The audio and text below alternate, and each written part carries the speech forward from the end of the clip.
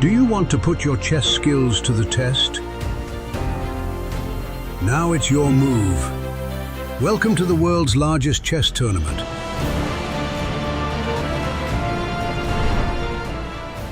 You can look forward to the Grenke Chess Open with prize money of 70,000 euros and the Grenke Freestyle Chess Open with prize money of 215,000 euros and a place in the 2027 FIDE Freestyle Chess World Championship. This is your chance to compete against the best players in the world, such as Magnus Carlsen and Vincent. Are you ready?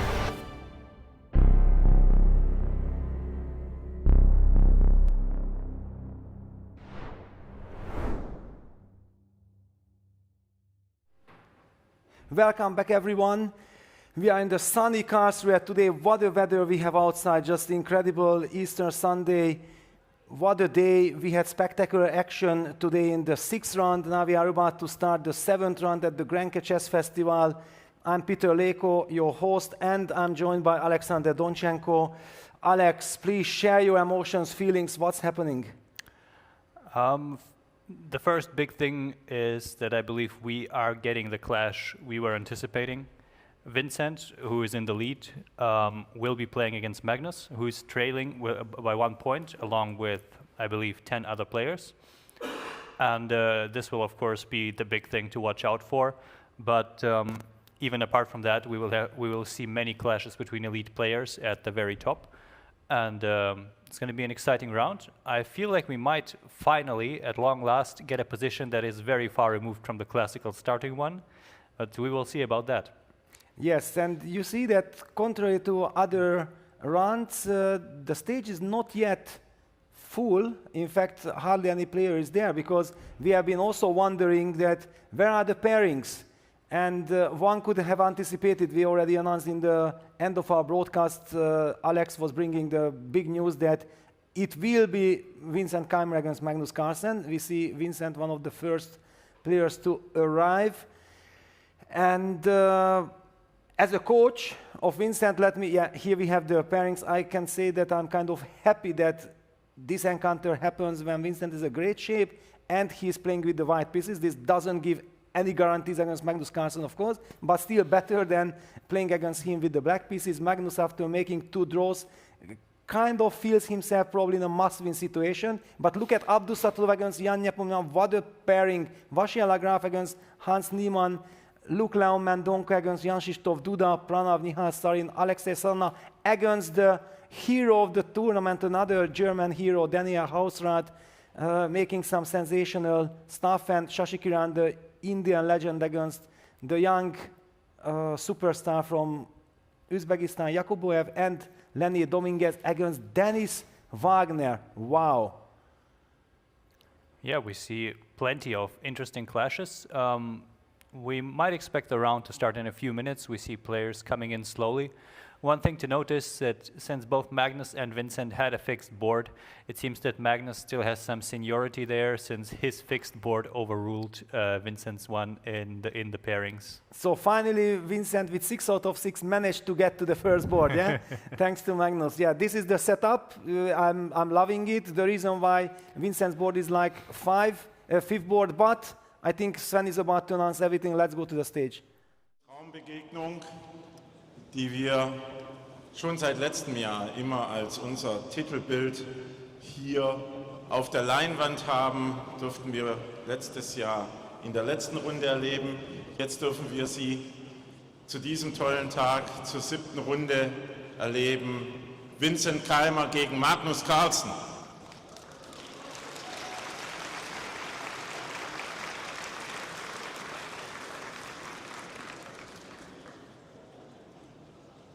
Ich habe gerade gehört, die B-Gruppe wird gerade noch ausgehängt. Online ist es schon veröffentlicht. Für alle die, die noch nicht ihre Paarung genau sehen, wartet noch einen kurzen Moment und ich hoffe, euer Gegner wartet dann noch 2-3 Minuten, bis alle ihr Brett gefunden haben. Aber wir fangen jetzt hier trotzdem relativ pünktlich an. Ich darf einen weiteren Ehrengast heute vorstellen. Er ist einer der größten Sponsoren in den letzten Jahren im deutschen Schach. Deutsche Unternehmer aus Düsseldorf, hat auch den Düsseldorfer Bundesligaverein unterstützt und auch verschiedene Turniere, unter anderem in Düsseldorf. Vadim Rosenstein, herzlich willkommen. Danke. Ja, schönen guten Tag. Sven, vielen Dank für die Einladung. Ich freue mich hier wirklich, ich freue mich hier zu sein. Ich freue mich auf einmal so vielen Schachfreundinnen und Schachfreunde auf einmal sehen zu dürfen. Ich kenne sehr viele persönlich. Ich wollte an dieser Stelle sagen, dass dies ein Paradebeispiel ist dafür, wie man Schachturniere organisieren soll. Und vielen Dank an Sven dafür. Ich hoffe, dass dieses Turnier auch die nächsten Jahre stattfindet und wir werden uns darum bemühen, die Teilnehmerzahl die nächsten Jahre auf mindestens 4.000 Teilnehmer zu erhöhen. Euch vielen Dank fürs Kommen und ich freue mich, euch die nächsten Male auch hier wiedersehen zu dürfen. Vielen Dank. Danke, Vadim Rosenstein. Er wird jetzt zur Auslosung beim Sebastian Siebrecht die Stellung auslosen. Und wer den kleinen Zwischenton gehört hat, ich habe ihn zumindest gehört, er hat von wir gesprochen. Noch gehört er nicht zum Sponsorenkreis, aber man darf ja mal hoffen. Ja, genau. Also ich hoffe, ihr habt alle gut zugehört, was der Vadim gerade gesagt hat. Das hört sich wirklich sehr, sehr positiv an für nächstes Jahr. So, ich freue mich jetzt, die 6. Runde, die Auslosung zu beginnen mit dem Vadim zusammen. Und da wollen wir mal gucken, welche Stellung wir jetzt für die 6. Runde haben werden.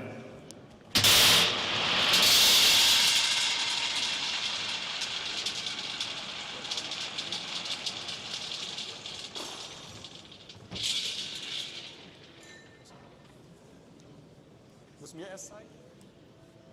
Das ist die 549.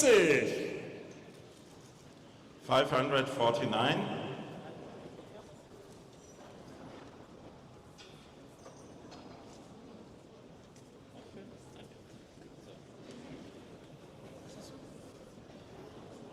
Das ist die 7. Runde, alles klar.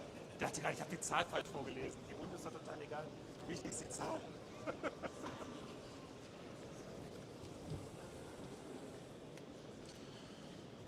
So, bitte wieder alle zügig im Freestyle-Bereich die Bretter aufbauen, insbesondere bei den Live-Übertragungsbrettern.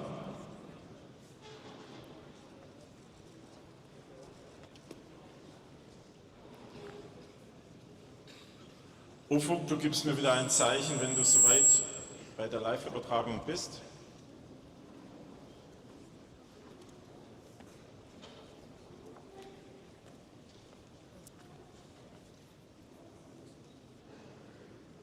Vielen Dank. Auch nochmal ein besonderer Dank an den Ufuk, der hier mit seinem Team immer bei der Live-Übertragung zusammen mit dem Menno hier sorgt für die tolle Show. Die Partien sind frei. Viel Spaß.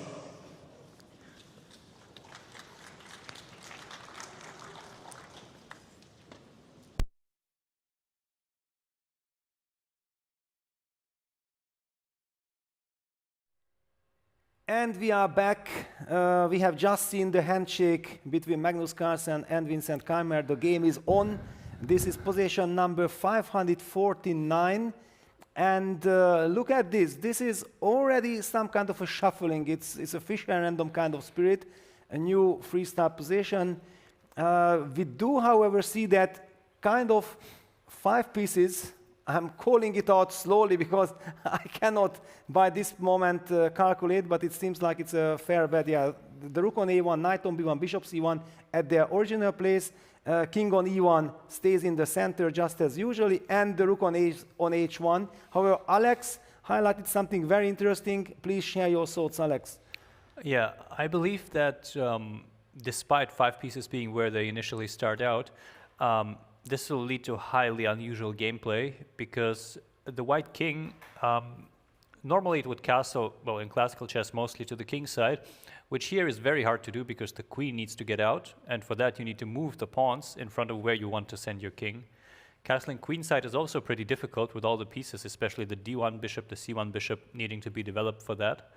So I think we might see the kings stay in the center for a while, and we also see the top engine moves.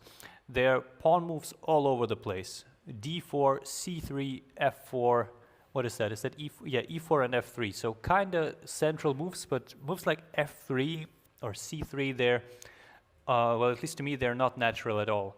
But what do you think, Peter? Will we see a lot of different first moves on this one? Could easily be. To me, for some reason, I don't know, I haven't really calculated anything. E4 looks kind of very natural, with the idea to place that knight from F1 to E3. That comes to mind. Definitely the question, whenever there's a bishop on D1 and D8, that will be a huge question, where do we develop that bishop? Normally, C3, bishop B3, for example, is kind of a tempting direction because it could target the opponent's queen. The same applies from black's perspective, C6, bishop B6. And then we have seen, the computer was mentioning this move F3 also somewhere, that E4, knight E3, and then moving the F pawn, queen F2, short castle, for example. This could be some kind of a setup. Big question that, knowing that Magnus Carlsen is trailing Vincent Keimer by 1 point, it means that he certainly wants to create unbalance in the position. So I don't really see Magnus, for example, reacting after E4 with E5, and then knight E3, knight C6, and then give White the chance to decide that does he play for initiative, or he just keeps it kind of under control. On the other hand, Alex, do you see something that catches your attention after E4? Because I don't really see other good moves for black. Let's see. We see actually Vincent open with D4, which is supposed to be the best move. But in general, I think that Magnus will be exceptionally happy with this one. First of all, it's a position that is very close to balanced. And I also think there are quite a few serious candidates to play for black. So he can easily imbalance the position without it staying symmetrical. Against E4, the question is now a bit moot, but there were probably ways to play with kind of C5, knight C6, or potentially something like this, maybe D6. you can already ignore my E4, because since the game happened D4, probably we will have other games. We will have other games with E4, and we will see what players come up with, because this is, I think, a position where it is very easy for black to just choose something original that is not too bad. But original, for example, is F5 an original move? Because White has, for example, something like G4 going on. This queen on G1 gives White certain possibilities. And it's kind of funny. I know that Vincent cannot play solidly, and I encourage him to just be Vincent Keimer. That's it. That's all what you have to do. I know that he loves this game. He enjoys this game. Now he is 6 out of 6.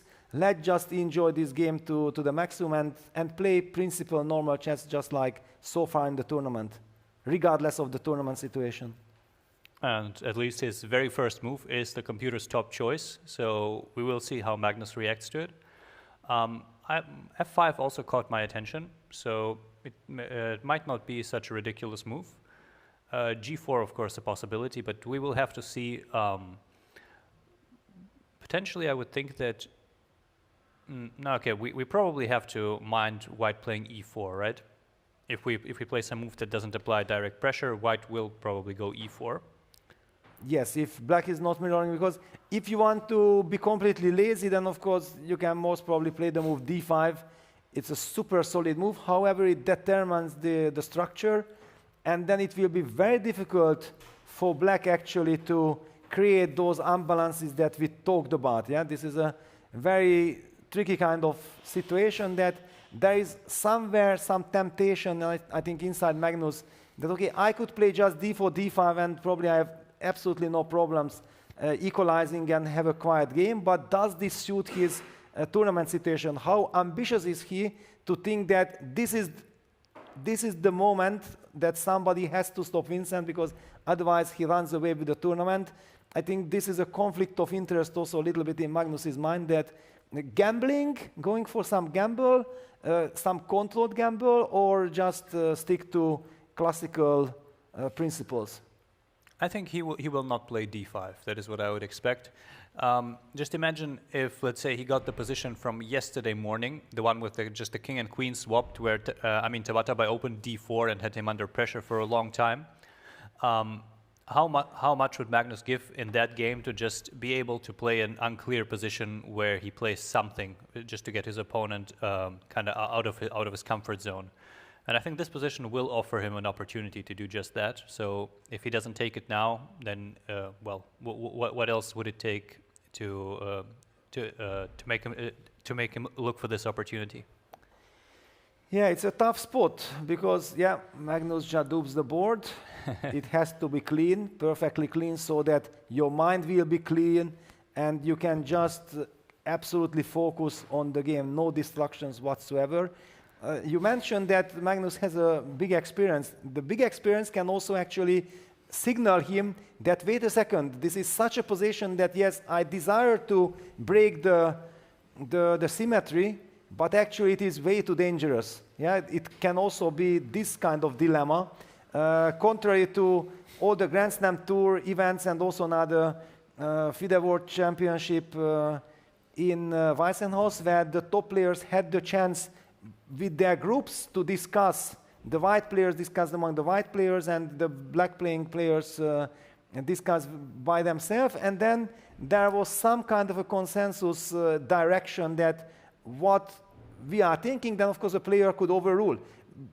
The reason why I also extremely enjoyed this exact time control during the whole Grand Slam Tour when it started, the first two events, because then despite having those discussions with the players, you still had then the chance to go back to your board and think, for example, for 5 minutes or 10 minutes alone with all the information that you got from your colleagues, and then, for example, deviate. But because you don't like something. On the other hand, when we are playing with the rapid time control, then all these discussions can actually completely influence you, because some very strong player tells you that, no, of course, here we have to go this, then you analyze this, and even if deep inside you disagree with it, you cannot really overrule it in 10-15 minutes game, what you have prepared. So I'm very happy that here we have this time control, and I'm also very happy that actually the players don't get the chance to discuss the starting position, because it feels more authentic like this. Yeah, the only chance he would have is to ask his opponent what he thinks right after it gets paired, but and D5, here we go. Okay. There we go. It was not a happy choice. If it would have been a happy choice, Magnus would have blitzed it out. I somehow sensed it. I looked at him, the way how he was sitting there, and he understood that, yeah, D4, F5 would be the move that I would normally play to try to break things, but it is probably not working so nicely. And he decides, let me play a mind game with Vincent. I'm seemingly playing a quiet game, and then Vincent will have the pressure that, do I try to play for some initiative? Do I try to keep things under control, which is not exactly Vincent's style? Very interesting psychological choice by Magnus. Yeah, we also see already at least one player disagreeing with him. That is Nihal Sarin on board 5, who answered D4 with F5. And we have two more players, Abdusattorov and Vashila Graf, opening with D4, and their opponents, Nepo and Hans Niemann, are still thinking. And not a single one played my native move, E4. Yeah, I just said that I did not calculate anything. I just look at the position. I see the king on E1, the knight on F1, and E4 knight is smiling on me. Well, it did not smile on anyone else. At least on the top 6 boards so far. Eventually, we will see the statistics for the first moves once they all come in, and then we will know how many people feel the same way as you do, Peter. And look at Vincent. Vincent is also not entirely happy about this, because from one part it's kind of nice if we can play a solid game against Magnus. Draw probably suits Vincent tournament strategy. On the other hand, it's not his style, and maybe deep inside him he was hoping that in front of this big crowd, everybody is looking forward to this game, Magnus will do something fancy which is not exactly correct, and then Vincent will have the chance to counter it nicely. He's not getting a chance to do that after D4, D5. It will be a quiet game. We'll see about quiet, but slow. Let's put it this way then. Yeah, I think that's fair, though. We need to think how to develop our pieces, because, for example, even a seemingly normal move like bishop f4 might just run into g5 with tempo, and suddenly we're just gifting useful moves to black. Yeah, I don't want to let that happen. I'm thinking Certainly that not. to me, knight c3 appears quite natural because, unlike in classical chess, we are not really in a position to support c2, c4. And I'm not sure. I would generally try to kind of aim for long castle if it's possible, but perhaps we need to play in a different way. What do you think? What I think, yeah. I think this is also what Vincent is thinking. What should I think about this position? Yeah, look at this. He's also looking at the distance, trying to figure out which construction. Let me even place that knight back on b1. It's a very natural, and I'm very grateful to you that you called out the first move in this position, because I've had it. It's a challenge by itself. Knight c3, or is there an argument to also try to play f3? It's kind of a typical move. See, you are one soul together with Vincent. Yeah, one soul with Vincent and one soul with... there is a handshake between Nihal and Vincent. Yeah, very good friends. And this is one of the things that I'm also loving so much, that between all the youngsters, there is some tremendous chemistry. Yeah, they like each other, they root for each other, and basically they are getting energy from each other's successes. And whenever somebody succeeds with something, then the other players are getting inspiration from it, that, wait a second, if my friend already has done it, I think I'm also more or less the same level, then let me also in the next tournament or in the next period of time do something special. I have seen this with Gukesh. Yeah? Gukesh had a wonderful 2024. Prague suddenly exactly struggled a little bit that period. And then 25, it was then Prague's turn to shine and was just crushing every tournament. Vaikanze, Bucharest, the Grand Chess Tour, even the classical one, in a very convincing manner. So it's just so nice to see this. Yeah, and here we see f3, and this will probably soon end the symmetrical moves here, unless we can actually support the tension in the center. But I would think knight c3 followed by e4 is kind of the plan here. And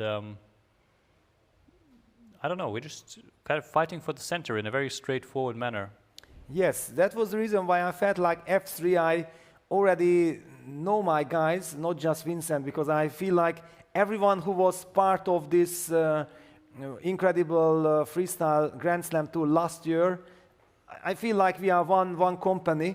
We were together, we had dinners together, we traveled together, we shared all those moments. Then after the games, during dinner, we were discussing, yeah, what did we see as commentators, what they were feeling. And this d4, d5, f3 is kind of almost thematic. And there we have the statistic, 35 players, d4, thank you very much, 15 e4, somebody still wanted to hold my hand. Peter, we don't let you alone. Thank you very much, appreciate it. f4, 11, yeah, opening up the queen position, but still it surprises me a bit. b3, wow, really, with queen on g1, b3, this cowboy attitude, Adiban spirit is poisonous, as I see. And b4, orangutan, really, orangutan with queen on g1. Yeah, Alex, please, what do you think of that? We see that we actually topped the 7 first moves from the last round. We have 8 this round, and single moves like b4, c4, knight c3, and g3. Very curious choices sometimes. Okay, g3 is a complete craziness, madness, no? What is this g3? This is someone who really wants to castle short after queen g2, knight e3. Yeah, but with the bishop on d1 and then weakening the light squares, and no, this is... Oof, I don't believe that in the Grand Slam Tour last year anyone would have ever even mentioned the move g3 in any of the discussions in a position like this. But, of course, this is also the point that finally everybody gets a chance to play this game. Everybody has a chance to try it. Not everybody has so much experience, of course. The top guys have advantage. Absolutely, they are not just brilliant players, but they have already played so many games on the highest level against each other. So, but still, I can say that always whenever you feel like, aha, maybe I'm slowly understanding something, then freestyle comes and shows that freestyle itself is the boss, not the player, yeah? Because some unexpected thing is coming. and you become a student once again. So here we have the bird's eye view. D4, F5, G4, Vasil Lagraf, Hans Niemann, this is our game. What action-packed situation. And by the way, Magnus also played F3, F6, and signaling respect to that idea. We also see on the top boards we have either D4 or F4 played in the other two games by Mendonça and Sarana, and actually F4, F5 in Sarana versus Hausrat. So something about those D and F pawns seems to stand out in this particular starting position. People want to open up the bishop or the queen. Yes, well, F4, I don't know, I don't like F4 so much, but of course it is a move. That's why it's also such a nice game, yeah, that everybody can bring his own personality, but be careful to control the situation. D4, F5, G4, also Pranav, Nihal. I feel like, did Nihal rush this F5? And the same applies to Hans. How much time did he spend on F5? And computer hates G4. Amazing, fantastic, but nobody knows this. As a player, you think like D4, F5, G4 is a critical move, it's a critical test. It was maybe also the reason why Magnus decided not to play F5, and computer does not like it. Yeah. I would assume it's something other than F takes G4 that people are, that the computer in this case is worried about. And I'm not sure what it could be, because to me it looks very logical. Generally, trading pawns closer to the center is a good idea on a very, very basic level without calculation. And Hans takes. Hans takes, yeah. And pretty quickly he takes. I was thinking like maybe D6 was an idea to invite GF and then bishop F5, activating the bishop, but it will also would have given White the chance to play, for example, knight G3 with tempo. So but he just takes, yeah. He just takes. And after queen take G4, he cannot play D6. This is one of the benefits for White. That was one of my main ideas, that the bishop is unprotected on C8. Now this will be a lot of fun. While the Vincent game will be rather a slow affair at the beginning, definitely it will heat up at some point, but here we have a direct clash, direct confrontation. And maybe let's use the chance quickly to look at the other games as well, from 7 till to 12. To 12, yes. That D4, D5, F3 in Shashikina Yakuboev, I think professional. we are seeing some very coherent openings. Yeah, always the same ideas more or less. And Luke van Wil is up there. Wow. Okay, but this is also a little bit unfortunate. Yeah, he's coming, he's playing great, and then plays Fedoseev, who of course after D4 plays F5. That will be an incredible prestige duel, because this is clash of styles, clash of beliefs. Always deliver some amazing battle. I believe one of my most memorable encounters were always against Morozevich. Yeah, these two completely different players with different styles, and we always wanted to very principled against each other. Yeah. The one game where we see an entirely different structure is Friedman Morzin on board 12. There we already have quite a few moves, and it seems like White took a space advantage, but Black is well set up in a kind of pseudo King's Indian or Queen's Indian structure. Wow, and look at the clock situation. Daniel Friedman had been blitzing out his moves, but in fact computer doesn't like it, and I don't like it either, because this might be just bad for White. Queen is stuck on G1. What a fantastic King's Indian this is. Even there are ideas that Black pushes F4 against F3 and then C6, bishop B6. It can be a horror, but there are so many different angles. Oh no, this is, Daniel was just relying on that, okay, I will just play according to my feelings, but... Oh, we also see a rather radical different approach from Kadrich, who faced the same D4, D5, F3 as on the top board, and he just said, no thank you, there will be no E4 in this game, we are just playing some kind of closed position, and he played F5. Yeah, he played F5, yeah, it makes sense in Maxim has captured back with the queen on G4, just as we expected. And here we see Kadrich against Aravind playing F5, because the knight on F8 is kind of nicely placed that if bishop f4, then, for example, knight g6 hits the bishop with the tempo, so that's why bishop f4 is unfortunate. And those knights, knight on f1 and knight on b1, are very far away from fighting for the e5 square. So actually f5 makes perfect sense. I'm wondering if on the top boards, Magnus, or I believe we also had another board with f3, f6 played, considered this option instead. For sure, they considered it, but they decided on f6 because it is more harmonious, but it is just a matter of choice.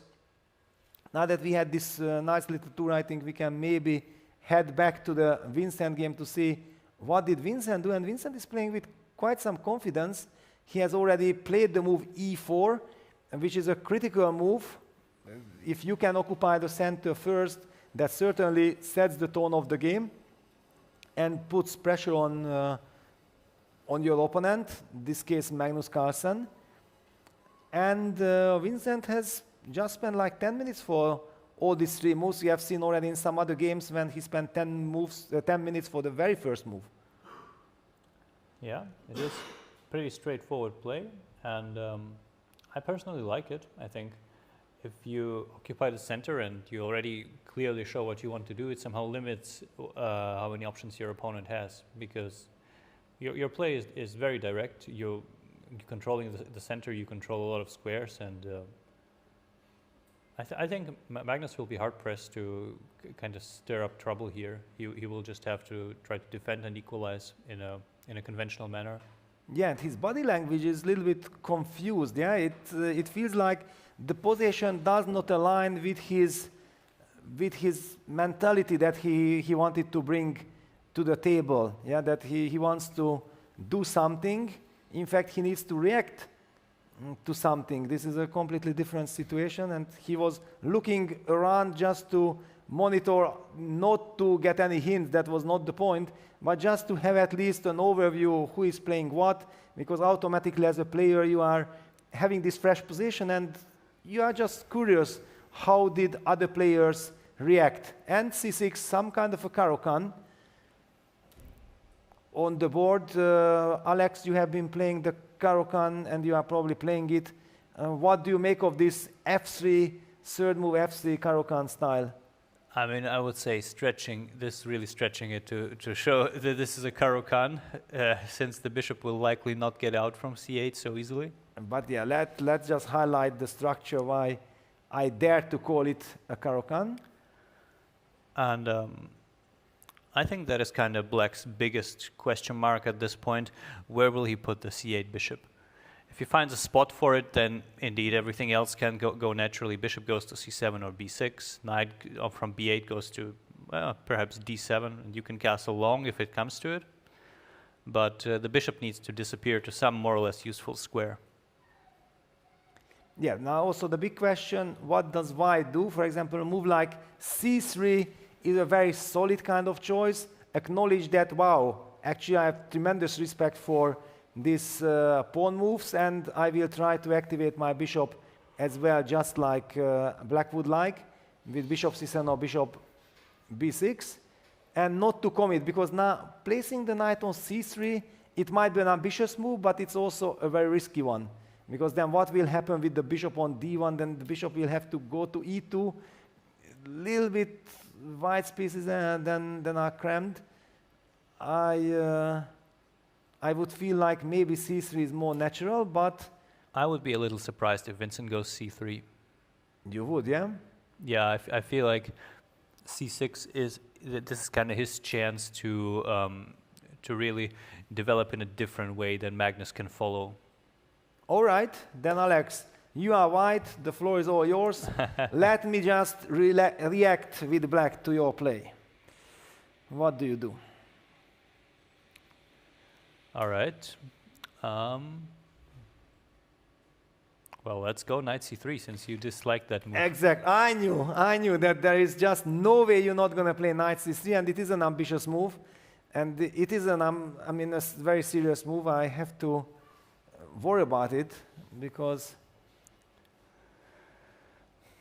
long term's kind of tricky, but I have to make a move.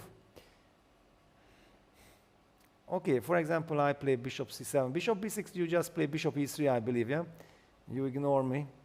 It's okay, bishop c7. But bishop c7 already runs into maybe ed, knight b5. I don't want to let this happen. No, no, no, no, no. What about knight g6? Maybe I like knight g6 in order to slowly prepare queen f7 short castle and then e5. Okay, my first instinct here is to go h4. But Immediately, it might yeah? be too much, yeah? Okay, queen f7. Do you want to go back, or what is the point No, here? knight f4. Ah, sorry. I mean, pardon me. I completely blundered that this is okay. No, no, no, no, no. Pardon me. Yeah. Ah, because I put bishop on c7. So, yeah, this is what happens if you're already very. But this was not my plan because then you no. This is already risky, yeah. This is very risky. Yeah. So I cannot play knight g6. Then I play queen f7. A calm little move. Queen f7. Sometimes, yeah, one has to be very cautious. Queen f7. No activity. Queen f7. All right. Perhaps here, which one would you like, bishop e2 or knight g3? I'm thinking that either one is kind of fine, but let's go bishop e2. Bishop e2, yes. Okay, now I don't know why I think that this knight on b8. Ah, because then c6 d5 makes so much sense with the bishop on b8, yeah? So my mind is trying to make sense of all this. All right, now we already have to calculate that this knight g6, h4, for example, met by e5, h5. Yes, Where does this? since you talked about the Caro-Kann, I'm just kind of playing an f3 Caro-Kann, and I'm saying that your pieces aren't in the right positions to do the same. Well, you know f3 Caro-Kann very well, as I see. Okay, I just played in my childhood knight g6. Let me play knight g6 now. The point is something like h4 e5 here, Yes, and h5 knight f4. Bounce. I'm not sure I believe that. You don't have to. Let's just say I don't believe that. I still play h4. I don't believe it myself. No, I'm actually believing. I feel like, let's go. Let's create counterplay. All right.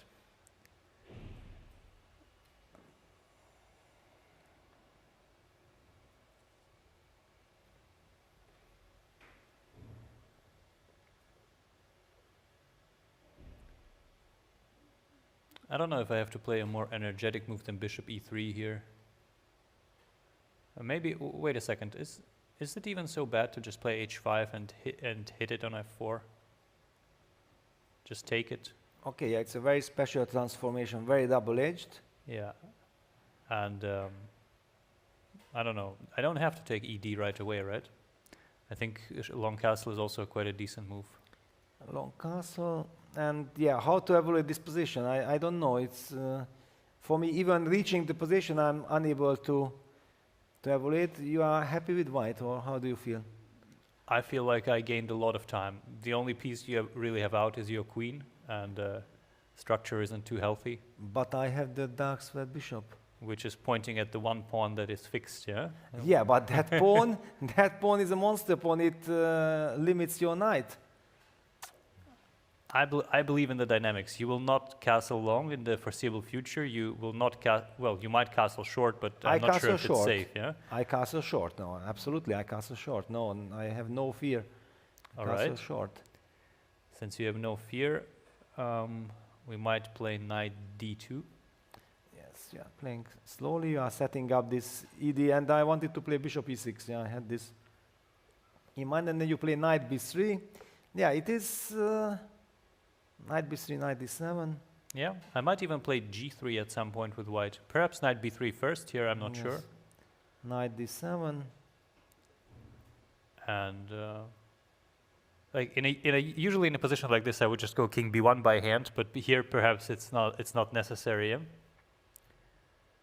Well, I don't know, g3 bishop c7, right? Yes, g3 bishop c7, always bishop c7. Honestly, I agree that white has a nice position, but if I would not see the evil bar, I would never agree that white has more than 0.20, 0.30 here. I would believe that black has some long-term assets with the pair of bishops and some a6, b5 coming up. White has a nice position at the moment, but what will happen a little bit later, I'm not sure. Yeah, but I think we already went pretty far. Yes, exactly. This Still, was just... I think it shows that kind of there's proof of concept for knight c3. Yes, absolutely. No, knight c3 is a very critical move, very Very natural, but a very tough choice for Vincent because knight c3 and c3 are two completely different approaches. And knight c3, I think, is the move that if you feel like you want to win the game and you are playing for a win in this game, then probably you opt for knight c3. And you think like, my main target in this game is not to win the game, but just to be solid and then to play a controlled game and see what happens. Then the c3 kind of plan is a very serious candidate. Yeah, we'll see. I don't feel like Vincent will try to be extra solid just because he's playing against Magnus. I think he's much too experienced, and he knows that usually changing up the way you play just because of some very specific situation can backfire easily. c3 played. C3 played, yeah? Yes. Yet again, yeah? Yes. Yes, I know. I have seen these kind of things because I think in South Africa there were some games when we reached this, total symmetry, and the shocking thing was, I believe that Sindelov was white against Magnus, and Magnus won that game in a very convincing manner, and it was all connected that white had this extra move and developed the knight to b3 there, and it was heavily misplaced. Vincent played c3, Magnus answers it with queen f7, which basically gives us a proof that knight c3, queen f7 was probably also the direction. And Jules Moussa. Jules Moussa is everywhere, which means that he's doing extremely well in the open because he's on the stage. I think we were missing him in the morning round because he made one draw, but now he's probably back to his winning ways. Wow, yeah, queen f7 played by Magnus. Very fast, actually. Yeah, I believe that by this point Magnus understood that this will be a slow affair, more or less symmetrical. Let me try to put pressure on the clock. Yeah, because Vincent is now 10 minutes behind. This is some kind of a Nyepo strategy. All right, let's get the bird's eye view. This is a slow affair at the moment with a lot to play for and a lot of finesses. There we go. Actually, Abdusatov Nyepo is the very same position, and there Abdusatov opted for queen f2. Queen f7. Queen f7, yeah, those are the natural moves.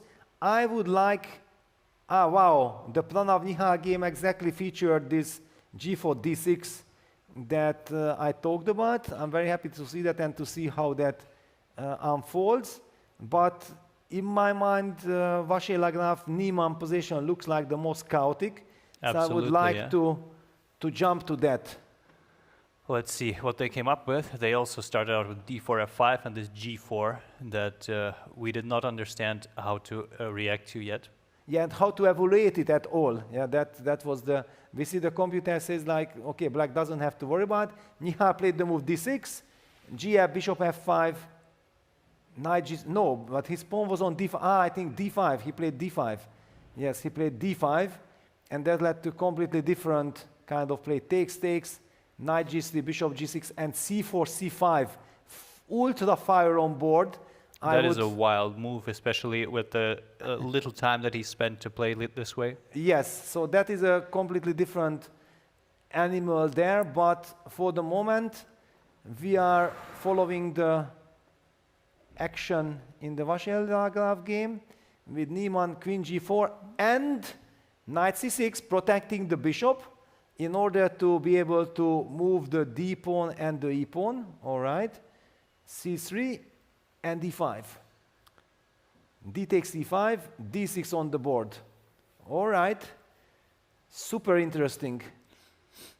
Yeah, and I think what Hans has played makes a lot of sense on many levels, because he will get to recapture the pawn with the knight. I think there is no way around that, which means he will keep the somewhat better structure and also a reasonably straightforward path to castle queenside, which is probably his plan. But wait a second, you said probably will, but if I play, for example, a move like queen e4, can you take with the knight? Then I have f4.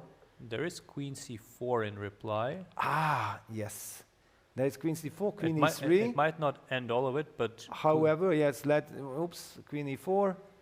If knight takes e5, f4, queen c4, queen e3. There is some bishop h4 check, but okay, this I can handle with knight g3. How is black not losing a piece? Maybe he is losing a piece, it's just that he doesn't care. There is actually a very funny move here, I think, knight e6. Knight e6, yes, and fe bishop g5. Ooh, no. Again, there is some hole there, but we don't know what it is, but... Bishop b3, bishop b3. Then queen h4 check. What is computer doing with us? I have knight d2. Yeah, perhaps here knight d2 is the counter, yeah? Yes, I have knight d2. Yeah, and white is winning. Yeah. Okay, yeah, so very sharp. We have seen computer did not like the move queen e4, probably because simply d5, but humanly then one gets this e4 square. I wouldn't be, or is there some dynamic? Let me just out of curiosity, but d5, I cannot believe that black can be ever better. I think that only white can be better. Why not? Isolated pawn, e4 square. You go for it? Yeah, I go for it. Okay. We don't want to be a pawn down. Yes, okay. Actually, Vashila Graf went for something as well. He played queen g2. I just wanted to, yeah, no, d5 is not a move. Yeah, d5 is not a move. This had to be worse. So there was something, but we are continuing the game, queen g2. And then, wow, apparently there is something going on also in the Fanveli Fedoseyev game. Of course, it's d4, f5, g4. there is just no way Luki would not play the move g4. He likes confrontation. And we see Fedoseyev replying with e6, so yet another move different from the two that we already saw. And we also see that Fedoseyev is looking towards the stage. So he sees the games and he says like, you know what? I don't like to copy anyone. I like to play my own game. And he opted for e6, a stable e6 move. But wait a second, suddenly after d6, queen g2 is the move that computer confirms and says that this was an extremely very well-timed move. Something of a mystery at first. A very deep move by MVR. Is he eyeing the b7 pawn? Is that the point that if you take knight e5, then bishop b3 is coming, and you cannot play bishop e6? That might be it, yes. I think that explains, wow. Okay, but then Hans is in a trouble. He's about to take on e5, he takes you the pawn, but okay, no. If you have to take... You do not believe in pawn takes. d5, you lose all the dynamics in the position, then white should be better. The question how much. I'm a believer in structures. I'm a Tigran Petrosyan student. I studied his book, his games, the lectures of Tigran Petrosyan. It was my Bible. Wow. But I'm a little bit puzzled. Wait a second. After d takes e5, why didn't Hans recapture that pawn with knight e5 immediately and not to have any of these issues? Could he have done that? No, apparently was also not the best. Maybe queen e4? Yeah, queen e4, queen e6. I don't know, I'm a little bit surprised, but okay, the position Bishop is b3. so complex, yeah, that this is, yeah, I have to fall back to e7, and that's not exactly what I wanted, but I have dynamics, yeah, if I get c6, d5, it can be very good. I don't know, I feel like even a move like rook g1 might put some pressure here. Yeah, and then bishop g5 is a threat. Yeah, I'm not in time. But then this whole operation, this whole knight c6, why was computer so happy after c3? There was this move d5. Yeah, I would actually think d6. But oh, d6. Yeah. I don't know. Most probably Hans actually missed this queen g2. He got carried away. I don't know. This looks like a reasonably good Dutch to me. Because for again, whom? For black. Because again, we realized most pieces are on their initial squares, and if you get the queen out, oof! We are getting the mighty support from Sotiris, which means stockfish, of course. And it is great because we don't want to use engines, we don't want to be influenced by engines, we want to have our own dubs and everything, but such highlighting such reactions is super helpful, and we appreciate it very much. Apparently this D7, D5, and as so often when you see a computer move, then things become clear that of course black wants to play for initiative, for compensation, active piece play and so on. Wow, that would have been a cold shower, this D5. Yeah, I believe so. D5, not so easy to spot. Also, it is a pawn sacrifice in quite a pure form. Although, is it? Not so easy to hang on to that pawn. Yeah, I thought initially that queen g3, but then knight g6. Yeah, and exactly. we cannot defend the pawn with f4 because of bishop h4. Yes, this is what happens when there is just one small little hint by computer and everything becomes clear. Yeah, that's why computers are forbidden, and you cannot consult even for 1 second the computer, because then you become unbeatable on this level if you are a super grandmaster. So, wow, d5 would have been the shocker. Hans played the move d6, queen g2 was a super smart move by MVL, and d takes d5. This is the moment when Maxim takes his time. I think it's absolutely correct to take his time, because he can get some pressure here.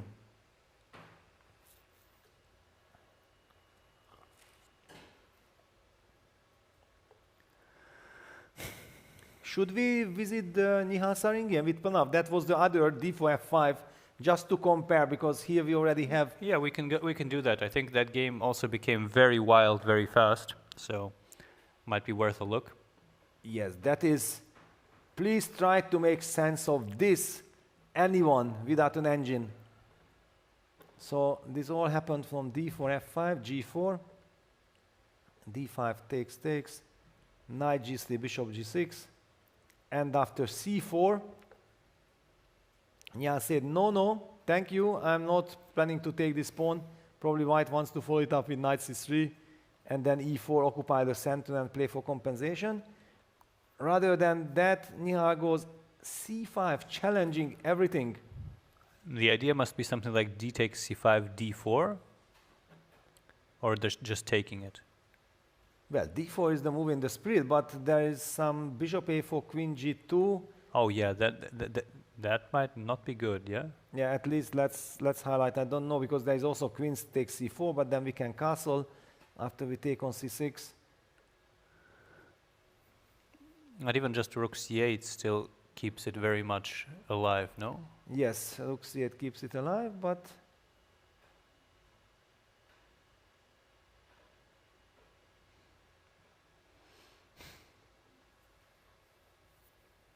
I don't know, it's such a difficult position. Extremely difficult. Can I play queen d5? I don't know, it is a crazy move. Can I play queen d5? It is a crazy move. Normally this would run into bishop f7, yeah, but I don't know if we're interested in pawns. Yes, that was my question. I don't like pawn hunting, I just want to eliminate d4 pawn so that I can get knight c3 out. Okay, it's a complete chaos. What else do we have after c5? D takes c5 would be logical. There's also something like just ignore it and knight c3, cd, knight takes d5. Is that something that could be of an interest or not? Very hard to anticipate. Perhaps we should also start with bishop a4 for some reason, because then knight c6 would allow all sorts of tricks like queen g2. Aha, that is interesting. Bishop a4 check, and knight c6, queen g2 business, using this double diagonal, double pin. That looks tempting, and then we are also one move away from castling. That is fantastic. No, this is then very unpleasant. So black should probably play something like knight, I don't know which one, to d7, yeah? Yes, who knows, maybe this one, in order to try to get castle in as quickly as possible. Yeah, and again, it's very hard to see the correct way to resolve the tension in the center, but it needs to be resolved because d takes c4 is something of a threat, as is cd4 at this point. Yeah. All right, yeah, well, it will be very interesting to see how this unfolds. Pranav is taking his time. Rightly so, this might be one of those very critical moments that you find a great move and then you have things under control and then later you can speed up, or you make a choice which backfires and then no matter how much time you have, you will be forced to think and it might be late. So very well invested time here. Let's get the bird's eye view back, I believe. Yeah, the bird's eye view is here. What about Vincent's game against Magnus? Because I have been seeing Magnus walking around very confidently. We have seen some major transformations there, I believe. Yes. I think we have to head back to that game because I'm not sure that I'm liking this transformation. But okay, we will see. My intuition was saying that maybe e takes f5 and play this Nimzo kind of structure, at least in my mind that was like a Nimzo structure. Maybe it has nothing to do with a Nimzo. Yeah, we see also after e5 this tension. Magnus kind of was the first to resolve it. Queen f7, queen f2, and e5. Yeah, and after bishop e3, he kind of confidently played ed, cd, giving white the c3 square. And yeah, Vincent takes e takes f5, the move that looked very logical. So yeah, Magnus is looking forward to play a strategical game, but with some poison. And Vincent opted for ef5, which computer does not like so much, but I think this was the logical move. I think it was the very logical move that the knight comes to g3, you're gonna go short castle, but Magnus probably thinks like, I'm gonna take with the bishop, the bishop falls back to g6, knight comes to e6. Actually, black can be very happy with the position. Doesn't this remind you of certain Italian or Ruy Lopez structures where basically, depending on how active your pieces are, the structure can be good for white, but here it seems very far away from it. Yeah, Vincent is very unhappy. He got tricked. This whole stuff with going for symmetry against Magnus, this is very tricky. That how do you change the symmetry? And he got outsmarted. And we understand why Magnus is walking around. He can play quickly. The pieces have their right squares. And Vincent will be basically on the back foot and will have to defend the game. This is very bad turn for Vincent and all his fans. I think it is a rather strange choice of him to go for this structure, even the e takes f5 move. Yeah, but what else? E takes f5 was not a happy choice for myself, but I just didn't see a move already. I was honestly thinking to go e takes d5. Total desperado, yeah, just to shut the game down, yeah? I mean, if cd is the answer, then yes, because I would feel that I'm not playing for an advantage here. Yeah, computer dislikes it heavily. Yeah. I wonder why it is so heavily, but no, but this whole stuff, yeah, this c3, I was actually very worried that Vincent will play c3 because I think he would have never played c3 if not this tournament situation. Yeah, it was connected with let me be safe somehow, but this is not his. This is what I was saying, that it is a choice he can make, but it is generally you do not play against the opponent in this way, especially if your opponent is as good as Magnus. Yes, it gave too much freedom for Magnus. Yeah, and he immediately, let's go back to this moment that after queen f2 e5, seemingly it is symmetrical, white to move, and 2 moves later black is better. Yeah, this is the this crazy phenomenon that you have to kind of decide in which direction you go. And speaking of, what if Vincent played would ed5 at exactly. f4? Yeah. Yes, maybe he should have. He might have had to play ed. Let's briefly look at it. Yeah, yes. I suppose cd is the move still. CD and then f4. Yeah, and everything makes sense. everything makes sense, and then suddenly Magnus has to make a tough decision. Yeah. No, but these are the things that are very hard to figure out with the major tension in the center, and at the same time, you know that if you make a mistake, your opponent might not let you come back from it. Yeah, and now the worst thing of it is that it is a position that actually Vincent has almost zero experience with, because he's not really an E4 player and not an Italian player from white, so he never had this kind of structures. While for Magnus, this is like, okay, he's fish in the sea, swimming around that I can do this, I can do that, this is good, that is good, my pieces belong there, the bishop goes to c7, the bishop falls back to g6 after knight g6, the knight is coming to e6 castles, knight can jump to f4, the other knight is coming. Actually, black can just win the game in 20 moves. Yeah, usually when this structure appears in classical games, white has some kind of assets like a knight coming to e5 quickly, or he can push g4, f4 potentially to gain space on the king side. Because this structure a2, b2, d4 against a7, b7, c6, d5, I'm sure you will agree, Peter, it is, of course, he's a pawn down on this side of the board, but the structure is just very weak on its own on white's side. It's very hard to keep it very compact. Yeah, no, basically it is just incredible, yeah, for me, not as a commentator, yes, I'm biased, but as a trainer of Vincent, I'm very worried. Basically, I think like Vincent needs a miracle to survive this. It's really very critical. With this evil bar that I have, black is a little bit better. This has the tendency, for example, this position reminds me very much of the World Cup where Erigaisi with black just crushed Levon Aronyan and knocked him out. Levon, the brilliant strategist, was completely crushed without the slightest chance of putting up any resistance. And this is very reminiscent to that. And yeah, Magnus walking around just, this is the dream of all dreams.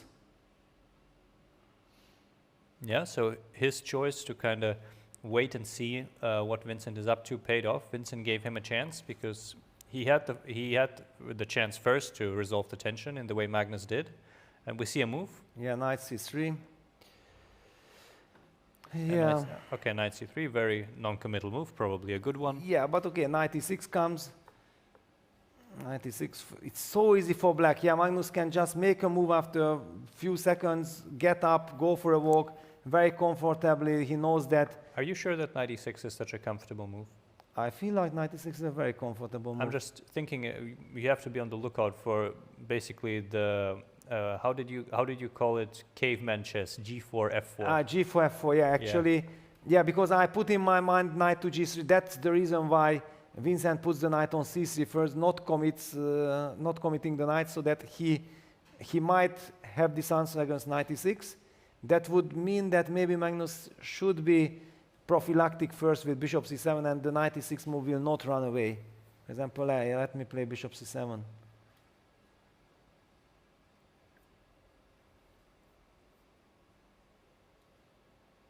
Yeah. No, we don't give a chance already for caveman chess. No. I think that is actually the reason that the position is still objectively, according to the computer, very much close to balance. That Vincent still has the potential to kind of throw his f-pawn up the board. The black knight is not on f6, where it would counter it with knight g4 or knight e4. And he is still in a position to kind of create counterplay immediately, while the structure just appeared and pieces are being developed. How much time did pass? Something like half an hour or 25 minutes, and Magnus's face completely changed. There at the starting position after d4, he was in a dilemma. How do I get a game?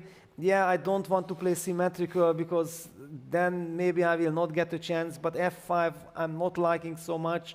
All right, yeah, let me play d5, and it looked like a very heavy choice on Magnus. And then suddenly, after he got the chance to play this ED-CD f5, the sun is shining just like outside.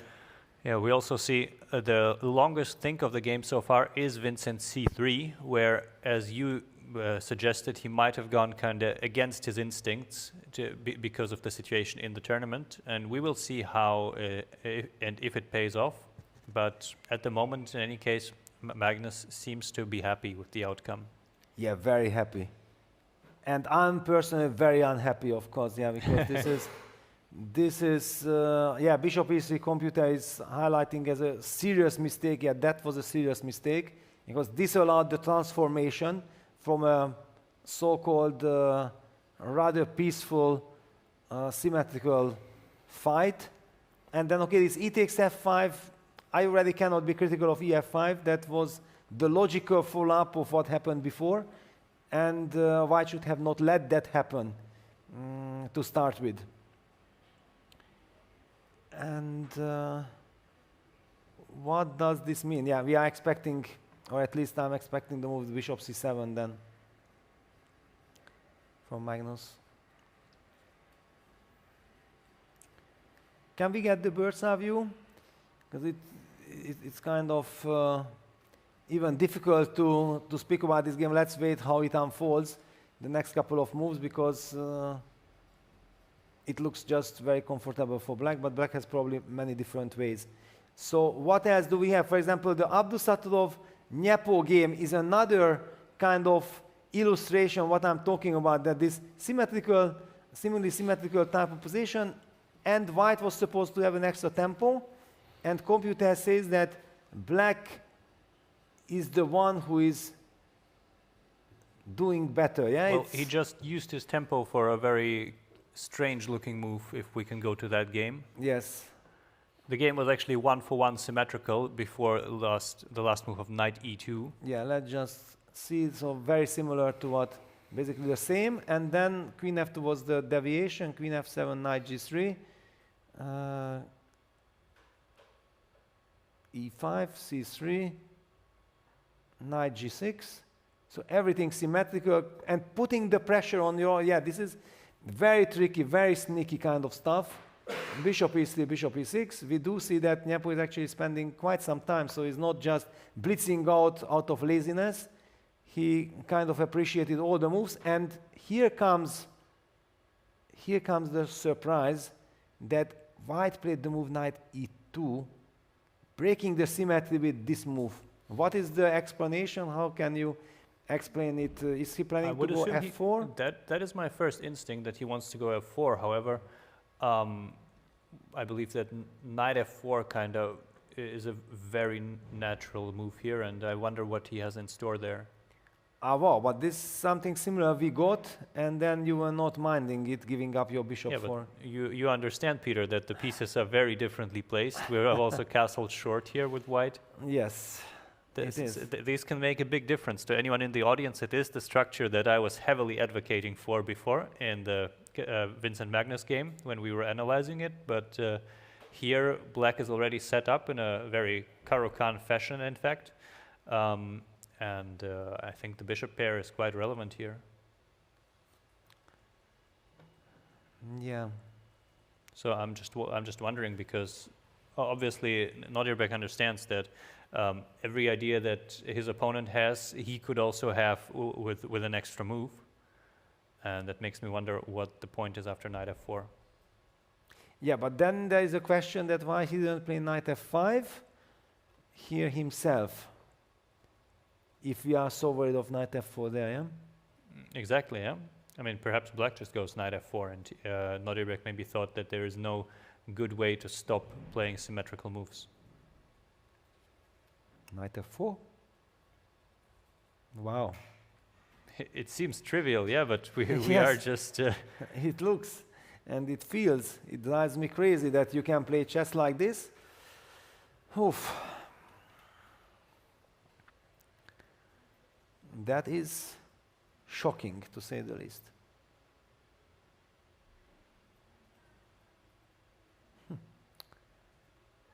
I'm, of course, under the influence of what I have seen in Vincent's game against Magnus. Very difficult. We see knight f4 being played, yeah? Yeah, knight f4, of course. Nyepo jumps on the chance. And look at the grimace. He is like, wait a second, but you let me play this move?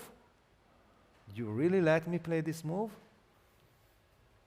I'm going to jump on you. And suddenly it feels like Nepo is playing white, yeah? Yes. Because bishop takes f4 is, of course, it's far from forced, but if you don't take it, you cannot take with the knight, as it would trap the bishop. Yeah. And other moves have to tolerate this active knight on f4, which is blocking your main idea to play f3, f4. There's no way to easily remove this knight. Wow. It is kind of interesting, yeah, that the older guys, the older generation outsmarts the young guys in these symmetrical type of positions. Yeah, it's very interesting. The Well, experience, yeah. Well, we are seeing Nodir back here, and also even Vincent against Hans in the morning round. They're not really interested in playing these kind of symmetrical positions. That's why they're trying to deviate if possible, I think. Yes, this more finesses, they like more flexibility when it is more easy to understand what to do. All right, okay, we have also seen that Nyepo has slowed down. He feels like, okay, I have to be very precise. It feels like this is the one game in the tournament where I have to spend my time. Yes. So, bird's eye view maybe, and then we see what happens. Wow, Pranav played the move f4. Very interesting move with the idea of f5 and also activating the queen from g1 to protect the d4 pawn. Now that it's on the board, it looks very tempting. Very interesting. Then what about Saran against Daniel Ausrat? Wait a second. Did Daniel lose a pawn? We have some early action there. Once Sarana again, trying to win the pawn, that's for sure. The queen attacks the knight and the pawn on e5 and on d5. So the pawn on d5 will simply fall, and my instinct was almost like, okay, knight c6, queen takes d5, bishop e6 is compensation, and then long castle. Then I realized that there's this bishop on d8, and then after queen b5, I have no good way of dealing with this issue.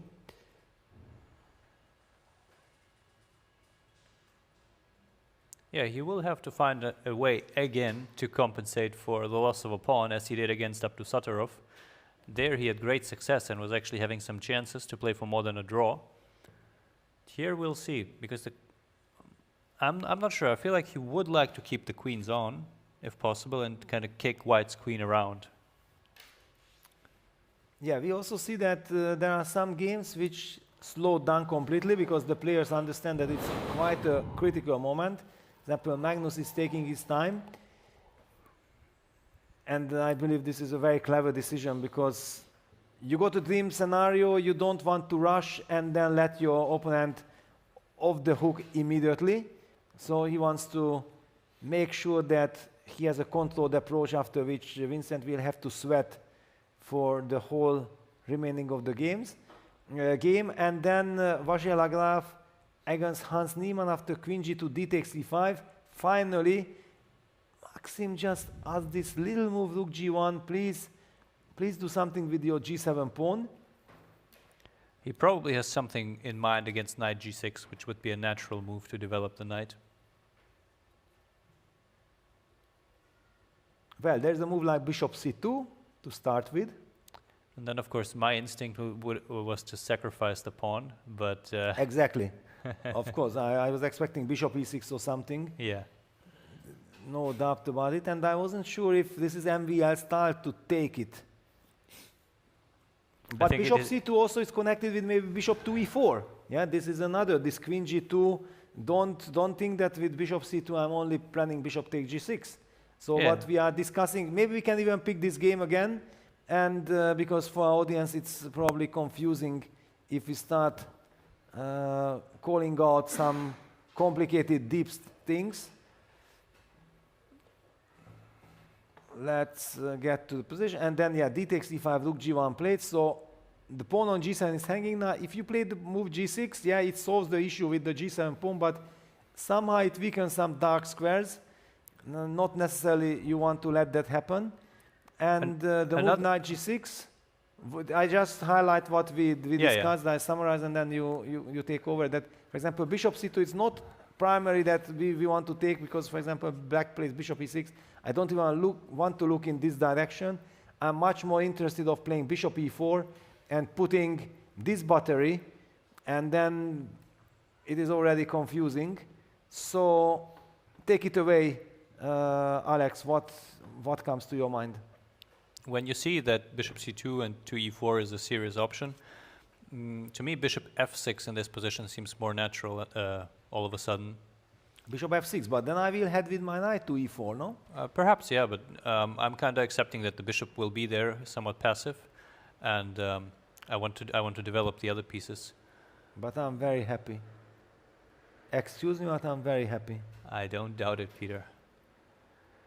Why isn't this Vincent's position? I would be so happy. You know, I would be, yes, okay. Because Magnus did not play f5. Exactly, yeah, Magnus kind of withheld himself because he felt like d4, f5, maybe g4, and that is very much in Vincent's spirit. Yeah, there is life in the position. He's excited, he can be creative, and he just blocked him with this so-called boring approach, a very smart strategical decision when he thinks like he's a must-win situation, and then he voluntarily goes for the solid stuff that he feels like, wait a second, this is something that Vincent does not like. Yeah, I mean, sometimes even when you are in an actual must-win situation, yeah, games like Kasparov against Karpov come to mind, yeah, when Kasparov was in a must-win situation and did not go for anything absolutely crazy. Knight g6 played, I believe, from the hand movement of Hans. It very much looked like he played knight g6. The move is not coming yet. Come on, yes, it is on the board, knight g6, but now bishop c2, bishop e4. Hans, did you anticipate bishop c2, bishop e4? I believe Maxime will play bishop c2. Yes. That is very natural. Okay, the game move is not coming, so let me play the move, knight g6, and then bishop c2. Huh, I'm pressing, but okay, so I will make the move. Computer is confused with our analysis that we have already made those moves, guys. Why should I update something? You guys analyzed it. I think now we have it, yeah. Yeah, finally, yes, okay. Confusion, yeah? Technical confusion. Yeah. And I believe even in the kind of ideal scenario that, let's say, Black will manage to castle long without major damage, White will do the same. The e4 square is just such a big asset here. It will give Maxime a pleasant game, I think. Of course, these are golden rules. Isolated pawn, weak square, Tigran Petrosyan. Yeah, just, okay, one looks up the book of these chess lectures by Tigran Petrosyan, everything is clear. Bishop c2 on the board. And I don't know, how will Hans stay alive here? This is very serious. And the trick is that it's not bishop takes g6, which Hans was like, okay, take my pawn, I want to get your light squared bishop. But it is much more that the bishop is heading to e4, and it will create pressure because Black is not able to castle in time. Peter, what if we think that this position is very bad and we try to play bishop f6 here? Wow, no. No? No, I don't believe. Okay. Somehow, I cannot even stand the move bishop f. I cannot stand the look of it. But yeah? do you want to put it on e7 note? Because I want to get my king out of the way to c8. Uh-huh. Well, actually, when you said that, and what about this or that, I thought maybe queen f7. That I will play that's also a good one. Yeah, on the board, I think queen f7. Yeah, this makes a lot of sense. This makes a lot of sense because please take on g6. I don't care. I'm not counting material. I want to get the light square bishops. Yeah, now we are ready to reply with bishop d7 if bishop e4 happens. Exactly. Or maybe even castles. I don't know. Maybe even castle is a possibility. You want to castle short? Maybe, and then start some jump with the knight. And let's not forget, there's some weakness on f2. You are a much bigger optimist than me here. Well, you know, sometimes I'm a total pessimist, and sometimes I'm a total optimist for no reason, and then finding the balance, yeah? That's why I'm trying, you know, not to break the status quo, because I can get very emotional very quickly. I'm revealing big secrets. Guys, opponents, don't listen what I'm saying. Oh, we see Maxime take. What? He takes on g6? Is this real? I cannot believe it. Honestly, I cannot believe it. Okay, bishop g6, a-g, and queen takes g6. Wow. I would have said no way, because actually I think black is fine. There's no way white is better here. That is what I was aiming for initially with bishop f6, but this is of course a much better version. We can play king f7, I think. And just follow it up with bishop f5 for a similar move. Yeah, the bishop will land on f5 and then the e4 square kind of... Okay, if white is in time to play knight d2 and then knight g3 and establish control on e4, then I understand his setup, but will he be able... Without the light squared bishop for white, it will be very difficult to have a great impact, because the e4 square, it would be great, like coupled with a bishop on b3 or something, you dominate the light squares. Of course. But here, let's see.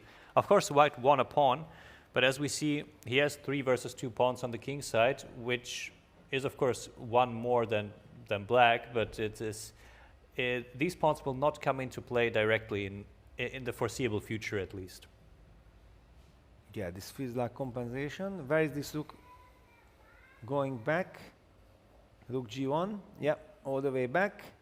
We see that the computer actually says that yes, pawn is a pawn, yes, I understand, but somehow the spirit of the game, and Maxim goes for a walk. He really believes that he will establish and he will sacrifice this pawn back. That's, I think, his concept. But I have one big question. If I put my bishop, for example, on this diagonal and put the other one on f6, as you highlighted, then I will just leave this bishop on f6 forever. Even if you play like knight g3, knight d2, knight e4, I will fall back with the bishop on g6. I will pick up the pawn on h2 when you give it. And you can... I'm cemented with this bishop on f6. Because I'm worried from black's perspective that what happens if in that scenario black is able to trade the dark square bishops and I'm stuck with the weakness. But with the cemented f, I will just hold on to that square and I will start maneuvering my knight, trying to fight for the square. Exactly, yeah, I was about to say, I'm thinking long term, Hans would want the knight to arrive somewhere on d6 or any other square that contests e4. Actually, he's about to move the knight. I believe knight e7 will be played. And d6 will be a perfect square, yeah? Total cement fighting for the e4 square. And you can never take on d6 because then cd6 reinforces the center.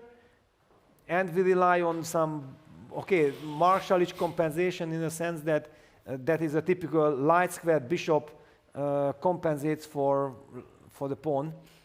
We have Jules Moussard looking on. Of course. And walking on disinterestedly. Yes, I think there are some typical regular customers on the top boards on stage, like Pavel Elyanov, Jules Moussard. Who else are there? Ingic is still there, or? I believe Ingic lost early on, so he might be struggling to get back up there. Yes, for the moment at least. Yeah, Gupta I have seen before, our dear friend Gupta, also team member of Dedzau team. All roads lead to Dedzau team in the Bundesliga. Yes, so many good people. It has such a good soul. Rook g1, okay. Interesting. I would have never ever thought about it, but that's why we love chess. Wow. People even in Moscow, I always have tremendous... Wow, a5. That shows confidence that, wait a second, I don't care. I will just push a5, a4. I will activate that rook. I will try to create some weakness on the queen side. I'm thinking that why that move is necessary right now. Because if white really wants it, he can go a4 and there's not much damage done. But he could also try to exploit this by kind of waiting for the d8 bishop to move and playing knight a3, knight b5. I'm not sure why a5 is exactly the move that is required. Yeah, well, maybe Hans felt like, wait a second, if you play a4, then I start moving my knight and then the rook can... And now if we look at the board, this is how it's looking now, completely empty. Now with MVL coming back to the board, but both players were up and walking for a moment there. Yeah, absent. Yeah, you need to recharge the batteries. We see that Maxim finds something behind the curtains to his liking. I believe the players have quite some nice snacks, bananas, nuts, some kind of nice things to to get energy. Now let's take a look. What's happening here? But okay. First question is, Peter, are you interested in playing bishop g5, or is that not something you want to do? Well, after bishop g, I always want to play bishop f6. This is what I already kind of explained, that I always, whenever there is this offer of trade, I will put it here so that after bishop f6 I take gf. Yeah, that is my so-called basic strategy. This also gives me the option of just playing h4 and leaving this construction untouched. Yes, it gives you. What can I do? But after h4, then I start my journey with the knight. And now let's say we play knight a3, trying to be a little bit smart. Knight a3, knight f5. I mean, I'm just closing my eyes and following the moves that I already highlighted before. There are probably no better moves anyway, so... Yeah, but you know, I have to take off the pressure, yeah, that if you suddenly prove that actually you are better, then I will say, okay, but now I will take it seriously, and so on. You know how it works. And now let's see, can I play long castle? Long castle, yes, no, you are doing great. Okay, bishop e6. Nothing else was expected. Okay. You know, these are the usual kind of analysis that we used to have with Arshak Petrosyan, my father-in-law and coach for like over 10 years. You have these talks, you are analyzing, not just working with the computer all the time. To get spirit, get good emotions, that's one of the secrets, I believe, in order to be able to really work for a long time. You cannot be always serious. Well, now, let's see. Knight b5, you just play c6, right? Oh, no, you cannot easily play c6. Then knight b5 seems to be like a candidate. Knight b5 is the move. Okay, I have to play rook a8. The good thing is that because I'm playing fundamentally, I can basically just rely on what I have this bishop c4, I have c6. I understand that basically your position is inherently very solid. I'm just trying to kind of establish enough contact that you have to make decisions while still staying a pawn up. Yes. But the pressure is on you. In this case, I would say yes, because black, it's kind of clear what black has to do. Also, black doesn't mind if something gets traded down here. And then suddenly we realize that actually I'm a lazy guy. I let you do the hard work. It seems like I'm doing the more talking and like this, but whenever there is some responsible decision, I let you play it out with the white pieces or with the side which is in more confrontation, and I'm reacting. That comes with experience. I'm the older guy. Yeah, and this would be, I think, a critical position. If they reach something like this, Maxime would have to take a long look here. Yes. This is basically a fundamental direction. I think that from both sides we actually made very logical moves. It could very easily happen, actually, all this. We didn't do anything crazy. And the move bishop g5 is one of the main ideas for white, I believe. You anyway have to develop the bishop. Yeah, the bishop doesn't really have a particularly good square. And it comes with a tempo as well, because in my mind, simply I cannot afford to trade these pieces unless I'm capturing back with g takes f6, because then white will have very easy play, and he's pawn up already. So, okay, we will keep an eye on this. Maybe we can have a look at the bird's eye view. Can we? No. Okay, no, it's not so important. We can just go move per move, I mean game per game. For example, let's go back to Vincent against Magnus, because Magnus spent a lot of time. He caught up with Vincent on the clock. And what did he play? Knight a6, yeah? Knight a6. But wait a second. No, because we cannot switch the camera at the moment. So let's stay with Maxim, because this is otherwise confusing that we are discussing different positions. Yes. Let's first still appreciate this this compensation position. I'm still sticking with black that I will hold this. I will hold my ground. Do what you want. All right, let's see what happens if I try a slightly different idea. We go knight d2 here. Yes. Heading towards the e4 square and kind of, because if I switch to bishop f5, then I feel like why did I waste time on a5? So Yeah, Peter, by the way, I'm not necessarily heading towards the e4 square. I'm heading to the g5 square. yeah, well, anyway, I will put bishop on f6, no matter if knight e4, knight g5, bishop, I will not touch it. I can reveal your secret. I'm helping you out, but since Hans pushed a5, I have to push a4, and I can put the blame on it, because that's his kind of mistake. I will play a4. All right, we go knight e4. Knight e4, okay. We continue our fundamental play. Probably it should be bishop f6. Not to run into bishop e6, knight g5 check, and then you trick me.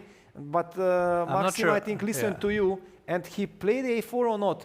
I believe he made a move on that side, yeah, a4, your very first original move. No, you talked about it. What happens if you just block it? Yeah, I'm not sure if it is the best move, because maybe Hans judged that a5, a4 inclusion favors him, but it's definitely something to keep in mind here with white, that a5, a4, it's okay. You didn't do anything major.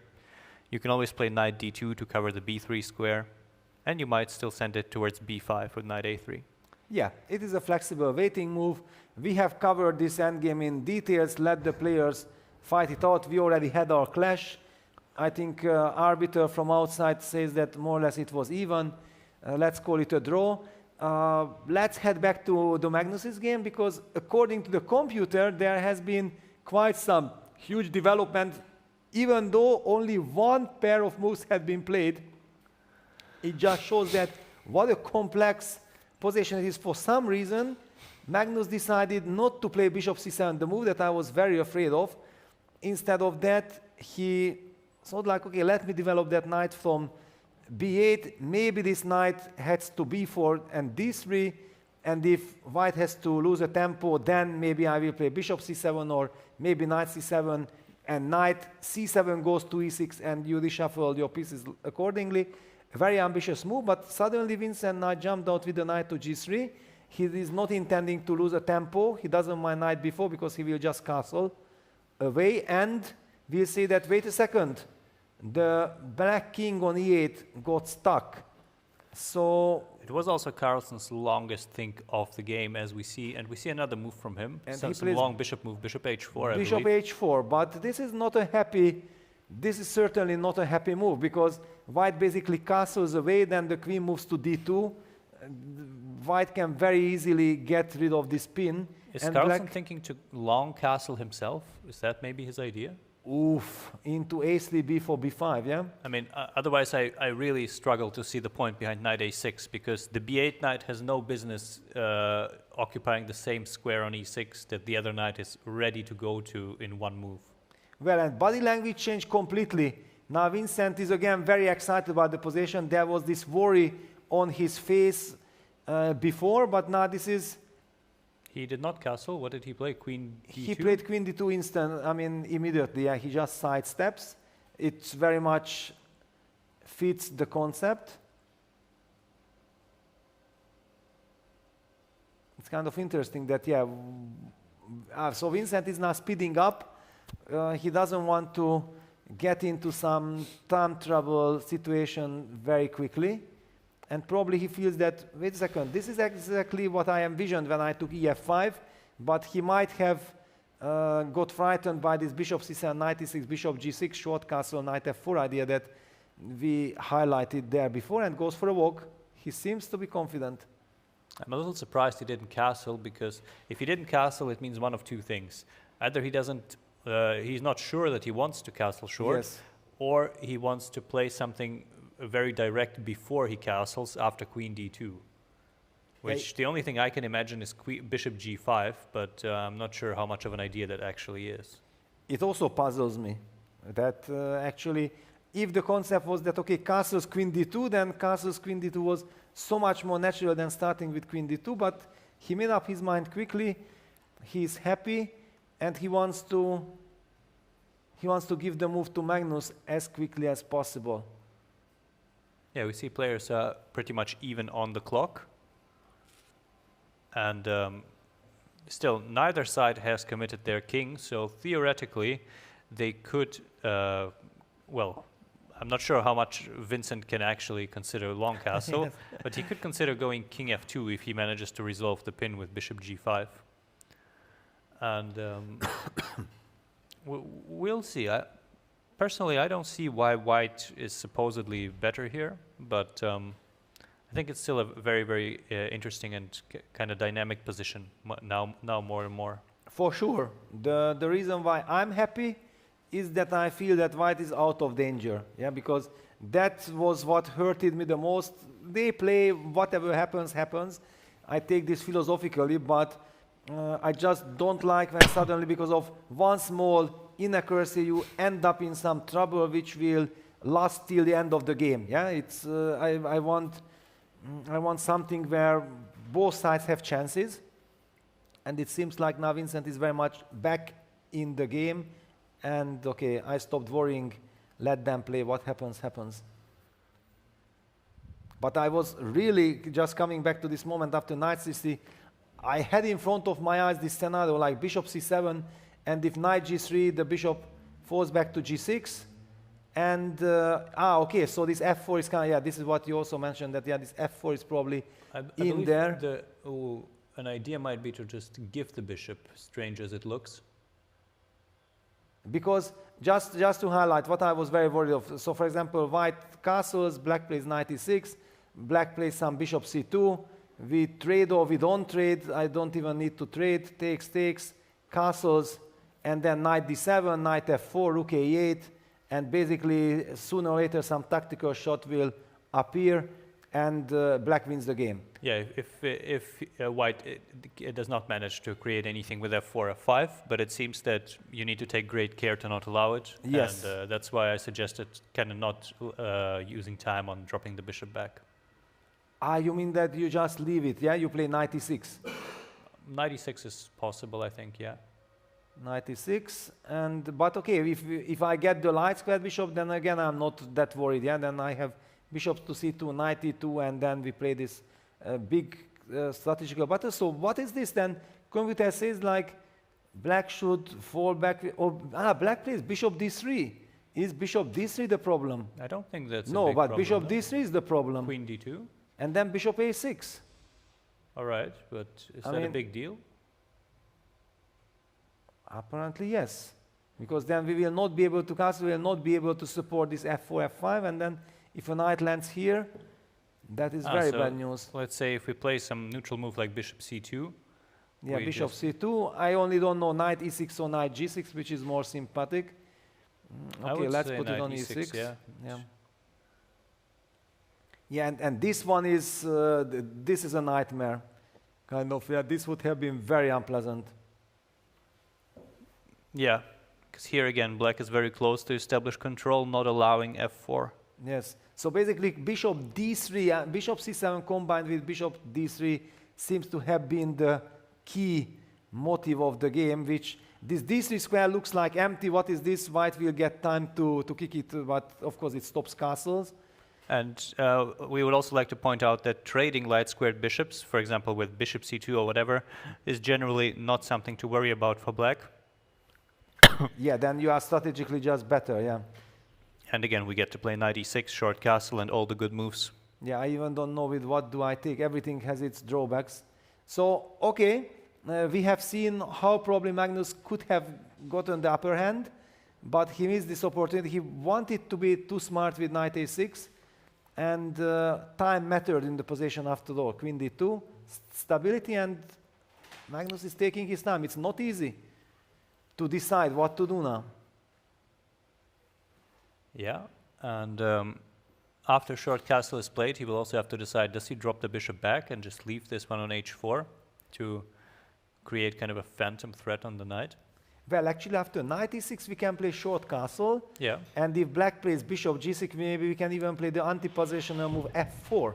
I don't know. It's it's not really anti-positional if you kind of win material by pushing it. Yeah. Exactly. But okay, intuitively I thought like no, I don't want it. But the closer I'm inspecting, I feel like it should be No, sorry. It was like This is this what I case would we have just played take, with, yeah. and then white is better. So this is not a question. Bishop g6 is principled, and then probably white can just push f4. Yeah, and there is no suddenly way. it's all falling apart. Yes, for example, takes. Black cannot block it because g4. Give black one more move, for example, a3, h5, just to illustrate that. Then suddenly, I think black is better. This established control gives black the upper hand, so it's all move, pen move. And Magnus about to make a move. He played some forward h5. move. Wow. Wow, this is total desperado.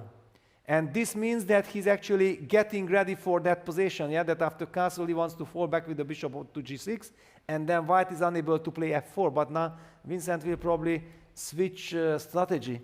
Do you think it might mean that he wants to take on g3 to not allow g4 afterwards? But you mean already after castles, take on g3, or you, I thought like I'm not after sure. castles,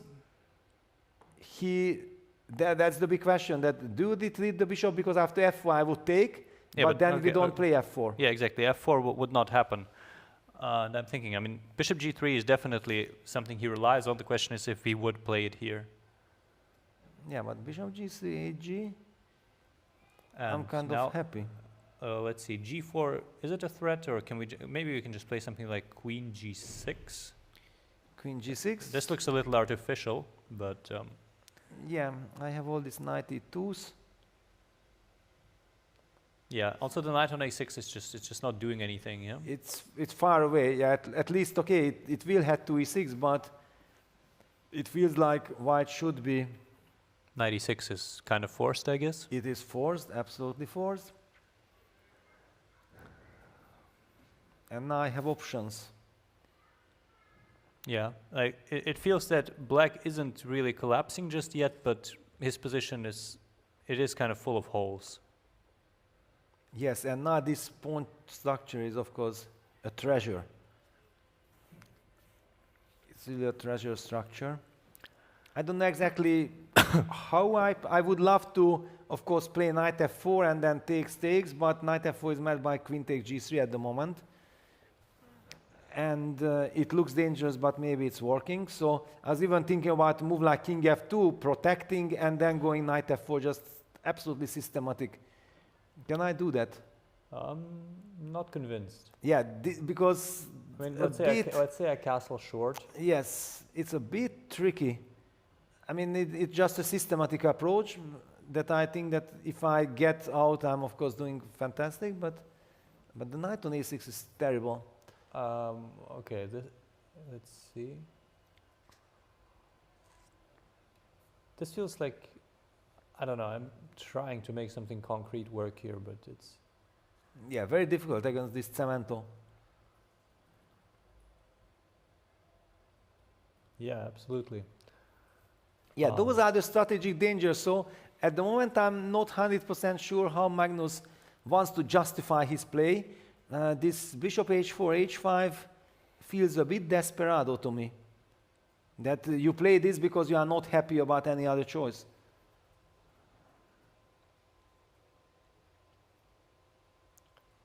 And why Vincent doesn't want to castle short? This, you remember that was a question instead of queen d2 already? I think maybe it's just in this case if the number one rated player in the world goes h5, you might just think for a little while before you castle into it. It's maybe just a question of being a little cautious here. Yeah, to being cautious is always good. I'm loving that. You know, that I sign up for immediately. It just does not add up to me that Vincent played the move queen d2 almost instantly instead of castles. And I believe he might not have expected h5, at least. I think most people would not expect h5. Of course, h5 he did not expect, but that is short. But short castle should be on his agenda. Imagine though, if after short castle, bishop g6, he is maybe considering how much time do I have. Maybe the bishop can drop back and I'll be hit with h4. He just wants to check it for sure. Yes, of course.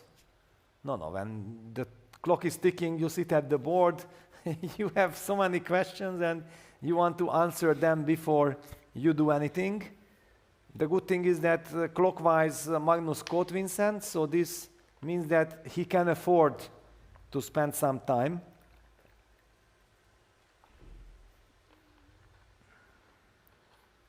Very interesting strategical battle. I think while Vincent is thinking, we can go have a look at the bird's eye view and see what the games have to offer here.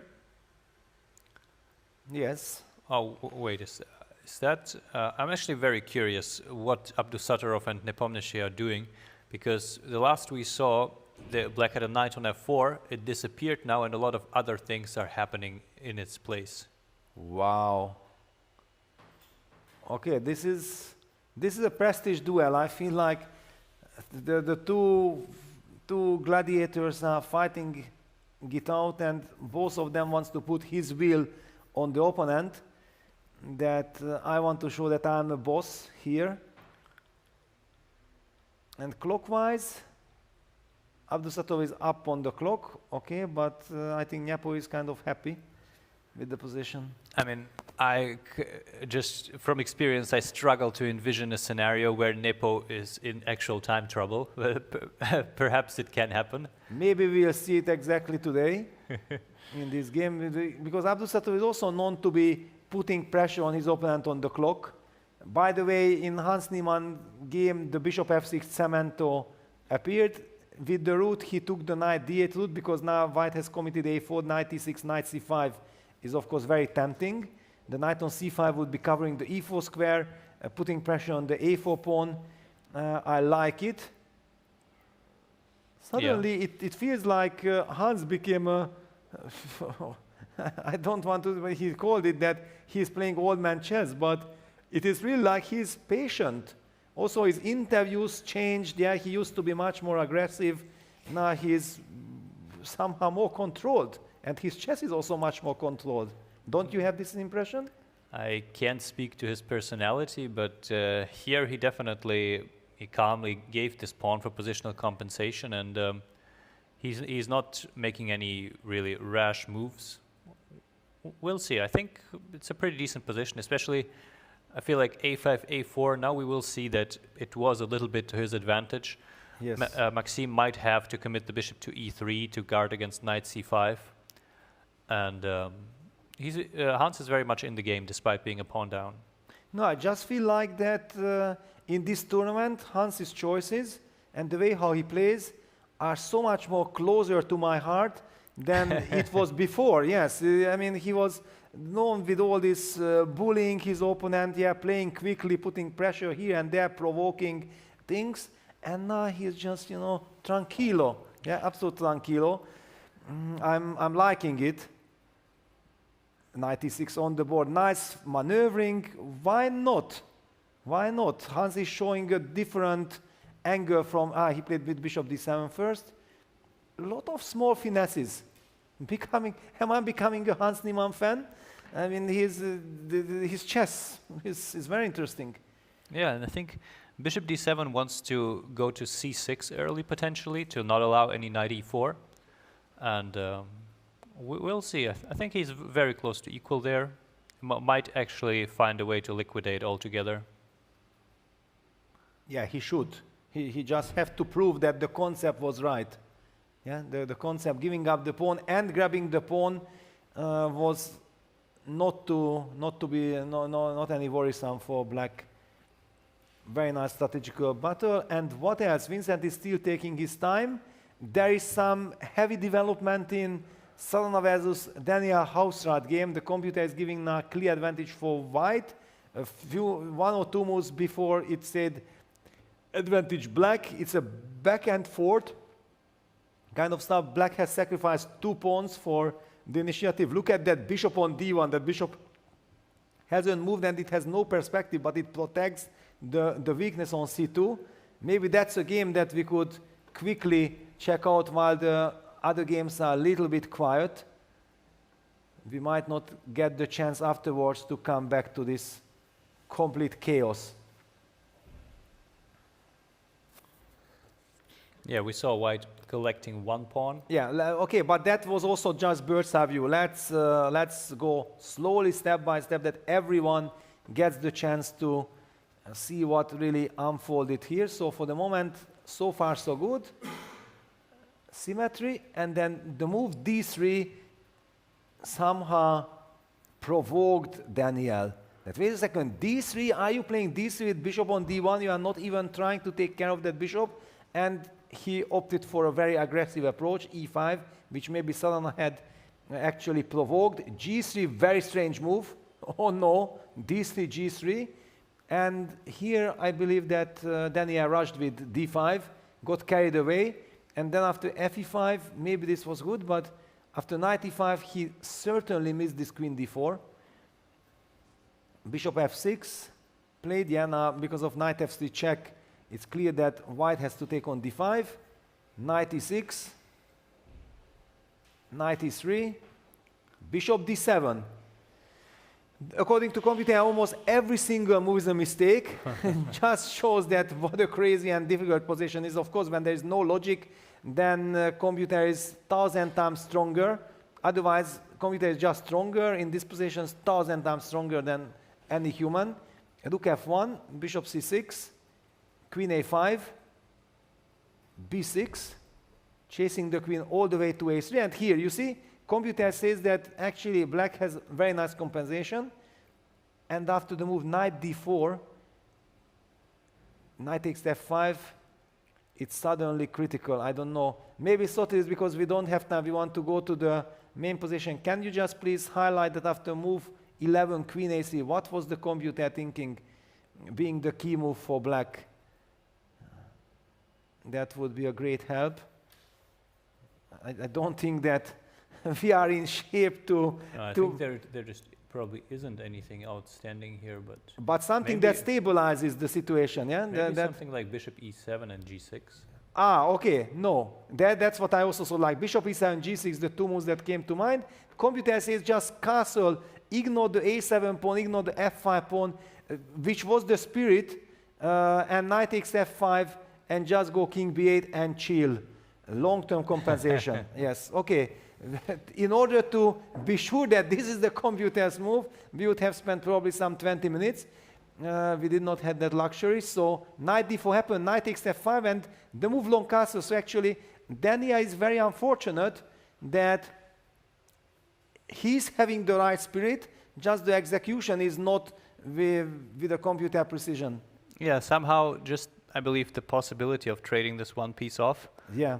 The super active knight on d4, it is a big thing for white, and he might get out because of this. And why can't we just play bishop e3 and be super happy? There's knight c4, you gotta be careful, yeah?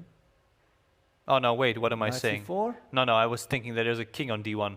Oof, I almost got a heart attack that. I mean, I'm expecting so many dark clouds here. Bishop e3, knight g4, whatever, but exactly knight It's been a long day, Peter. For sure, definitely. Not just a long day, many long days. And bishop e3, I was thinking like maybe some knight g4, but then there is some rook f6 craziness coming. It might work. Knight g4, rook f6, boom.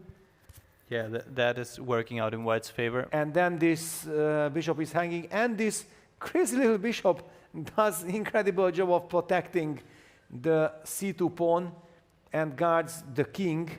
What a position. I feel very sorry for Daniel that he found the idea of sacrificing a second pawn, but he put the knight on d4 and allows it to be traded. That's the difference. But who knows, if bishop e3 is not the move, and according to computer it was not the main move, it was okay move, but not the main, then I feel like black has some practical hope, because bishop e3 is so tempting. Yeah, he obviously has. What else could be a choice? I suppose something like e3? e3, yes. I mean, you were complaining about the bishop on d1. I was, but I was also highlighting that what a great job it was doing in many of the occasions. e3 weakens some squares. No, computer, come on, help me. Help me. Bring back the good old days when you are helping me. e3.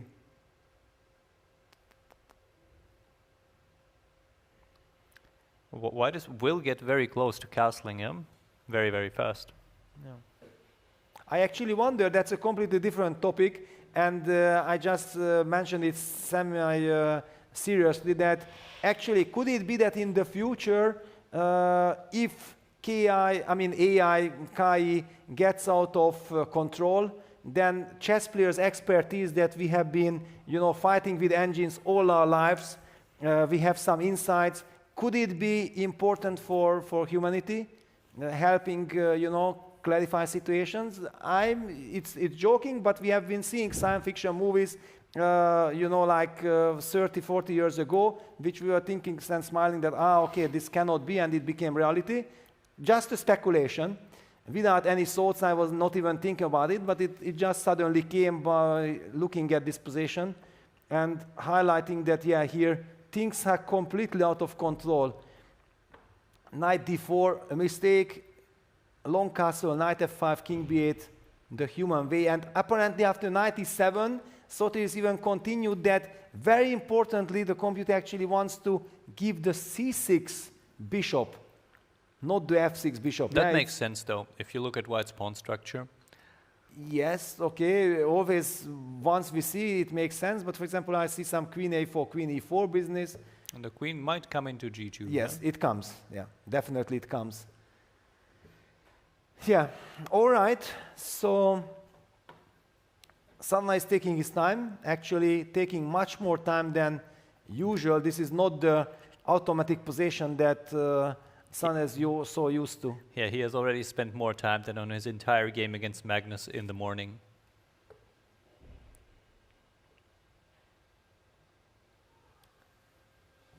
Yes. And I believe while he does so, we Bird's should go eye back. view, yeah. Absolutely.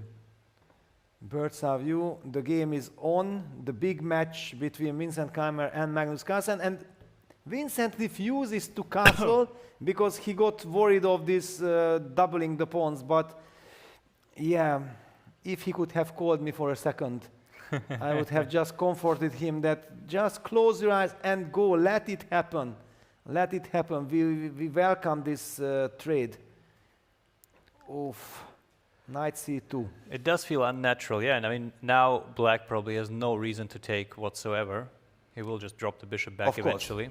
Because I feel like bishop takes GC is such a strategical concession from black that actually he does it because it is a necessity, not because he wants it. Yeah, that was my kind of reasoning behind going for short castle. I'm thinking, Peter, maybe it's not in your spirit, but are we getting close to the territory where long castle is a move?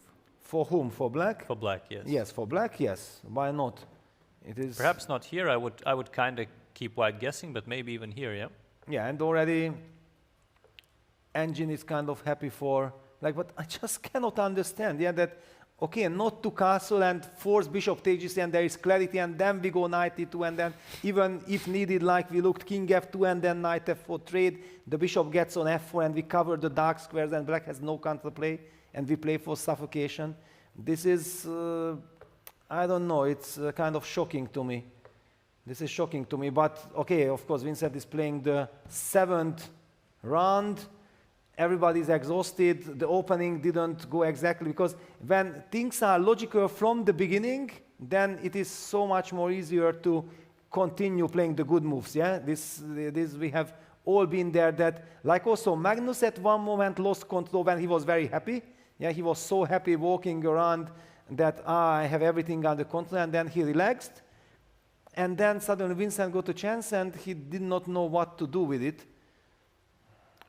Do you think Magnus will castle long, or will he play another move like knight c7, knight e6, anything like that? Well, long castle in my mind it's very principled. But okay, we have to consider the follow-up, that what happens if black plays knight e6, then clearly Vincent already castles, and then black will have this problem with this f4, f5 once again, because bishop takes g3, ag is never a possibility. But yeah, let's get the players back on our camera. I want to see body languages. I want to see how I'm thinking that maybe we are not forced to drop back to g6. After which move? After always whenever white castles. So we could just go back to d7 and play knight e6. It doesn't usually appear natural, but if white has already played the way he has, maybe the bishop has nothing to do on g6.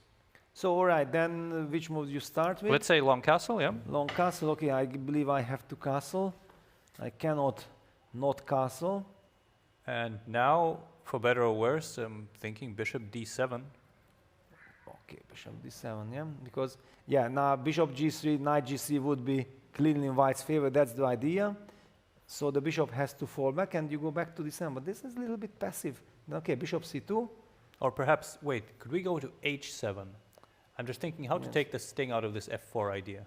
Yeah, well, also after bishop, maybe I can do some b4. Maybe that's one of the reasons why Vincent played the move knight c2. Now I understand that the queen is covering the b4 square, and he can maybe start immediate action. There is always some reasoning behind knight e2, of course. Yeah.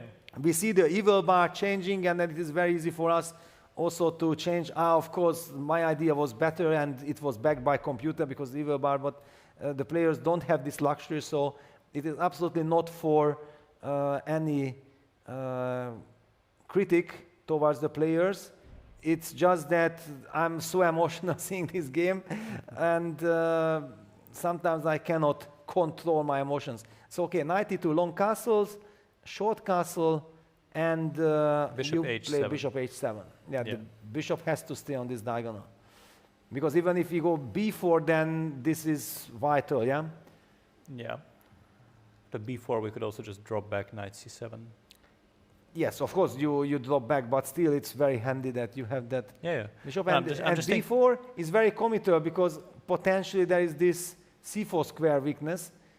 I'm also thinking that without a target on g6, is f4 really a move you want to play? Probably not, right? No, absolutely not. It did not even cross my mind. That was like when there was a skewer, yeah, knight e6, bishop g6, then f4.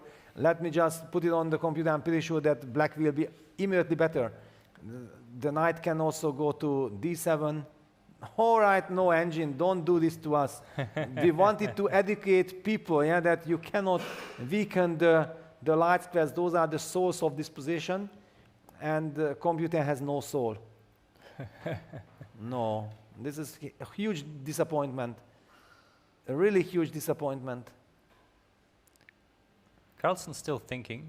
Okay, the long castle is also, for us, very easy to, okay, yeah, why not long castle? Let's take a look. Alex, yeah, it's your move. I will castle short, of course, and then let's speculate. But, yeah, of course, the players... Long castle is a move that you can only play once a game, yeah? Yes. Exactly. And we have already seen that the margin of error here is very high, that you just can suddenly make a natural move, and it might be very good one move earlier or one move later, but exactly at that moment, it's all about prophylactic, yeah? I believe it's all about prophylactic. A fascinating encounter. Of course, I think the people were hoping exactly for such uncompromising fight. It started out slow. It had the scare that, it's symmetrical, maybe nothing will happen. But no, it is Magnus Carlsen. He will find the way. He find the way, and now it is up to Vincent to fight back.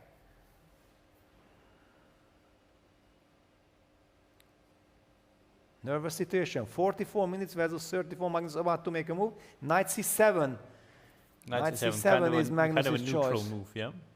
Yeah, but somehow I don't know. Does black really have time for this?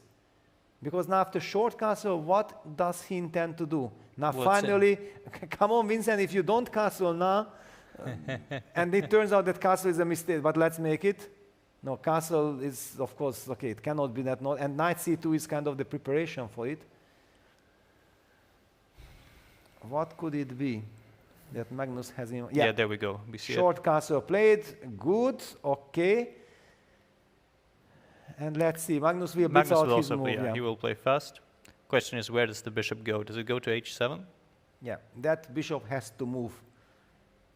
That is for sure. Bishop h7 is the most likely candidate. You cannot afford bishop c2 development, like bishop d7, bishop c2, then the f5 square will be weak. Bishop g5 can come. You need that diagonal.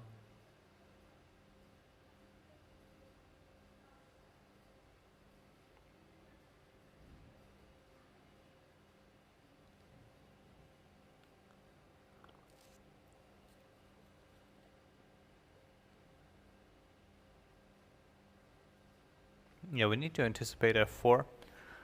And Yeah, and in any case, even where to put it, because bishop g6, even knight f4 is kind of a problem. Yeah, you have to move it as far away. I'm just confused that Magnus is not blitzing it out. That is the shocker.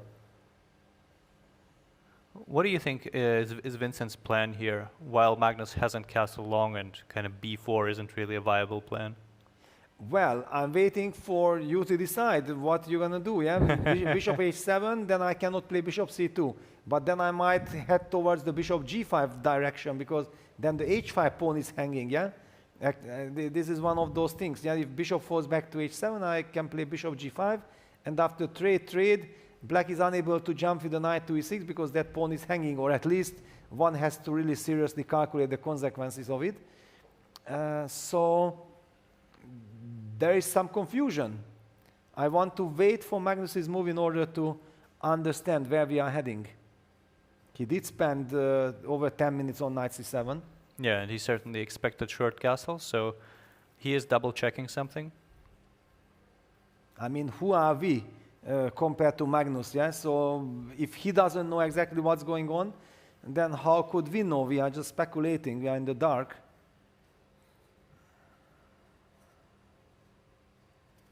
I'm a little bit puzzled, yeah, that Magnus plays a little too hesitant. I felt like he is the player who can have the clear vision and navigate, but it just shows that how complex and difficult this position is. But in general, I don't dislike knight c7 as a move, because you kind of want to keep all your options open, yeah? And maybe you will castle long, but if white goes something like b4, a4, then I think there's no reason to accommodate him. But I will never play b4, a4. It will never even cross my mind. You might not, yeah, but you are not the one playing Magnus right now. Yeah, but okay, Vincent is kind of my school. Yeah, I don't think that unless black's king is on c8, he will start going for this b4. It's much more about this square somehow. And that after knight c2, you mentioned correctly that probably he got scared of this bishop take g3, h3 structures with the rook on h8 and the h pawn already advanced on h5. But now that he secured that g3 square with his knight, then he will stick to his kind of instincts.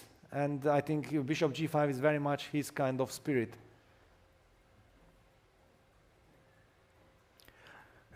First of all, we need to see a move from the f5 bishop, though.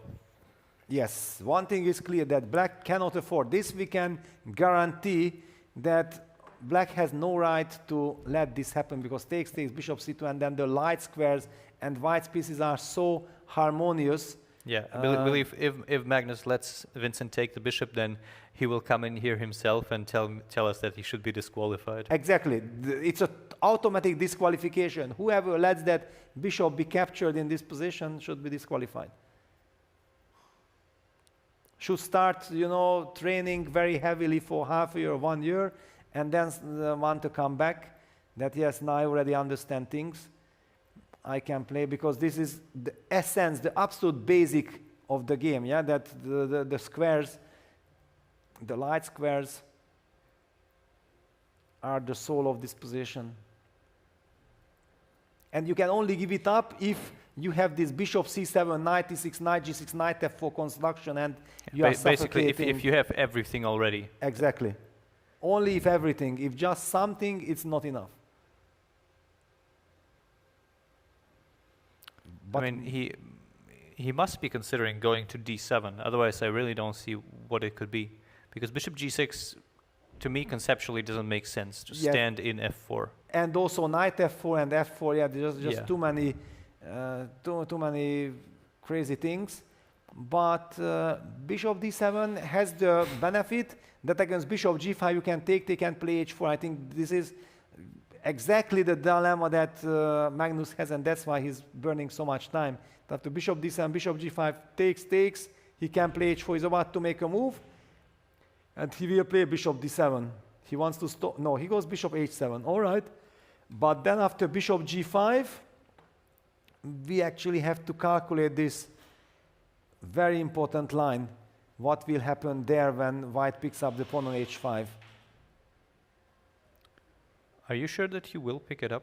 No, but it's something to seriously calculate. I mean, bishop g5 we can actually put on the board because Yeah. bishop takes g5, queen g5 is forced.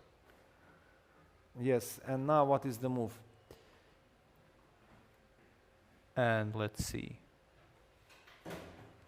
And what is the move now? This is the $1,000,000 question.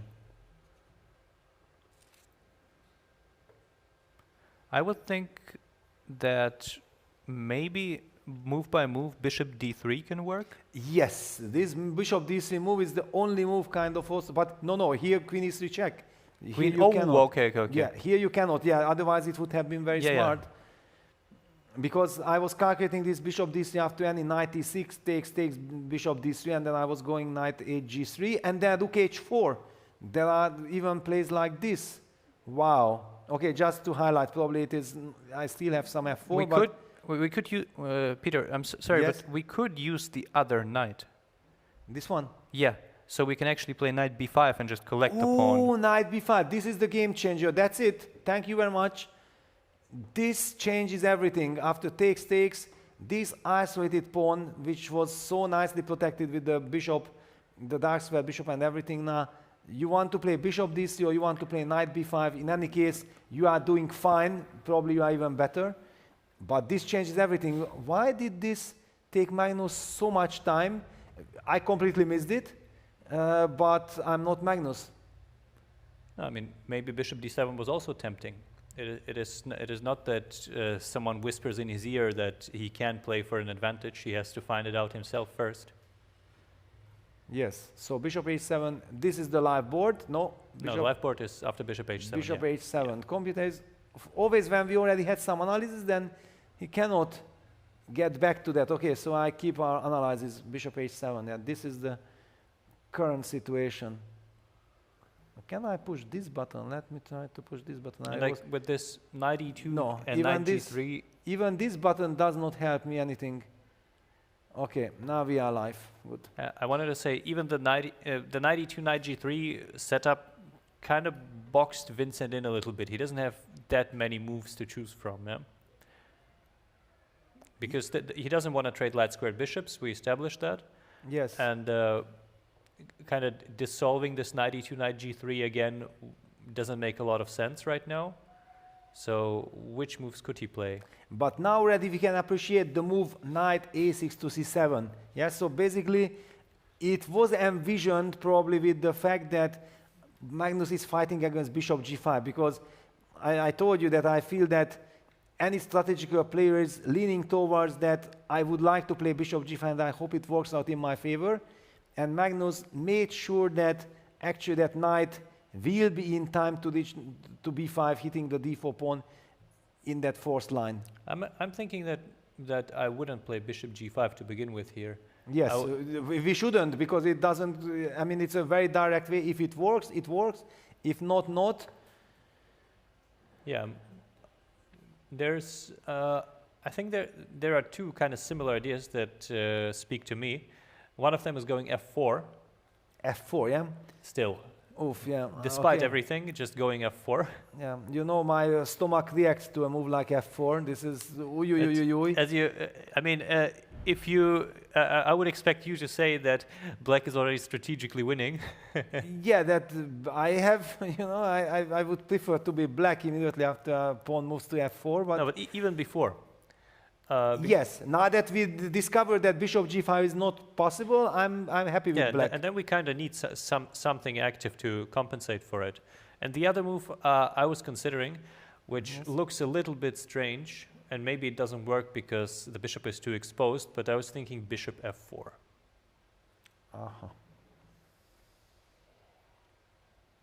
Trying to get to, but as you said, it's too exposed. I'm not liking it. Knight c7 to e6. And bishop, I suppose, e5. And then you will play with f4, yeah? Yeah, And this is, yeah. This is your cement the bishop and then f4. Exactly, because yeah. you cannot not play f4. That is your spirit. Wow, okay, I have to take the move seriously.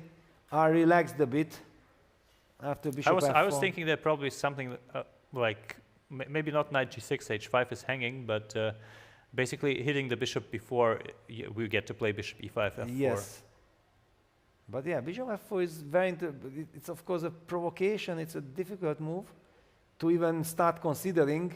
You start considering it, I think, because you are not so satisfied with any other options. That's how I because feel. like in the dream world, it is a better version of f4. Yes, of course. Bishop e5 and f4, and it all makes sense. Yeah. Very interesting. I believe Vincent is considering probably at least one of those two moves. Yeah, Because he has to. he will not sit back and just let Magnus coordinate maybe castle long or retreat the bishop to push h4.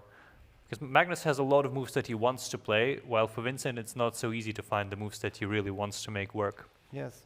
Actually, my feeling is, yeah, we have to decide what to do, because probably we should take a break at some point, but we have been speculating with this position, and it's so intriguing that I'm not sure that I can let it happen that we miss out on the next move, yeah, because this is now such an important decision. No, I think we will catch the move after the break, and I think our audience will also see the move since the cameras are still running. So this might be a good moment to break before the Vincent action plays, hits up. and Vincent Oh, he plays plays knight something f4. else entirely. He plays the move knight f4.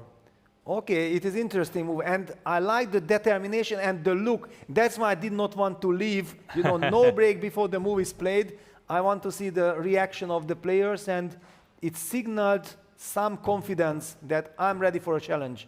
That's it. And now we can have a break, because All right. because Magnus will take his time. This is the right moment, and we will be back with all the action.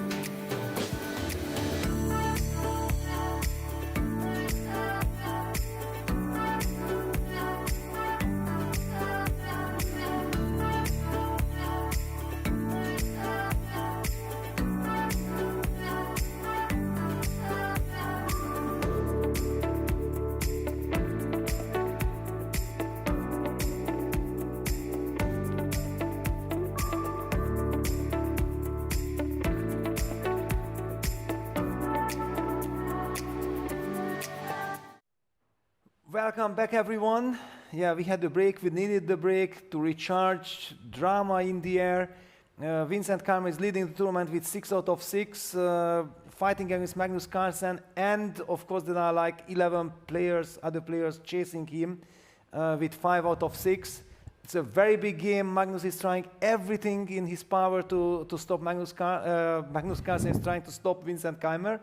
But the move knight f4, which we patiently waited out before we went to the break, it had this shining feeling on Vincent, like, I know what I'm doing. And he also looked at Magnus like, what do you think about this? And Magnus spent quite a lot of time finally opting for bishop takes g3, a move that he certainly did not want to play, because giving up the dark squared bishop is a very big concession. But the question probably was on his mind, that what to do with the h5 pawn, and he couldn't find the right way. So takes, knight fe6, and now probably Vincent opted for knight d3. That would be the most natural human move in the position, regrouping the knight, eyeing the e5 square, which basically invites black to take on d3 when we have the 2 bishops versus the 2 knights, or the move queen g6, which is a double attack on the knight on d3 and the pawn on g3. And let's try to read Magnus's body language. That, look at this, he's a little bit surprised. Is he counting on queen g6 double attack? What do you make of this, Alex? You are the dynamic expert. Well, thank you. I'm the expert on a great many things by now, yeah, as you say it. You know, I would think that Magnus is someone who always believes his position to be more or less okay, and I can't see him believing in it after any other move than queen g6. Like, just allowing knight e5 is not a good option. Taking on d3 might be decent, but he takes. Yeah. Okay. Well, shows what I know, but yeah, but it's not a happy choice, yeah, because now white has all the freedom. Imagine Magnus Carlsen would be playing with the white pieces. He would be super happy, and his body language tells it all. He is a little bit in desperate mode. Does he have some h4 in mind here? Because I really struggle to see how he can justify this to himself. Yes. Yeah, h4 in order to do against g4 to have knight f4 jump. That makes a lot of sense. Of course, I have queen f5 against it, but you play then knight c7 to e6, and you establish kind of a grip. I also assume he will go long castle sooner or later, perhaps even here. Yeah, but if you waste a tempo, then I felt like this bishop c2 threatening queen f5 will give white very nice stability. Perhaps, yeah. So your timely h5, h4, I believe it could be of vital importance, yeah, that not allowing this nice stabilizing idea. Perhaps it is necessary though, and then we still play something like long castle, bishop c2, rook df8. But why have you given up on your h4 idea with which you scared me? I believe that I should not just give you more control of the f5 square just now, because knight f4 doesn't seem like a very dangerous idea to me. Ah, really? But so what should white do now? I suppose g4. Yes, knight f4. Let's see, queen f5. Yes, knight c7, e6. Yeah, this was the line that I calculated. And what is my problem? I felt like I'm doing good. Okay, here you secured the knight on f4, yeah? Suddenly. Exactly. I thought that this is fantastic. That's why I got actually shocked that, wait a second, yes, I was so euphoric about all this, but you hit me with h4. Isn't there, after knight f4, it takes and queen g6? This has to be calculated very precisely, no? Ah, okay. Good. So g4, knight f4. Takes, but giving up my dark square, unless I'm not winning on the spot. Yeah, but that is the question. Are we winning on the spot? No, it seems not. But, okay, king but f8. just king f8, yeah? Just okay. king f8, and I'm winning on the spot. Everything falls apart. So you called out this h4, and I perfectly agree that it simply cannot be that Magnus plays a different. I'm thinking about h4, f4. Finally, your f4 move comes naturally to me here, because I want to be able to meet ag with f5. And thanks to the bishop on d1, I'm avoiding all this typical checkmating pattern. There's even an intermediate move like queen f6, though. Then I have bishop g4, bishop h3. I'm lucky. I'm not saying you're not lucky, but... I'm lucky. You are lucky, I'm sure, but still. I can basically force you to take my knight with knight g5, right? I have to. Bishop f4? I was counting on some bishop f4 business.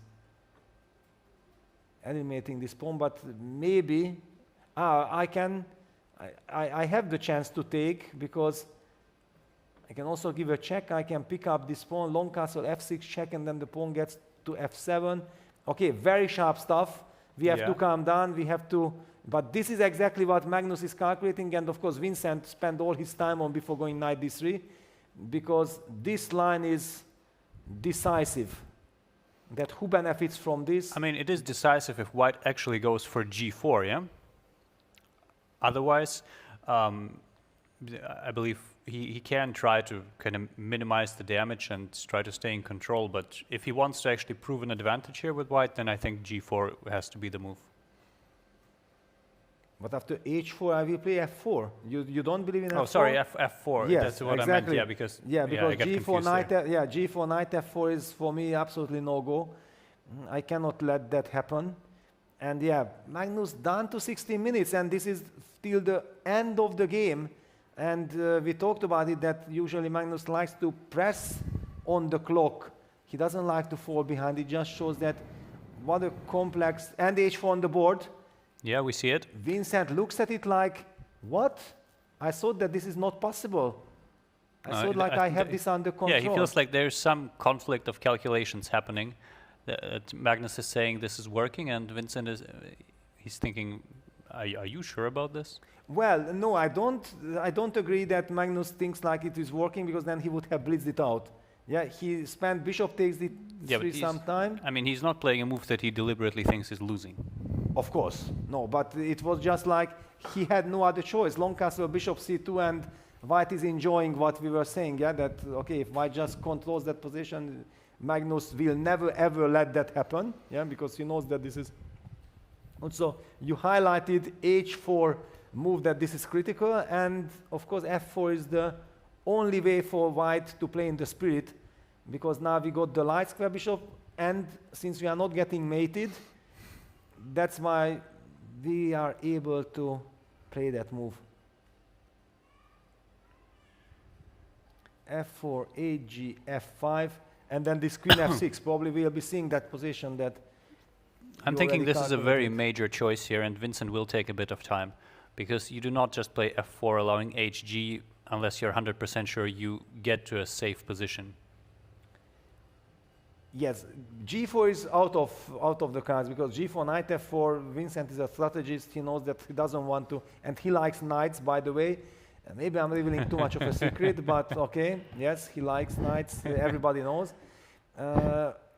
And there is the argument that, okay, some gh4, but this is so much not the spirit, because then black will get initiative. Yeah, that's what I meant, that there are moves to kind of not get mated and just try to play, but like gh4, it's just not going to prove an advantage here. Yeah, takes, rook h4, and then bishop c2, and then try to basically meet queen h5 with queen g6. That would be good. Black castles, and then things out of control. So this is absolutely no option. I think that after h4, f4 is strictly the only move. And Vincent had to rely on it, because before going knight d3, he had to foresee this. I'm very sure, Peter, that f4 is not the only move, in fact. It's just that computers show us time and again that we are missing a lot of options. f4 is probably the only consequential move that humans can see. But I'm sure even g4 can be made work, and perhaps there is even something else. You think, yeah? Yeah, I don't know. I think you and I have both analyzed with engines for a long time. We see that anything we consider forced might not be forced after all. Yes, that's for sure. That's for sure. Yeah, Vincent has a lot of time. Yeah, he has over half an hour, and he already spent quite some time. Wow, don't tell this, Sotiris, don't tell me this, please, because this means that Vincent has a chance to get confused, yeah? The information we got from Sotiris, or their producer, that basically f4, g4 is maybe, according to computer, of equal strengths, but okay. F4 is best on more depth. Thank you very much. Of course, yes. No, it has to be F4. It is the practical move because we are fighting a game of wheels, yeah. And after G4, Knight F4, Black gets what he wants. But I believe only computer can then prove from White's perspective that that is possible. While after H4, F4, I believe that humanly speaking, it's promising. In any case, he does have a choice here. And I would like to check actually if we have any results or any games heading for a result. Because we are already closing in on 3 hours of game time. And we might get the bird's eye view of the first few boards. Time to look at Nyepo against Abdusatov. That's a very important game. Clash of Titans. Nyepo probably feeling like, what is this? I got MVL in the morning, Abdusatov in the afternoon. He seems to be, what is this? 3 equal pawns. White will get this F3 blockading knight. That feels like should give White enough to hold the position. Well, he might get it. He might also just get it after he loses a pawn, yeah? Yeah, computer clearly gives... because it is black to move. It is black to move, yes. Oh, no, I thought like, no. Then, okay, wait a second. That's a completely different story. Then Nyepo has a chance.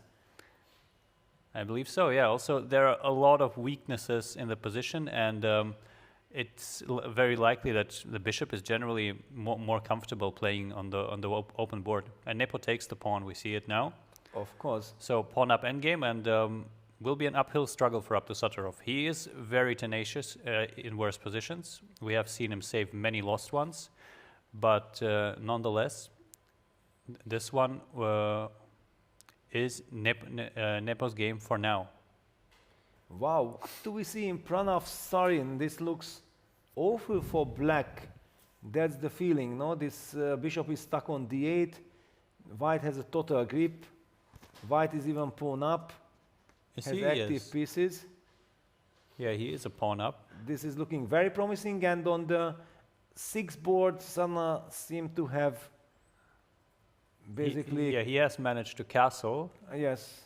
He's Did up he pick up 3 another pawns. pawn? Yeah, he picked up another one. Yeah, he's up 3 pawns, and I don't really see any big danger looming towards him. Okay, there are still some knight c3, knight c4 tricks in the air that one has to be careful about, but... And we see Vincent is calculating this f4, g5, that it should be good, but not that I get checkmated prematurely on the h file. Yeah, so we see potentially some people will be going up to 6 out of 7. Maybe we can briefly have a look at boards 7 through 12 to see the remaining people in the chasing pack. And there we see all games still going. No short draws like we saw on occasion in the morning or also in the rounds before. Yeah, that position had much more potential to be dry. And in fact, look at the Zazikiran Yakuboyev game. Does that structure remind you of something? Yes, why is the reverse Vincent Magnus game?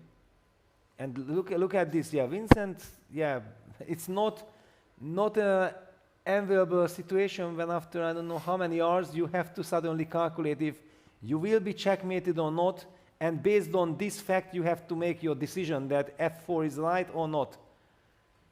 Yeah, this is kind of a 1 or 0 call. You either believe you're safe or you just completely reject the idea. And Fanveli Fedoseev, it looks like Fanveli playing the systematic game. Fedoseev should have never let that happen because Luki is such an incredible maestro of this d4, f5, g4 provocation should have not been allowed. There we have these two Fanveli squeezing big space advantage. Yeah, space advantage. There is also this knight a2, bishop b4, knight b4 kind of square available. Black will definitely try to break out with some c5, but queen on g2 is also then targeting the king on b7. We also see Morzin, from what it looks like, having an absolute dream of a kind of King's Indian position with a close center. He absolutely got the strategic dream going there. The bishop on b3 is a rather sad piece. Yeah, that was a horrible opening from Friedman. Yeah, we have seen it that it heavily backfired. And this game is black's to win at this point. And Mursin is a great strategist. But yeah, We see though no games absolutely decided yet. Even I think where the biggest advantage we had was in Sarana versus Hausrat, where still White has to navigate some tricks. And yes. Tricks, people are fighting to the end. But I believe in Sarana, of course, yeah, that it looks like he should be able to coordinate forces and then just win the game without any adventures. But okay, we have seen this. I think we have to head back to Vincent against Magnus and the other boards just to see the tension, yeah, to feel the tension, because h5, h4 played. Magnus has 16 minutes, 28 seconds. Vincent had more than half an hour. He had more than 35 minutes, I believe. And he has already spent 10 minutes. And I don't see a desire that he's already able to make up his mind. Maybe now, did he finally calculated everything till the end? He understands this is a big decision, and by his body language, I would think he is rather going g4 than f4, but perhaps I'm reading too much into it. He doesn't seem to have this kind of overwhelming confidence that, yes, Magnus, I know what you did, but I'm ready to prove that it's just not enough. But I was expecting him that he had foreseen this h4 and he was counting on f4. That was kind of the first impression how he reacted to the move h4. That, okay, really, so, and there is something, maybe your queen f6 move. Yeah, maybe we can also get back the analysis board just to highlight that what is the move that somehow appeared and Vincent is not 100% sure about. I would like to show that one more time. Yeah, we can go to the zoomed in view. Yes, h4. So we are talking about this f4, h takes g3, f5. Here, one could finish the calculation because, okay, thank you very much. The typical rook h1, king h1 is not working. And then suddenly this queen f6 move appears by reinforcing the threat of rook h1, king h1, queen h4, checkmate on h2. So that's why I was so incredibly happy to be able to meet it with bishop g4. But then the knight starts to jump. You have all these rook h4s. There are suddenly things heating up. What was your choice? I think here, I believe I wanted to go knight g5. Knight g5. We still had this on the board. Yes, and then was a debate that do I take and then give a check or do I take on g3, which very easy to be asking questions from here. Yeah, but you see, even here, it's not 100% clear where the variation ends. Yes. And Vincent is trying to make sure that this doesn't just suddenly work perfectly for white, for black, sorry. Because if you play the move bishop f4, you jump. I suppose. What do you do? Knight e4, I think. Is that a move? And I cannot take on Maybe you c7. can. Yeah. Maybe you can. Yeah, you just can't. The bishop on h3 is covering everything. Yeah, this is a total cemento. So you can't do this. Otherwise, bishop f4 is super tempting that I have this and this moves. However, but I you can play just queen castle, h6 no? or castle. No. I'm thinking, yeah. Is castles a move? Just castle. Do we just take g3? Maybe we just take g3. I felt like castles, you don't have time. But queen h6, yeah, this is kind of maybe a typical we move still that, have knight e4, yeah, okay. that this, no, queen h6 loses because maybe we can just give a check. I don't know, it doesn't. But there is a checkmate threatening here, so unless we see a refutation, we cannot play it. Why can't we play, let's say, rook ae1? Okay, the king moves somewhere. King f8. Let's say queen g3. Of course, and then we sacrifice, yes. Yeah, we just take on e4. Yeah, exactly, no, of course, yeah. Then we just take and this is hopelessly lost. But then what is Vincent afraid of? Because he definitely has calculated up till here. He should notice the move bishop g4. The question is also, what is the move after bishop f4 at all? Because the knight on c7 is hanging. Yeah, and he has made the move, and it is f4, yeah. The heat is on. We will be seeing Absolutely. these lines. Yeah, there is resignation. Oh, we have a. Is that looks like a draw to me? Yeah, what is this Is perpetual that, or is that what? correct? What Can happened? we very briefly go to this game because Yes. it would be very outstanding if this ended so fast. No, but I saw like black just resigned, so I cannot imagine. No, that is a king on d5.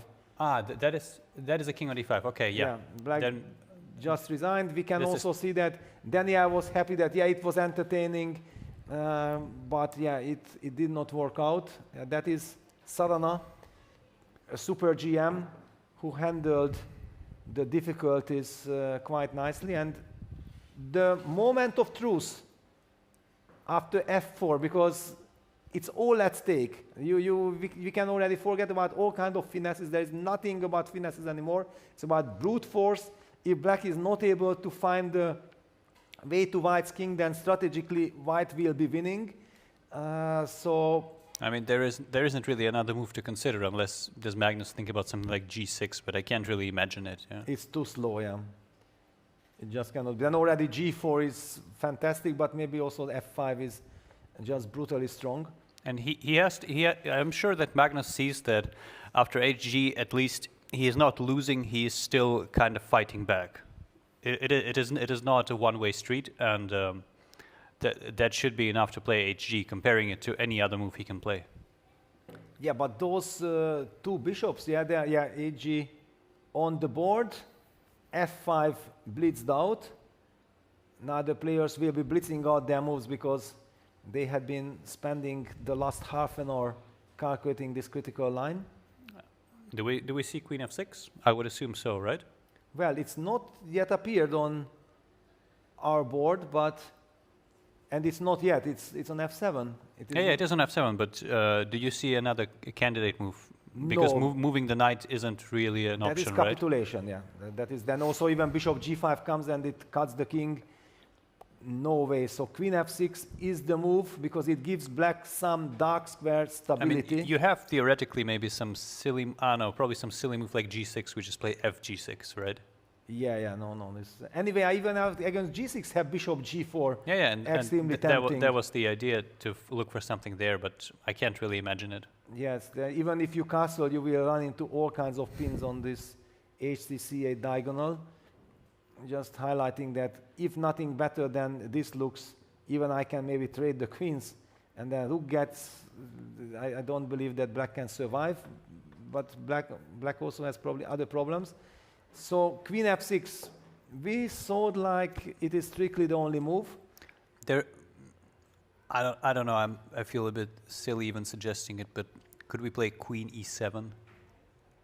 And what is the benefit? Bishop g4, because you are in we go knight g5. If bishop g5, there is no benefit, but against bishop f4, our knight isn't hanging.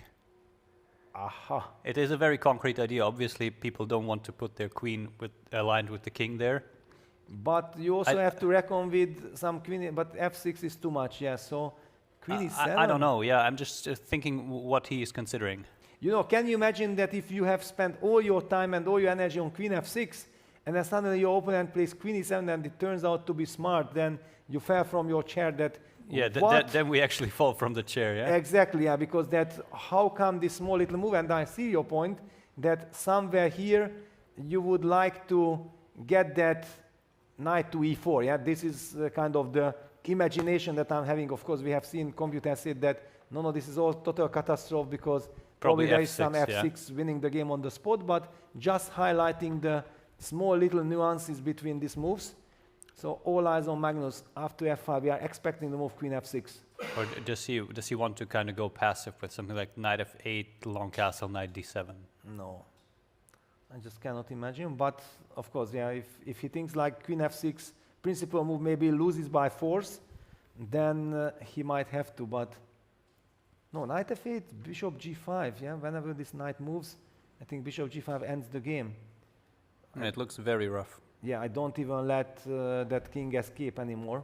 No, queen f6, you spotted this move while blindfolded calculating h4 for the very first time, I remember.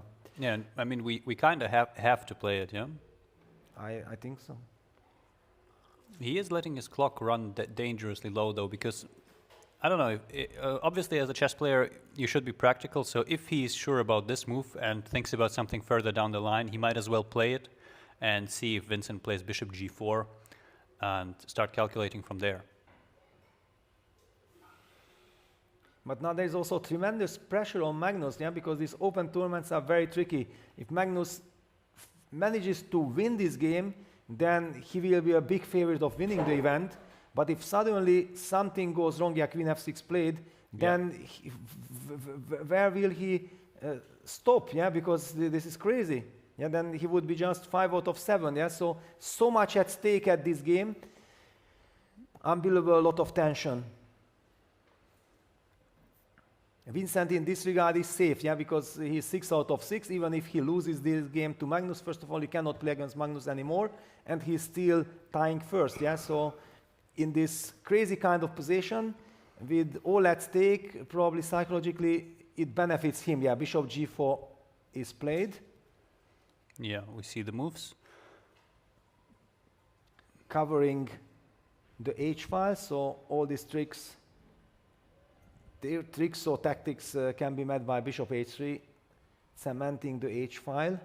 That was the first critical move which one had to see before going for this line.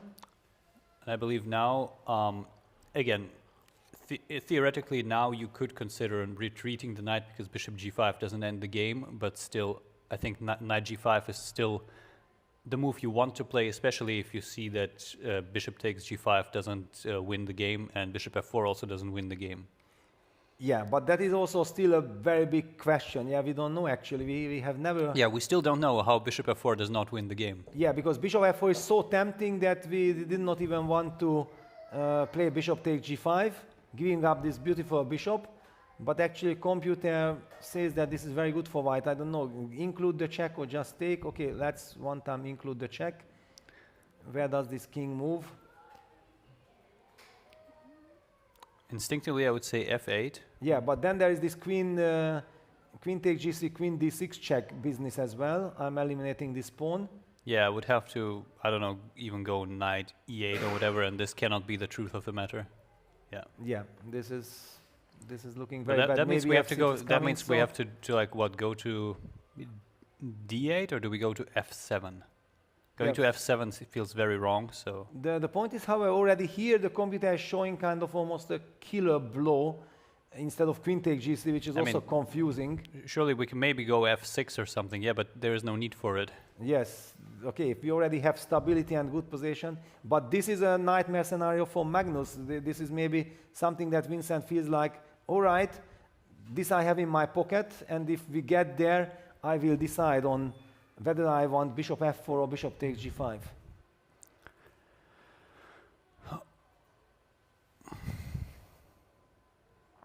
And he still has 22.5 minutes, so he can even afford to think maybe for another 10 minutes if he really feels like I have already covered things. I know that one direction is good, but to make sure that you choose the right one.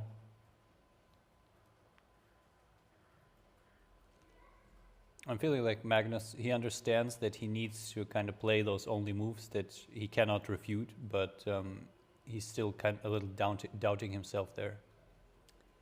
Yeah, the problem is he's a brilliant calculator, so maybe the lines that we haven't finished yet, he has already finished in his mind, and then it's very difficult for him to decide to go for that. The big question, however, for me is that did he, when he went for this before h4, this whole bishop takes g3, hg, did he miss the move bishop g4 in this very moment? Yeah, he maybe was relying on f5, queen f6 trick. Yeah, knight g5 on the board. We will be heading towards the, well, actually we already reached the absolute critical position, the boiling point. Yeah, and we see Vincent locking in. Yeah, Vincent locking in. Now, the problem is that this bishop f4 is so tempting, and the computer says that it's not the best, immediately drops to kind of equal for some reason which we did not yet established.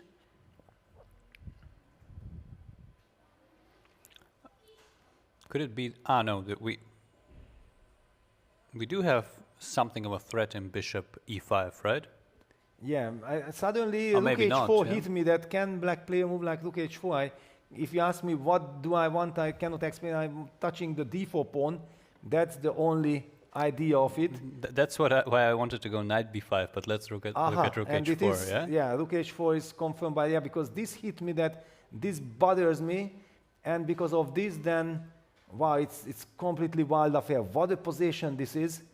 But once you spot it, then actually you start, and Vincent is grabbing the knight on g5, you have to eliminate. Magnus captures back, and Let's see, do we see rook ae1 in tempo, or do we see queen takes g3? okay, rook a1 check. If we can include the check, black loses the right to castles. It is very tempting because queen takes g3, long castles, f6, king b8 looks very much like a double-edged game. By the way, we maybe can and should go king d7, no? After rook ae1. Probably. It does feel a little shaky, but Yes, we can. Rook a1 check and king to d7 into everything. And now queen g3. And if we do not have time for stuff like queen h4 because f6 just ends it. into the great wide open, Tom Petty's song, this king d7 reminds me on this. No, don't go there. Then we have checked basically every move, and we have to go king d8, yeah? Yeah, where to hide, but king d8 is such a sad move. No coordination with the rook on. No, king d8 cannot be the move. Can you go to f7? Queen g3. And then move the knight to a8. Is this a possibility? Yeah, this is the best, and then queen takes g3 and maybe knight e8. No, knight e8 probably runs into f6. This f6 wins the game automatically. This wins the game automatically. Got to be very careful here, yeah? Very careful, but the knight is hanging. And f6 is definitely a threat, yeah? f6 is a threat. Don't tell me that queen d8 back is the move to step out of this f6. I cannot believe. Then anyway, f6, bishop f5 should be very powerful.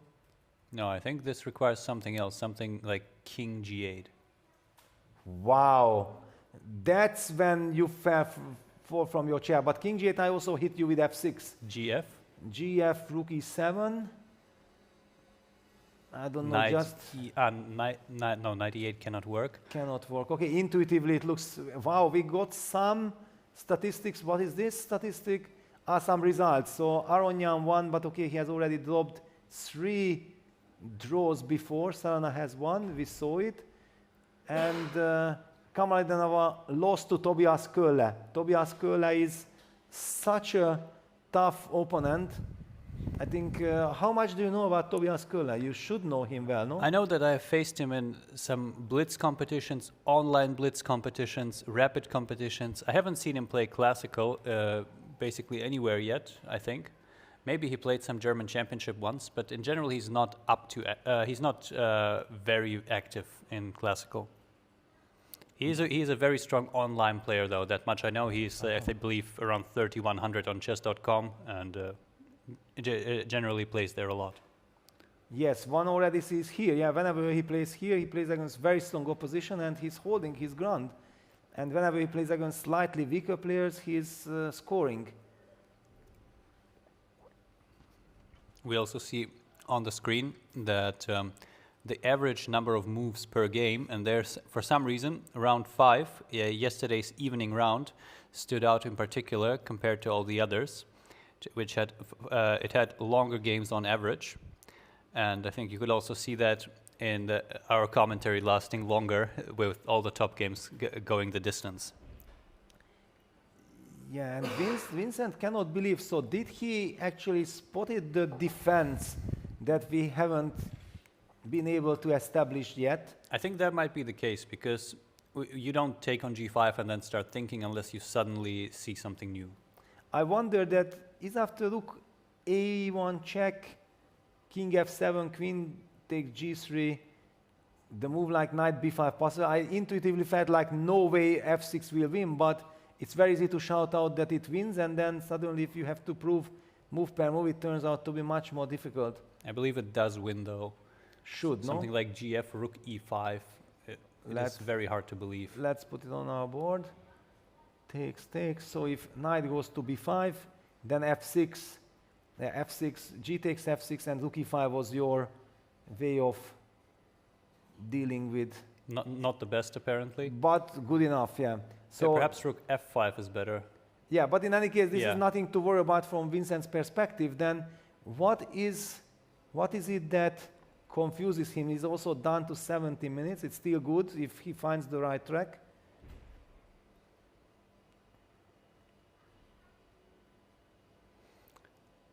I mean, he probably spotted some defense after this rook e1, queen g3, yeah? Yes, something disturbs him, but... and he just picks up the g3 pawn. Wait a second, so he lets the king escape with long castle, but what is this? This is okay for black. How on earth not to include rook e1 check? And Magnus is completely surprised, he's shocked that I'm getting a chance to castle. Then Vincent will have to go f6, f7. This was my very first kind of calculation, but... yeah, but f6, f7, it looks scary, but it doesn't kind of punch through the position. Yes, because black keeps the stability. Wow, will be very interesting to hear from the players. And one of the players will join us, I believe, because one will have the reason to Well, at the very join. least, if we have a winner, perhaps even in the case of a draw, Yes. we might see one of them here. Yes, it will be very interesting to ask the question. But look at the relief on Magnus's face, like, wait a second, this case my king is not getting chased around the board. I believe Magnus's face is frozen in time at the moment, but still, yeah, there we go. He is still letting his clock tick down for a little bit. I think there isn't really an alternative, right? It doesn't feel like. Or is he thinking about something like short castle? Wow, that would be ultra fancy. Wow, short castle. At all that you spotted this move, that's already bravo. It's kind of giving up on all the active counterplay, but perhaps there's never any active counterplay to begin with. Yeah, let's just put it even on the board. Is this a possibility? It is. Wow, high five. You are still sharp after all these days. Castles might save Magnus Carlsen. Short castle, what a total shocker. And let me just very quickly check that. Is long castle f6 then really good for white? Maybe Vincent had just, he felt like, okay, this is thank you very much, there is no attack, I'm winning, and missed the short castle move. Ladies and gentlemen, this is then breaking news. Castles, short castles, this is so easy to miss because all the tension was black was hoping for this counterplay on the h file, and let's maybe get full camera on. I want to see Vincent's reaction after short castle if it happens. We also want to see Magnus thinking, because it feels like he has decided on a move. Yeah, and he will castle short, and Vincent, I think Vincent has realized he's in a state of shock. He's in a state of shock. He cannot believe. And there we go. Short castle on the board. Yes. And Magnus is out of the woods. Vincent, with poker face, plays the move rook e1. Maybe he has finally anticipated, but definitely has missed it. But How can you... This feels, just comparing both moves, rook e1 first, leaving the king somewhere on f7, or this, it shouldn't be a contest. So I would think rook e1 is kind of something of a bluff to just kind of say, okay, I'm not worried at all. Yes, and look at the body language. Yeah, Magnus is now, wait a second, I can maneuver, I can regroup, I can play a normal chess game.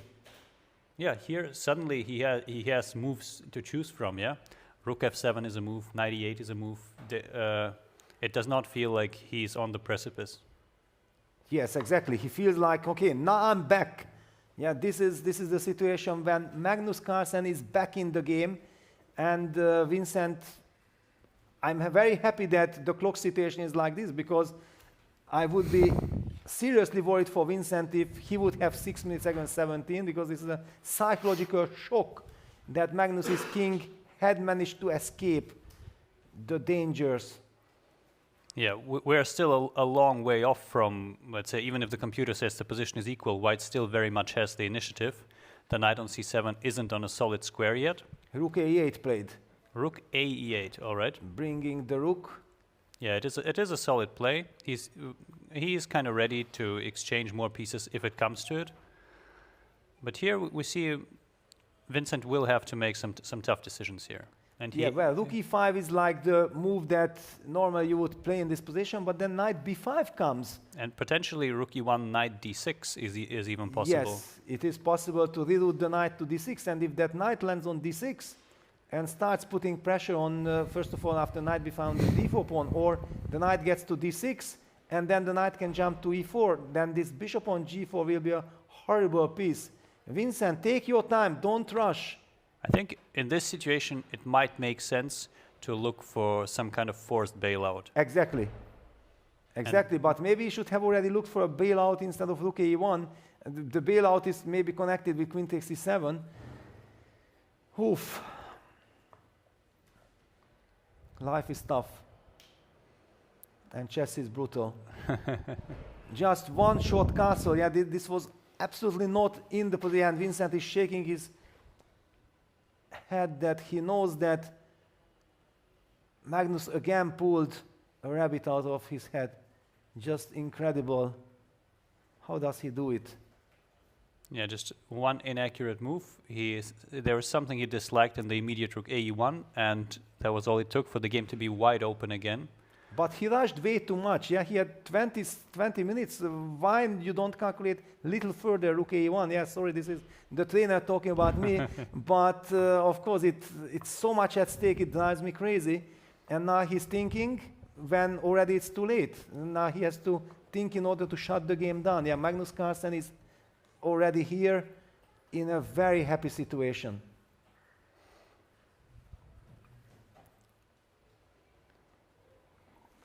Yeah, we are seeing. What do you think? What is it Vincent has to avoid? Probably he has to avoid some position where black can exchange the rooks or can exchange queens and just be in control with his good structure. Well, basically also when the black knight starts to jump, then automatically trouble comes, yeah? So he needs to avoid trouble. Well, that is true. He needs to avoid trouble. For example, just highlighting one line, yeah, that rook e5, knight b5, queen f4 trying to bail out, then takes g5 wins the game, maybe. Or perhaps it does not because of fg. Luckily, but even this is very close, yeah, already. Just highlighting that there are so many motives that one has to calculate, and the problem is that the tendency is that black has safety, and suddenly white is the one who is in a danger zone. That maybe it's balanced, but actually one mistake and it can be even kind of very bad position for white. I believe if we had this position in a blitz game, I think we both would already prefer to play black. Immediately, yes, absolutely. So one question about this queen takes c7, queen take g4, but also with this included rook a1, rook a8 moves, I'm worried of that position.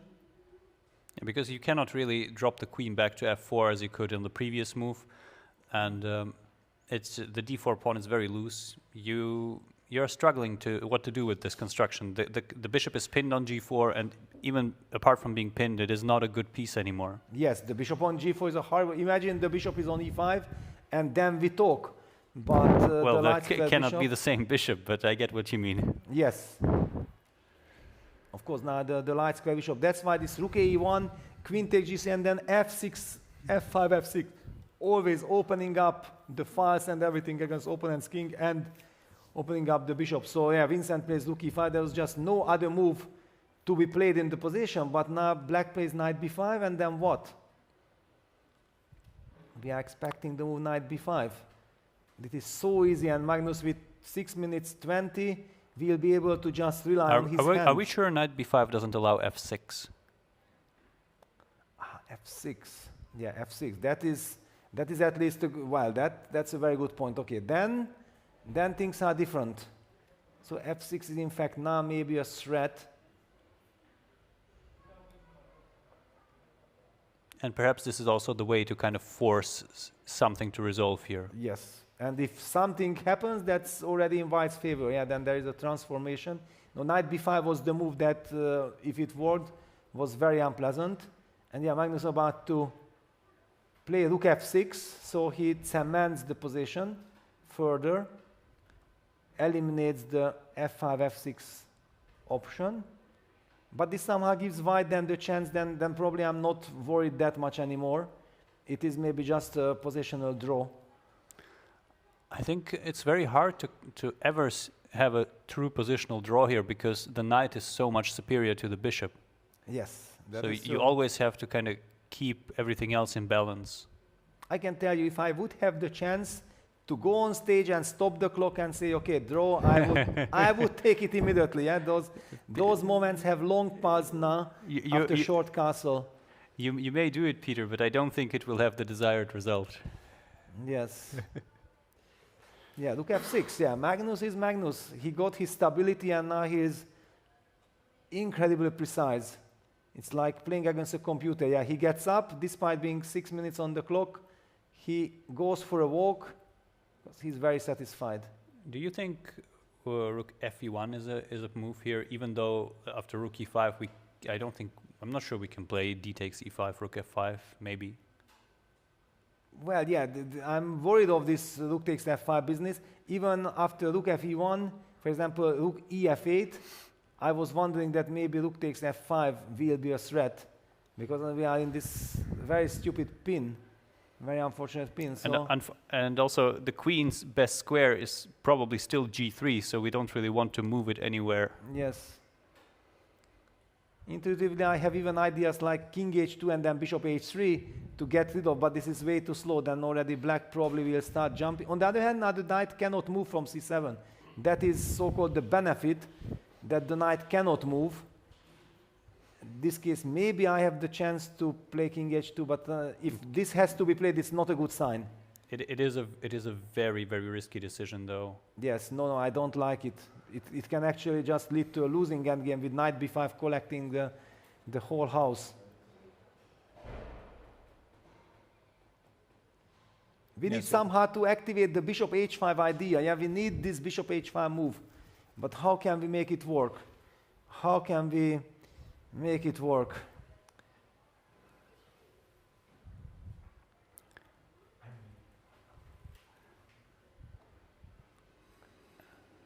Yes. Can we zoom in on the players? Full camera. I think let's zoom in on the players. Yes, that's good. Let's hold the ground for a minute. Yeah. Well, let's see what are the options for white here.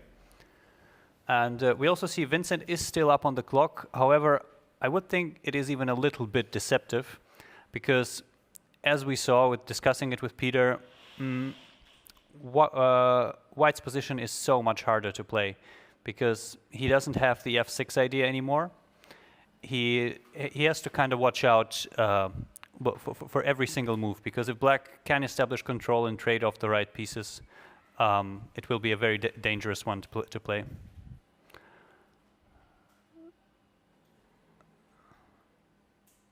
See, we have Vincent on the camera. He looks a little bit worried, I would say, but nothing too dramatic has happened yet.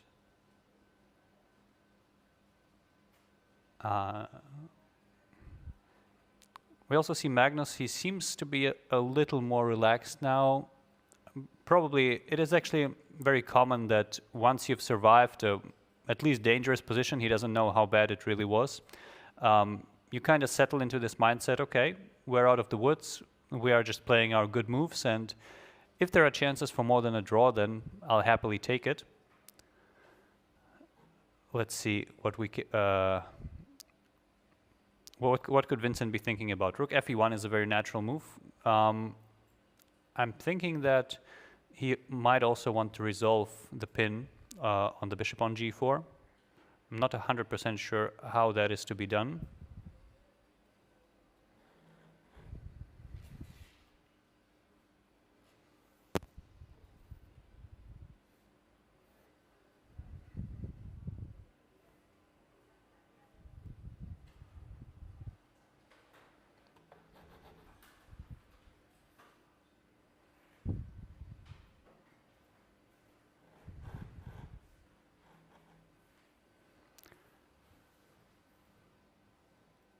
Yeah, and we see he's already catching up on time rapidly.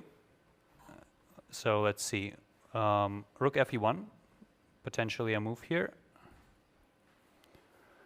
And in response, again, Peter pointed out rook ef8 as a possibility, because if we actually try to go for something direct like rook e5, it may backfire with de5, rook f5, e6. Suddenly, white gets a lot of play, and in general, the forced variations are what Magnus will try to avoid if he's trying to keep up the pressure. So, rook fe1, rook ef8 is a very natural move here. And then the knight can also move to b5 and potentially to d6, also attacking this pawn. We'll see. This is kind of a big moment for Vincent, because he will either find something more or less forced, where he's trying to bail out, or he will be left playing this move-by-move game. And he played a move. I believe he played a rook move, something like rook f3, if I'm not mistaken. Yeah, rook f3 has been played. So he protects the queen on g3. The bishop on g4 isn't actually pinned anymore. However, we'll have to see if he actually wants to move it, because a move like bishop h3, allowing the queen trade, might just help black in this case. Oh, sorry. I meant to send it to g3. Yeah, so rook f3 played, and it doesn't really put a lot of pressure on the position. We'll see. I wouldn't be surprised to even see rook ef8, but again, Magnus has kind of a free move here, I believe, to start setting his own play in motion.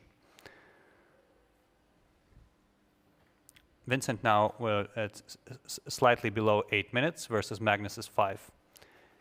This game is definitely reaching a stage where, well, it feels like Magnus is not necessarily taking over, but he's kind of trying to push to have an initiative all of a sudden.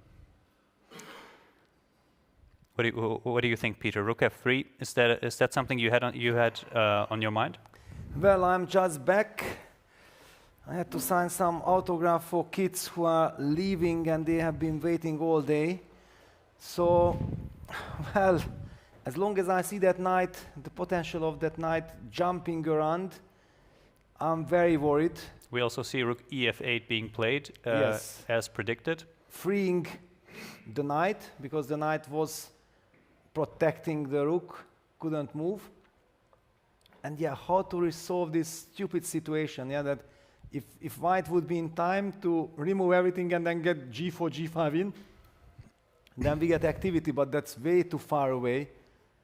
And I'm also not convinced by this rook f3, because you are technically unpinning, but are you really unpinning the bishop? It still will not move, allowing a queen trade, I believe.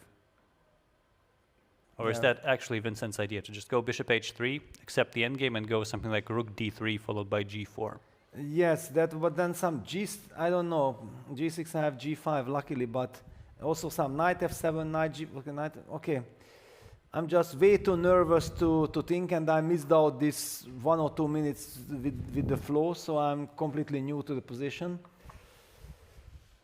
Oy. That's the only thing that I feel, and that's how I feel about this situation. Vincent needs now some computer precision. We see him on the camera now.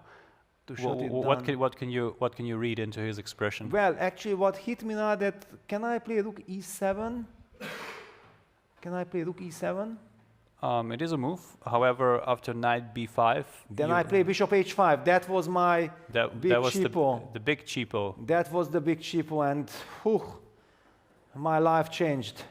And I do not have rook takes f5. You have, yeah? Well, I thought my life changed, but I don't know. I mean, maybe you have rook f5 and I cannot take the queen, but maybe I can. It is yes, a mess there. It is a mess, yeah. Okay, Vincent's about to make a move. Yeah, Vincent is about to move, and probably not rook e7, yeah? Yeah, rook e7. He is playing it. Rook e7, yeah. I think he has to.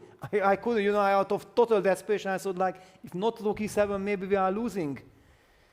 Maybe we are losing. Rook e7 has to be played, and the point is, let's just put it on the board, that knight b5, I think, runs into bishop h5. That was my cheapo that kind of saved my life, because black, of course, cannot take on h5, then there's checkmate. If black trades the queens, then also rook takes g3, and... Yeah, and we also, rook f5 is in fact not possible because of queen g5. Yeah, queen g5, and then after trade of everything, there is checkmate on e8. So the knight has to stay on c7. Well, maybe, but we saw that bishop h5 is still very much Yes. playable, yeah? But then we would need another great move. But emotionally, maybe just queen h6, yeah? That could easily be that you can play knight b5, bishop h5, and just fall back with the queen to h6. Because d4 is hanging, the f5 might start hanging, but d4 is the biggest concern for white right now. This is a complete mess, but Magnus also has the chance to play maybe rook f7, can he? He can, if I think this is a safe choice. Does he have a bailout? Yeah, and then look at this, his body language a little bit said like, okay, then maybe I should agree to this, let's not get greedy. No, he gets greedy. No, we are greedy, we are playing to win the tournament. Yes, knight b5, of course, fight till the end, go for the most crazy of all positions. And bishop h5, there is queen h6. Now I wonder if then bishop h5 is the best move or not, but that was the idea. Yeah, however, I believe Vincent will play bishop h5 because he needs to activate, and this is the tactical way to do so. Yes, bishop h5, and then black falls back with the queen to h6. And then what do we do? We can play even a slow move like rook f4, no? Yes. And then the question is this pawn on f5 hanging or not? You have knight d6 coming up, but also, but knight takes f5 always protects. So yeah, this is the line we are talking about. Yeah, if we see a live move, we will go back to the live position immediately. Yeah, we also see it on the camera, of course. It cannot be more dramatic. Yeah, it looked too good for Vincent before that, he is up on the clock with 20 minutes and it's a very dangerous position for Magnus. But no, it is Magnus, he's fighting back. And the crazy lines are still very, yeah, Vincent looks aside. But okay, bishop h5 has to be played, right? Okay, let's go back to the live position. Yes, bishop h5 played, correct. Queen h6 will be blitzed out. No doubt about that. Yeah, I think it is strictly the only move, otherwise you just resign. Yes, black needs to guard the g7 pawn and then rely on this jumping knight. The knight is, after queen h6, hitting the d4 pawn, and rook f4, which is the most natural move, probably will be met by knight d6, trying to set up another knight takes f5 business. But maybe we can play bishop g6, trade everything, and then queen b8 check and draw in the queen endgame. That would be something. Is Magnus nervous, or what? Because he hasn't played it yet. Is he thinking to include queen c1? Maybe that's it. Yeah, but actually it doesn't matter. Yeah, rook f1, queen h6, rook f4. But well, maybe it does better. Yeah, well, rook f4 was just one of the possible moves. But a good one. At least we kind of assume that it's a good one. One very important line is that, yeah, Magnus will play queen h6, so I will just make with the arrows that if queen h6, rook f4, black would take on f5, that would lead after rook f5, rook f5, rook e8 check. For example, king h7, there is this bishop g6, queen takes g6, rook h8 trick, winning the queen. I don't know if winning the game or not, but certainly super safe for white. And black does not want to let that happen. It might be quite safe for black as well, though. Yeah, millions of tactical options. Clock is ticking, 2:35 for Magnus.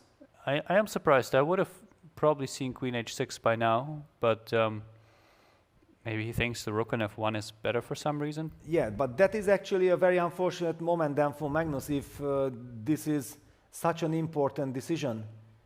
Because we need so little time on the clock to understand, no? I just struggle to see how queen h6 could be worse than queen c1. Because at the very least, you can get the rook f4 lines, and the rook on f3 is always standing in this knight d4 takes f3. Exactly. But Perhaps he has calculated something that gives him pause. And he goes for queen c1 check. Yeah. And the computer does not like this queen c1 check. This is a strange kind of move. I don't know. Intuitively, I don't like it. I don't like it. I haven't even seen the move. Okay, rook f1. This is like a forced move, I believe. But okay, I don't believe in anything here, anymore. I wouldn't say there is a forced move unless we calculate everything, yeah? Yes, but they don't have time to calculate everything. 5 minutes versus 2:30. I think Vincent is also a bit surprised. He did not expect this necessarily. He did not, yeah. And look at this. He's a little bit like he feels that maybe he's actually happy about this development, but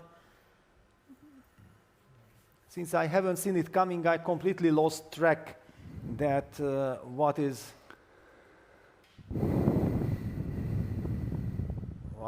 going on. Yeah, super sharp. We are being fed a line here. Yeah, computer is computer. In computer and his element.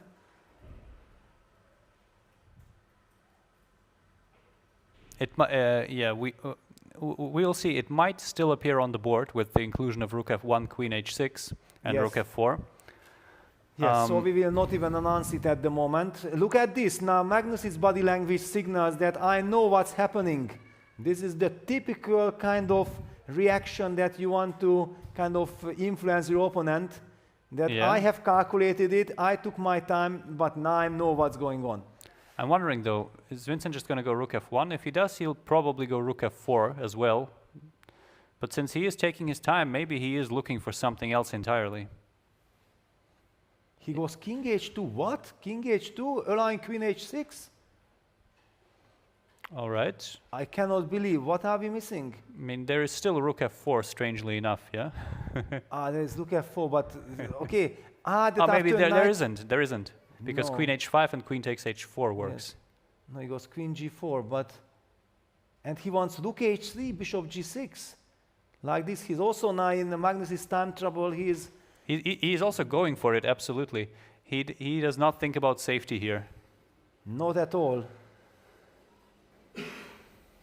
Wow, we saw like this already reached the peak of excitement, and then the players add some more fool. Wow, this is... What if we just take it, yeah? Take on d4. Whatever you play, we take on f5. What exactly is the play there? Oh, I don't know. I even don't know my name anymore. I don't feel my legs. This game is just way too complex, absolutely wild. This is exactly what I think everybody is hoping for and looking for. That's why we love chess. Drama all around.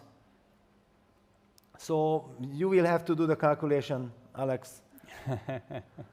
I am calculating right now, knight d4, queen h5, rook h3, queen takes f5, but there are... Yeah, and Magnus takes on d4. Yeah. Yes, because I just don't like this scenario that black is picking up the central pawn. I don't know, did Vincent calculate everything till the end? Because I don't know, I see all kinds of queen sacrifices that I would also feel very happy and satisfied with black. Exactly, that's what I was thinking, that some kind of rook h3, knight f5 will lead to some queen down position probably for black, but he has enough material for it, and his king will be very safe there. Yeah, okay, let's even put it on the board, because just to understand, how do we... I believe bishop f7, yeah, rook probably 6, f7. Yes, but there's queen d6 check, so how do I do it? I take and knight h6, I have queen e6. But okay, only black can be better here, even if I take on e7, so be careful. This might be a 0-0-0 position, but it is closer to a 2-result game there. Yes, no, but why Vincent didn't go for this rook f1, rook f4 line? That looked very natural. What did he miss? And Magnus, yeah, he drinks. Sometimes maybe you just, it's not necessarily that he missed something, but there are countless options, and maybe in the 2-3 minutes that he took, he just didn't find all of them. And Yeah, This is the most direct kind of mating attack option, so perhaps he has tried to make this work, and we'll see what he found here. yeah, but that position is very scary, and okay, with time travel on, with 30 seconds increment, okay, Magnus might just slowly grind it out. Oh no, and look at this, Vincent is completely shocked, but what did he miss? This was the most straightforward of all straightforwards. I'm thinking he might have relied on something in the queen d4, queen h5, rook h3, queen f5 position, but queen h4 is met by queen f4 there. Again, this queen exchange saves the day. Yeah, but okay, king h2, placing it on h2 into the pin and exactly walking into Magnus's idea with queen c1 check. This is, I mean, I'm completely shocked. So your line was this. Rook h3, queen f5, And queen queen h4, and h4, queen f4, and queen black is f4. better in the rook endgame. I don't know if it's winning, but Yes. it is definitely a two-result game. It is a pawn up and wow. Things are completely out of control. Vincent is under 2 minutes. Also, it is a hard position to evaluate if you actually take the queen, what we saw with rook h3, bishop f7, Yes. because you need to go deep there and understand how black can regroup and Yeah, at all believe that with white you can try to hold that position. I'm not. Yeah, look at this. Yeah, Vincent, I cannot believe. I cannot believe what to do. No, it can very easily that he just collapses now. No time on the clock. If he has to go for this end game, he considers this probably slowly lost. So he's searching for an alternative, and probably alternatives are losing. I mean, his options are limited to kind of queen d4 and probably rook h3. I don't know. Maybe rook. I don't see how rook g3 knight f5 can work. So I would assume he will play rook h3 out of necessity. Yeah, he has to, but it is a very sad necessity. I don't know. And is there a? Yeah, Vincent goes for this pawn down rook endgame. Oh. This will be a total horror. Total horror with no time on the clock against Magnus. Yeah. Yeah, it's all written on Vincent's face, but okay, he had 6 minutes. Why to rush with king h2? We'll see. It hasn't appeared on the board yet. Maybe he will just play king g1, yeah? He will play king g1, yes, because there is no way he's going to go for the endgame.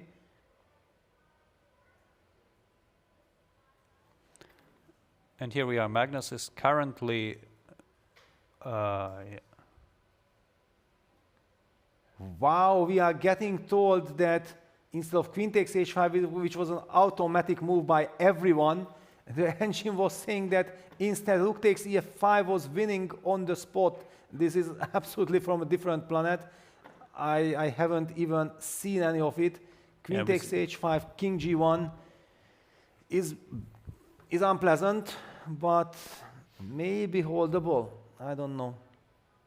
Yeah, we are playing, and we see even Vincent and Magnus are not computers, so they cannot re-evaluate every single move. And of course, if you stop after queen takes d4 and take a look, you will find rook f5.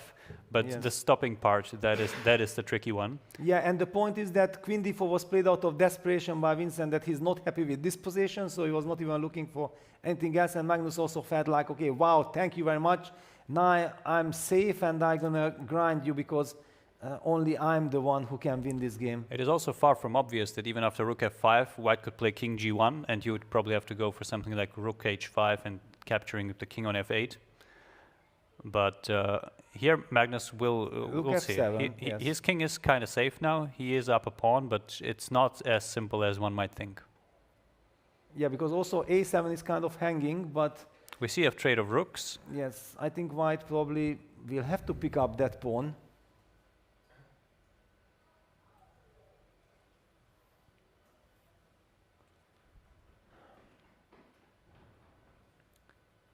Yeah, so the big question is, does white have the chance to pick up that pawn? It's not just about the pawn, but in order to get behind enemy lines with queen b8 check, just in case, because that's the only benefit that white has, that king cannot really get to the h file. Do you think we cannot really force the queen endgame, right? With rook f7, rook f5, exactly because of this queen b8. Yes, there's this timely queen b8 check. So big decision. Maybe then even queen takes f7, queen takes a7, rook e8 is kind of a logical way. Magnus will be looking to just for a way to kind of continue the game. Yes. And see if he can outplay Vincent in the end game. We have a result, I think. Yeah. Is that a white win? I believe that is a white. It is a draw. It is a draw, yeah? Yeah. Okay, yeah. That is in fact pretty good as well from what we saw. Noderbek was struggling there and managed to draw. Yeah, queen takes f7 captured, queen takes a7, and the move rook e8 is kind of the natural move to put some pressure, activate the rook.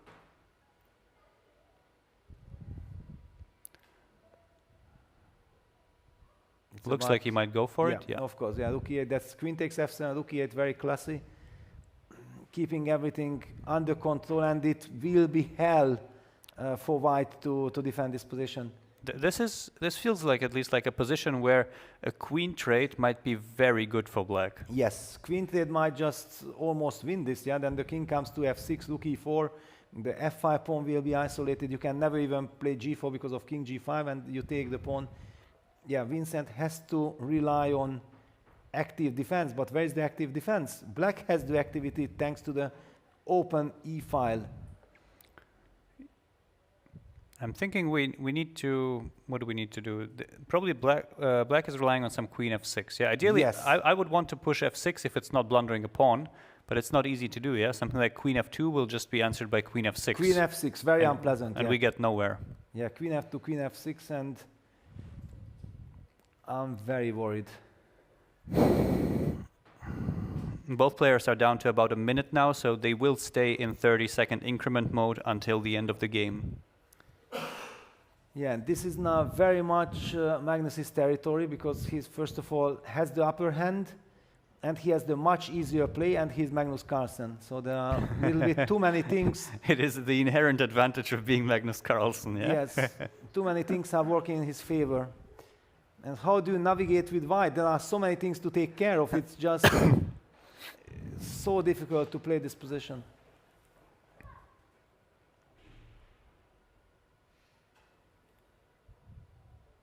Yeah, Vincent going down to 30 seconds. Vincent should not do anything like very extraordinary here. I think he is a little bit worse, but yeah, he plays f6. Yeah, he sacrifices the pawn. All right. I think this is correct. Practically speaking, if that queen lands on f6, then it's a horror show. Now, does he have a force way to finish the game, or he just has to come back with the queen and then play this position? I would think he has to come back, and he has to watch out for maybe eventually the king running towards the queen side. Yeah, but queen f2, and I'm lining up for this queen g3, queen b8 kind of mechanism. Where do you go? How do you defend? Yeah, on the board, queen f2. That's a good geometrical idea. I think it's good that Vincent spotted this one. Yes, I think this is okay. He's fighting for his life, fighting for the audience, for all the fans, German fans, everyone rooting for him, because this is such a critical game. Queen f2, f6, queen f2. It was the only mode. Yeah, there is our crowd. Everybody breathtakingly looking at this drama. And how does Magnus defend that pawn? Yeah, because rook e6 would be the very tempting one, but then this queen g3 check, king f8, queen b8 check seems to disturb, because if rook e8, then we have suddenly queen d6 check. Is it an option at all to go queen e6? And then just play the endgame. Yeah. But okay, that is very unpleasant, yes. Yeah, that's why I was thinking. Yeah. He has to make that decision now, though. Either he goes for it or he tries to defend the pawn. Because those pawns are connected, and they can become connected passers. It would be a very practical choice by Magnus to go queen e6. Unless, of course, he finds a way to actually evacuate from this queen g3, b8, a perpetual threat. Even I wonder, can I play queen g3 check after then king f7, yeah? That was the idea, to kind of hide the king. Down to 15 seconds. Yeah. The heat is on. He has to make a decision. Down to 7. This is the time to play a move. And rook e6 played. Okay, I'm actually relieved by rook e6. I was very worried of this endgame. Now Vincent will blitz out. No, Queen Queen H4. H4. Wow, that might come as a surprise. Because I was so happy about Queen G3 check. Yes, suddenly you have to pay a little attention, yeah? I did not even see this come, but what is the point of this? So if King F8, we go Queen H8, King E7, Queen B8? No, I thought we go Rook G3. We want to go Queen H8, Rook G7. Ah, wow, even We're, like we're, that. we're just Magnus playing, down to 8 seconds. Yeah, it's not an easy defense, yeah? He has to run. Yeah, King F8 played with 2 seconds on the clock. This is tremendous pressure here. With so little time on the clock. Yeah, well, actually, it is very good for Magnus that this is now, they have 30 seconds increment. You need all the time to navigate. There is no easy, but against Rook G3, there is Rook, some Rook E1, but you have Rook King E1, King F2. F2. Yeah, I was Yes, also thinking Rook about G3, that. Rook G3 on the board, King King E7. E7. I think he has seen something. Yes. He's confident, and perhaps what he's seen is Rook E1, Queen E6, running even further. Or in some way he has to run out to D6. Something like Queen H8, King D6, even.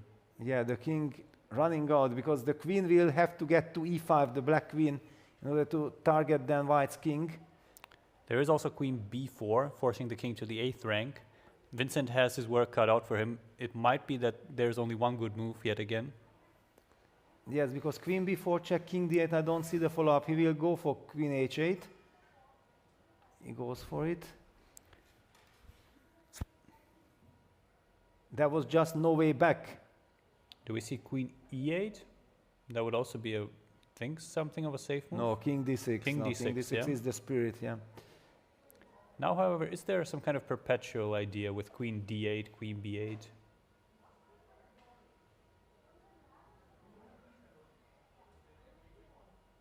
Yeah, King D6 was the only move because of Queen E8, Rook G8, and we trapped the queen, kind of. Yes, yes, King D6. And it had to be played, and now actually it's easier for Magnus, I think, because his king is finally safe. Yeah, these are the positions where it's very hard. The computer is always finding a draw, no matter what you do. But as a human, you are afraid that you will just let the king escape. Yeah, and the problem is that Rook G7 is very tempting, but I'm very afraid of this Rook E1 check followed by Queen E6. I believe there we have Queen F8, Rook E7. That will not work. But the point is we just go Rook G7, Queen E8. I like this. Okay, Vincent gives a check. Apparently this is a good check. The evil bar does not drop. Now Vincent played the move with 7 seconds. One can see the Queen C7, yeah. incredible tension. Queen C7, Queen F8 check. This invites a perpetual. We'll see if Magnus has a way to escape from it. It is very hard to escape from, though, because the rook along the 3rd rank could chase the king down. Yes. Queen E7. Queen B8 perhaps check. this will just be a draw here. We'll see. Well, that would save my life, so I very much hope for a repetition.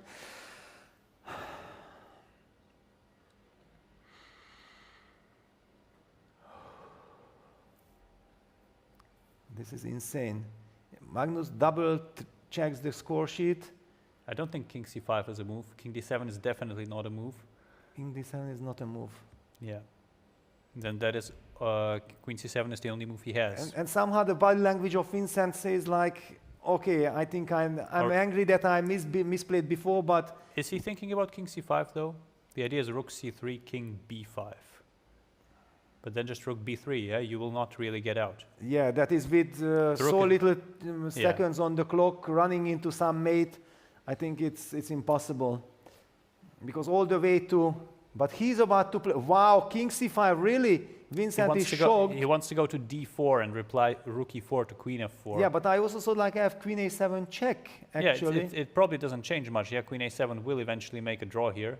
But he's confident that he can at least go back after Queen A7, so he's testing it. Yes, and what does it mean? So after Rook C3 check, King D4, right? Yeah, and then I don't think you have a clear perpetual anymore. Yes, and if I don't have a clear perpetual, then I don't want to let this happen. Yeah, Queen A7 check, let's chase that king. Let's force that king back to D6. Yeah, king d6 played, and this might beat queen b8 check. Yeah, there is no way to escape there anymore.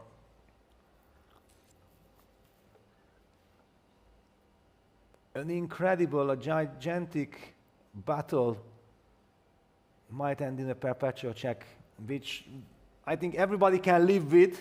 Of course, I can live with, certainly. I stay alive, but... Let's see. This is the 1 minute that Magnus has here, but... What a game it was, and what a game it is still. I don't think that we are ready for one more twist in this game. I don't think that anyone can, whoever is following can still take that. And Magnus still taking the courage and the belief that I can go king c5, I'm ready to... I believe he will go king c5 again. To run. No, he will play queen c7, now that he already played king c5 and he tested queen a7. It would be strange, of course possible, but... Chess, what a game is this chess? Is this a game at all, or it's much more? Yeah, and there's the handshake. Wow, applause for both players. And now Sensational stuff. Now we get to see if we see one of them Yes. coming in here. Well, if they are coming, both of them are coming, then I'm also leaving. I let them, take over with big happiness. Then we are no longer needed then. Exactly, but of course, no, only one of them will come. That's clear. Magnus is just realized Vincent was telling him something.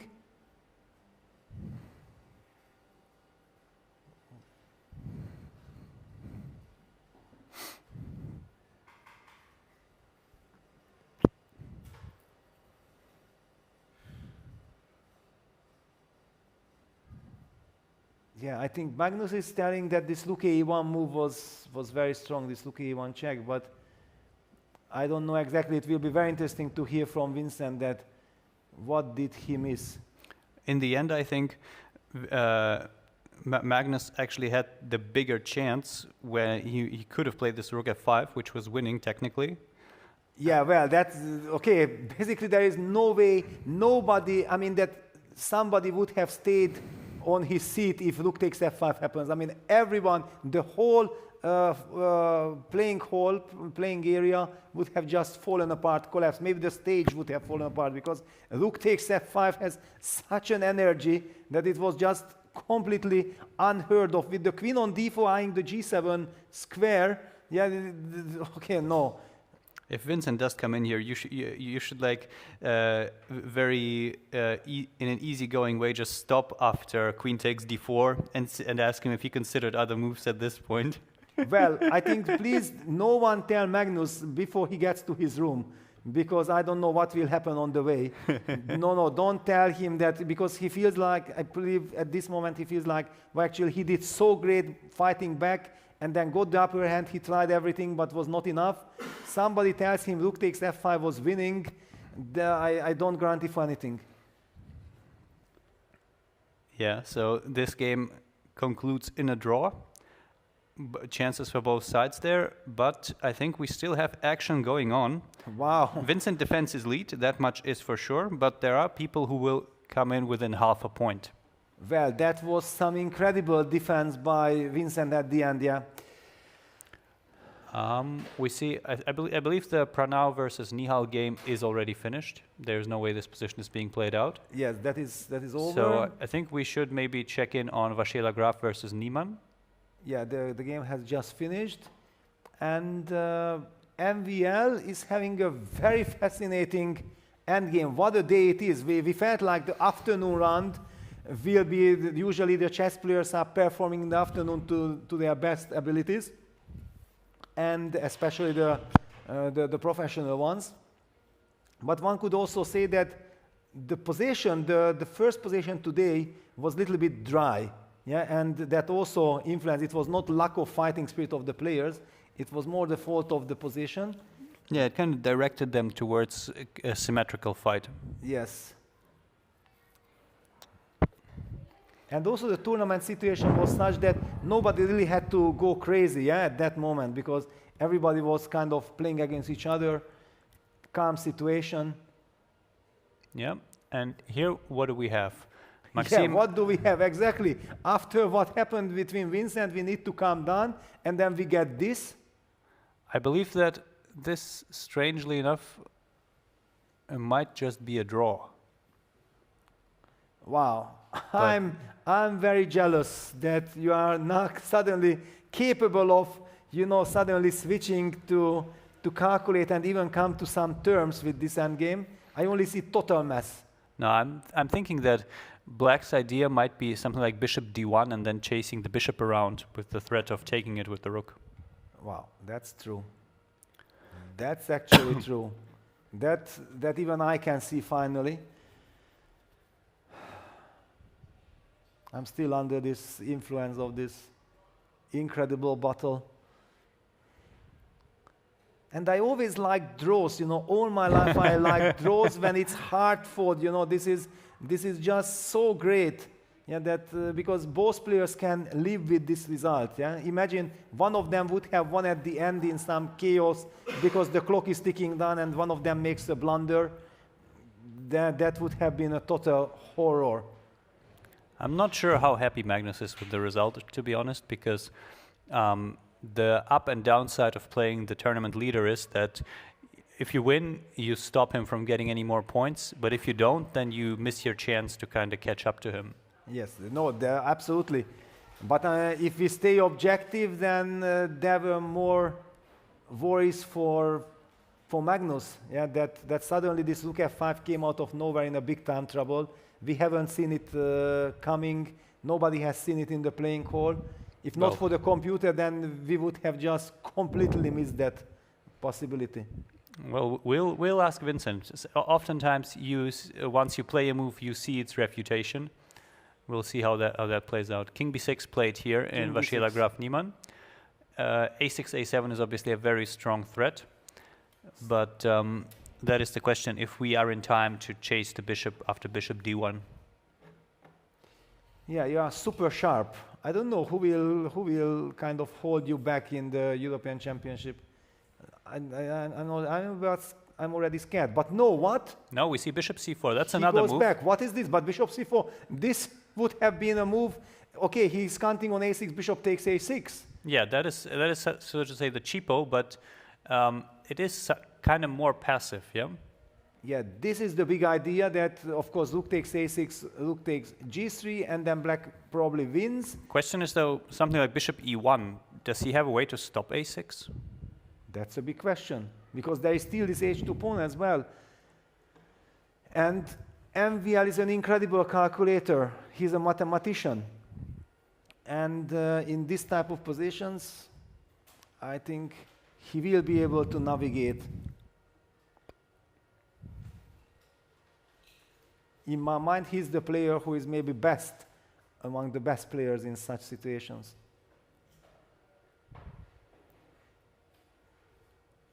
I mean, king takes c6 is also a move, yeah? That is the problem with Hans's move. He doesn't have a direct idea. Yeah, but actually this bishop e1, I'm very tempted for this bishop e1. Why not? Hide that bishop, and a6 is a threat.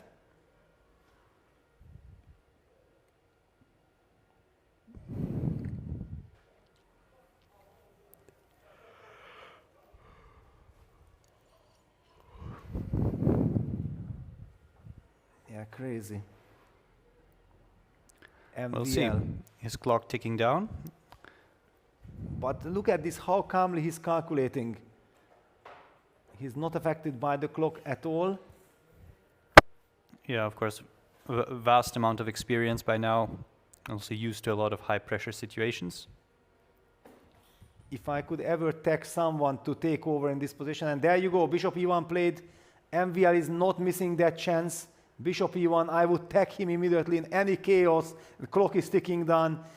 Maxim, you are the man to do the job. And it's over. Actually, where are the tricks? There are no tricks now anymore for black. He can probably establish some kind of blockade with rook b8, king c6, bishop a6, but it will not solve his problems. But really. wait a second, I can play king c7 also, no? After rook b8. I'm not even obliged to allow you to block anything anymore. I will just go here. Rook A8. Then king b7. That does I just seem good, insist. Yeah, rook b8 check played, and MVL will not give him a chance at all. King c7 will be blitzed. No, he picks it up. Wow. Okay, maybe it's winning. I thought like, okay, no, but king c6, at least there is some fight. Maybe slowly wins, but king c7 would have ended the game on the spot. I mean, I'm not sure about that, but there was Not rook sure, A8, yeah? rook A6. Perhaps you send the H pawn. Okay, but then I push h. I mean, everything is protected. Nothing moves. Total packet. all right. He is probably still winning, though. Yes. You just scared me with this bishop a6 blockade, but of course it's not a blockade. It's a good move, but king c7.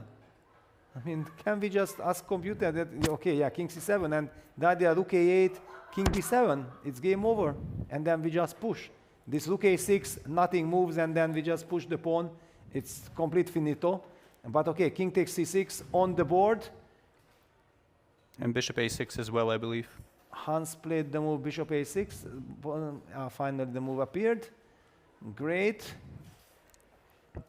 At least there is some hope. There is no forced direct win. Yeah, Maxim here, still has to win it. I think again. white will have to slowly push all the pawns, like play h4, try to play c6, c7, and then kind of move the pieces around. I believe he will get the job done, but it might take a little while. Yeah, actually pushing the h pawn makes a lot of sense. Yeah, because whenever the rook moves, then king b6 will be very nasty, hitting the bishop, and then c6 is coming. And is some king c2, king b2, but king b2 I already have rook a4, yeah, then I move the king away first.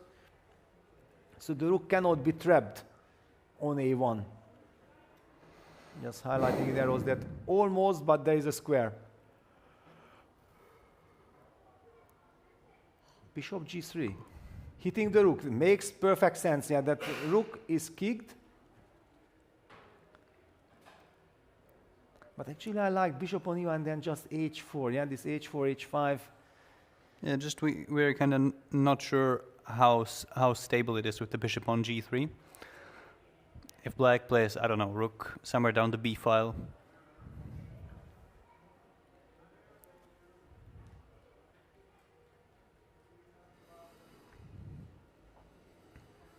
Okay, and what the day it is, MVL is also faced Nepo in the morning, now facing Hans Niemann. Hans himself faced Vincent and now MVL. Even after losing, you get a giant. Yeah, that's the situation right now. It's such an incredible tournament.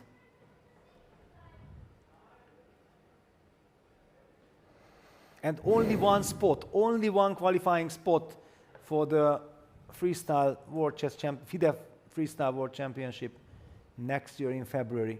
Yeah, rook b3.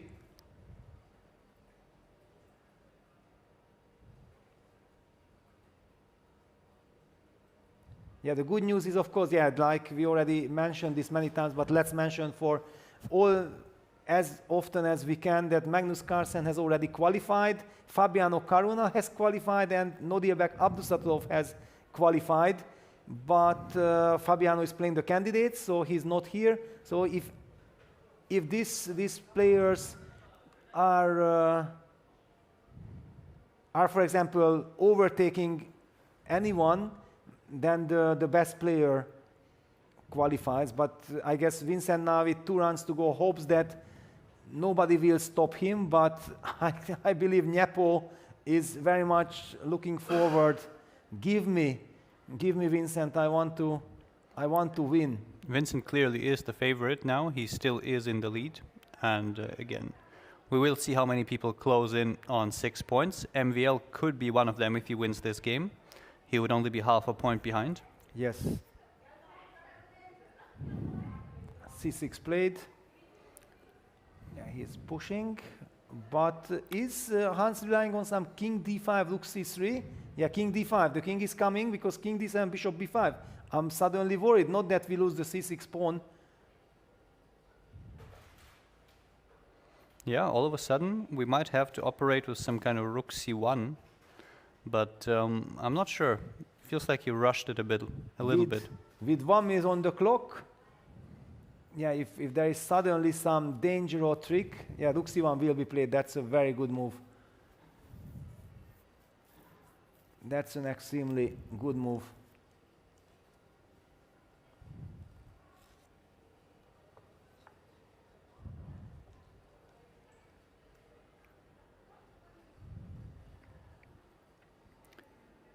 Yeah, it is a little bit tricky, even though you kind of defended everything. Still, it's not easy to get the pawns moving, but especially with the h-pawn maybe eventually moving down the board, you should get the job done. Should, yeah. Bishop b5. What is the threat? Is there a threat? Technically, bishop takes c6, yes, and but rook take g3. Yeah, let's just highlight that.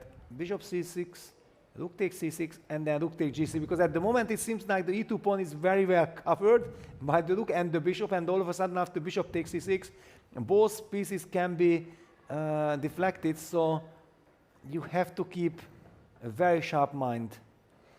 yeah, now the question is, can we play, let's say, bishop f2 or e1? Yeah, Maxim is about to move that bishop. Bishop f2. Yeah, and here I thought rook f3 is a good defensive move. Threatening rook c5. However, there might be a Then little rook trick. endgame. Wait a second. Rook f3, rook c5 check.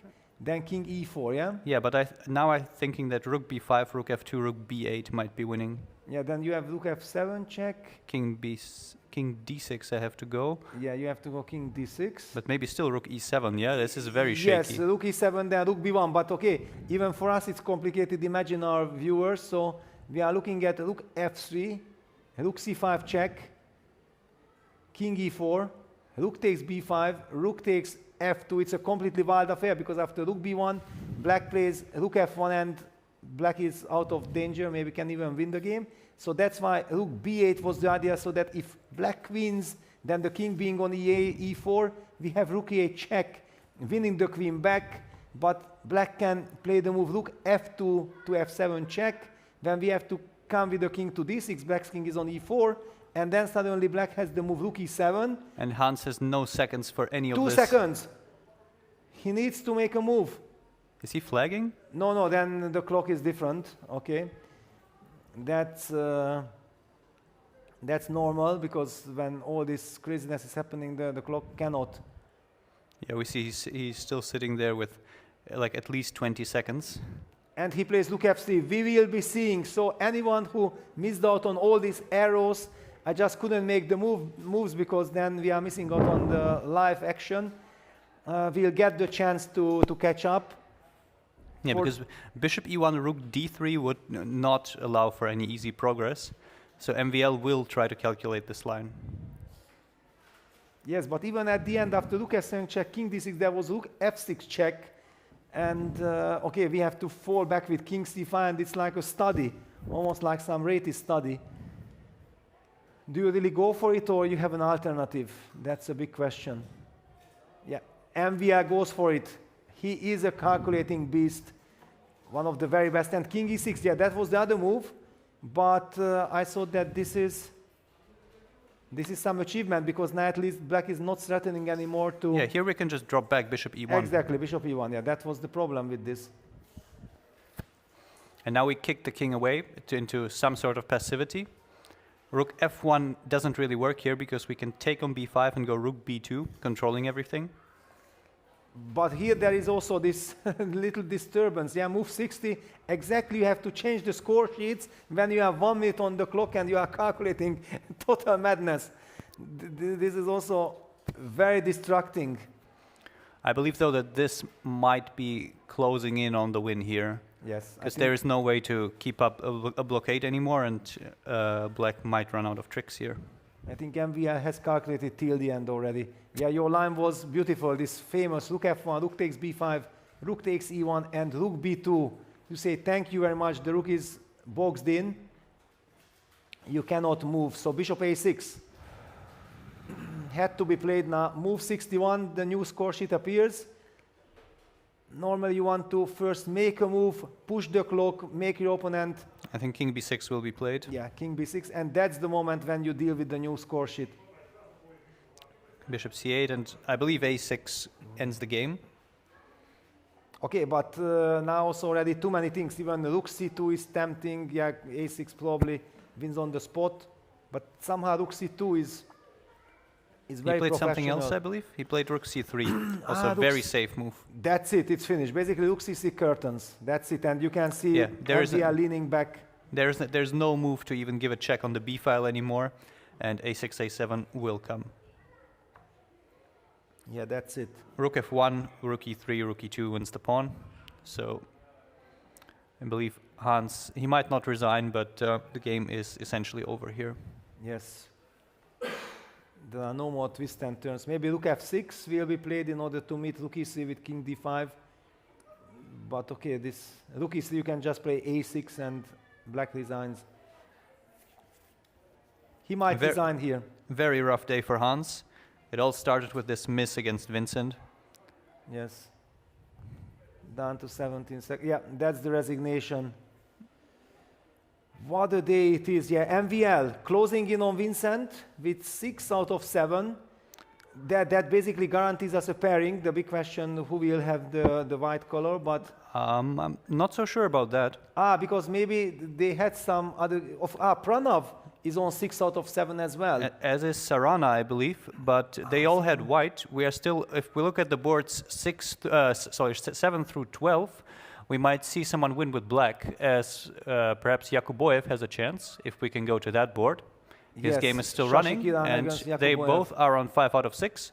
So if Yakuboyev wins with black, he probably would have priority to play against Vincent. No, but he already played yesterday. He lost to Vincent. He did, yeah? Yes, that is the game that is already out of question. Then it is likely that MVL will be Vincent's opponent. Still, we would like to see if Yakuboyev actually moves to 6 out of 7 here. It looks very promising. The G-pawn. The G-pawn, how to hold it. Bishop h3, rook g1, g2. King g3, king h2. Actually, it might be just resigns. Yeah, it is all coming together here for black. Bishop d1. Bishop h3.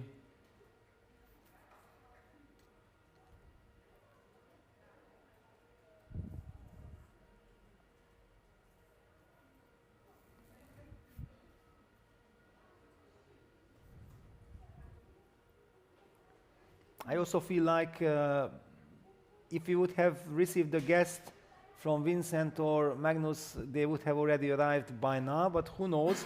Yes. We do have someone else here, though. We have someone else, a very special guest. Let's just wait a second and we will reveal someone who has just scored a very important point, a vital point, and has 6 out of 7. So I'm revealing some secrets. But we are so excited to have him.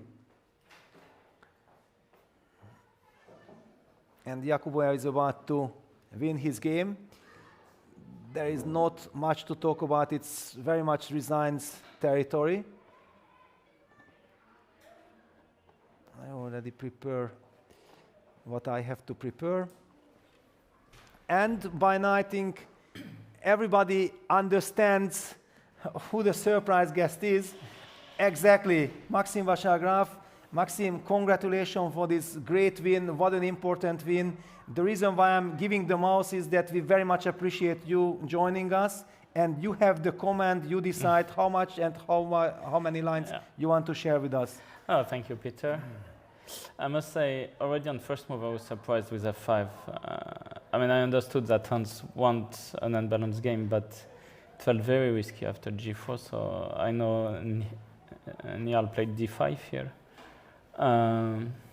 Yeah, this was also our speculation that Magnus wanted an unbalanced game against Vincent with f5, but he was very much afraid of g4. Yeah, I think so. Ignore the evolution bar. Yeah, the problem is e6 I can always take and c3 and always bishop b3. So yeah, I mean maybe there's some way, but after fg, queen g4, knight c6, c3. Okay, I thought e5 was good. Yes, e5 was good. After d5, did you see the incredible... Yeah, d5, that was the move according to the computer. Yes, I saw, but I wanted queen g3, knight g6, I assume, and now h4. So maybe I missed something, but okay, you have to take. And I assumed that, okay, I thought I might be a bit slow, but I wanted something like knight d2, knight e3, bishop b3. I don't know in which order. And also I have some bishop a4. I didn't, I thought h4 is strong simply. But this is the important thing, that you have seen it, you had anticipated, and you had the antidote with it, with h4, yeah? Well, I mean, supposed antidotes. Okay, but we are talking about human game, yeah? It's, no, I saw d5. I thought for this reason d6 was inaccurate. Because d6, queen g2 was brilliant. Yeah, because now if I go queen e4, now it's d5. So I thought queen g2 is very strong. And because knight e5, bishop b3, and I'm hitting at, so d happened, okay, and yeah, I don't know if I optimize my position, but it feels good to be pawn up. So you were happy to grab the pawn? I mean, it's computer agreed. I was just feeling that maybe black has enough compensation. Probably, yeah, I underestimated a5, I must say. Because suddenly it's like this typical marshals, but I thought with this pawn on e5 I have always some pressure. I was happy with f4, but Hans defended very well for a while, and already I felt like this should be a draw, for instance. I mean, okay, I was not completely sure about these lines because bishop comes to d2. I mean, it's draw, of course, but not trivial. Yeah, not completely obvious. But Hans played again very well for e3, and yeah, I was basically gonna agree to a draw, but I thought one last try, which was very, very dodgy. He fell into something because we have been focusing on Vincent's game. Of course, yeah, of course. No, I mean, I don't think Hans fell into anything. I was just, you know, getting sort of in trouble for no reason. Like, I mean, first of all, if you do this, but even in the game, like, I felt, okay, it's double-edged, but at the same time, I mean, I cannot, it's, like, I was afraid to be worse. I didn't think about being better, but e3 already, I was like, okay. And here there was this moment. So, like, I went king b6 because I spent all my time on rook g1, bishop e1. I couldn't find a win. So in the end... and couldn't he play this bishop d1 business? Yes, this is what I checked. And I assumed it's a draw. Wow, what a line. But you cannot check. So you have to go, for instance, queen a7. I was like looking at this. No, here you have king e3, sorry. So, queen e3, so queen c4, maybe, and okay, something like this. And okay, yes. I mean, I was pretty sure it's a draw, but you know. Can you go back to this king b6? A little later, I told the audience that if I would be playing this game from the white side, and if I would think of to text someone to take over, it is you. Because I think you are the best in the world in calculating all these crazy lines, even with limited time. And yeah, it was so fascinating that you showed us this amazing line. Yeah, I mean, I was not satisfied with it, and I thought Hans would take on g3 right away. And what happens if he starts with bishop d1? It will just be transposition, or at worst, because I can go maybe bishop e1 here. And the thing is, I wanted bishop e1, but here I thought there's some defense. Yes, king c2. And trapping the rook, yeah, with king b2. Yes. Wow. So rook g1 was maybe the best try, but here I was not happy with this. Well, computer doesn't agree. So okay, but then maybe you have bishop e1. Maybe it's rook f8. Maybe it's rook f8. Rook f8, yes. Yeah, rook f8 I missed. Yeah, but I felt the rook on g1 is a bit misplaced. So, but okay, unsurprised me because I thought rook g3 was completely mandatory. And why you didn't choose king c7 here instead of rook? I mean, instead of king takes c6. I think it's over immediately.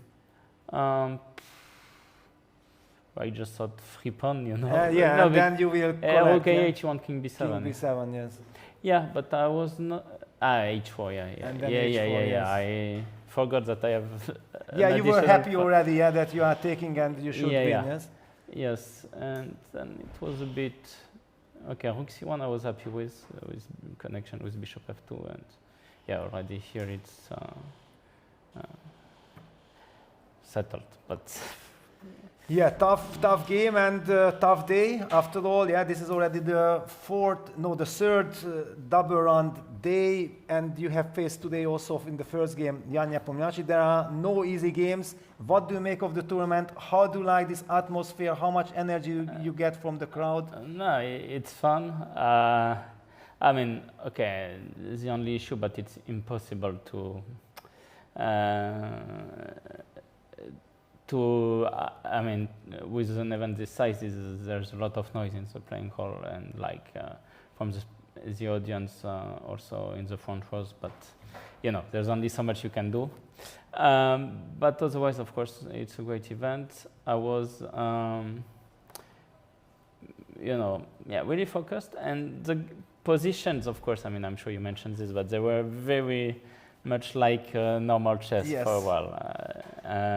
Like especially this morning, it was even a bit disappointing that you know, symmetry was so strong for black. It felt like c4, c5, g3, g6, right? Yeah. Very similar. I mean, I was considering e4 for white, but it was a bad move. So it was a bad move, but high five, because I was calling out that why not e4? Let's play e4, knight e3. Yeah. But anyway, yeah, and of course we had this great mirror match. I mean, with the king and queen. And funny thing, so Jules came to me like maybe 5 minutes before the game, and he told me exactly at that moment, you know, one day we will have the mirror position, so you better have checked it out when it happens. And did you? No, it was just before the game. It was just before the game. Yeah. Wow. He should have said one day before. Yes, but actually I played well, and we had actually a lot of players who have checked it. I mean, not very... I remember in Paris, actually, you remember, you also played there, and yes. There was this closing dinner, and then Abdusatov outside during the gala dinner was showing that, you know, with this, and he was showing these lines. I remember d4 and then knight c3, bishop f4, and then I saw Vincent is on the black side, and I saw his face like, if d4 comes, what should I do? And when Mursin played the move 1e4, I found the way, Caro-Kann. Caro-Kann, yeah, it's the only. And yeah, tell us, what does it mean that Jules Moussa is there on the stage? He feels like such a positive figure. Does he give you the energy because he is doing well in the Open? You guys are good friends?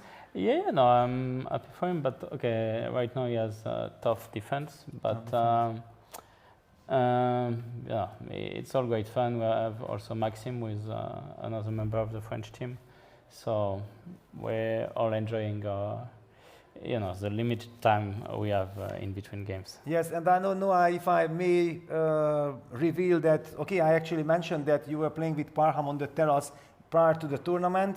You were a little bit skeptical about your freestyle play, that maybe you don't have so much experience, and now here you are with 6 out of 7. Are you satisfied?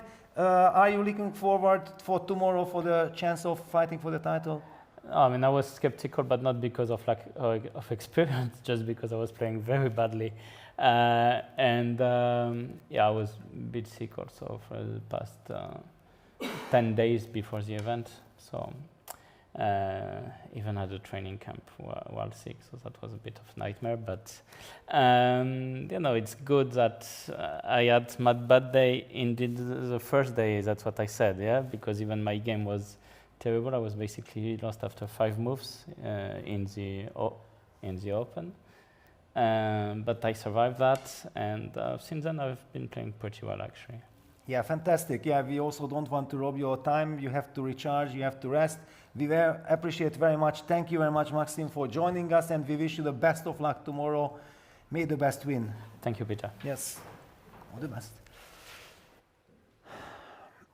Yeah, it was Maxime Vachier-Lagrave with us, ladies and gentlemen, an incredible player, and it is so nice to see him really be having the chance tomorrow to fight for the title. an incredible player, a fantastic person.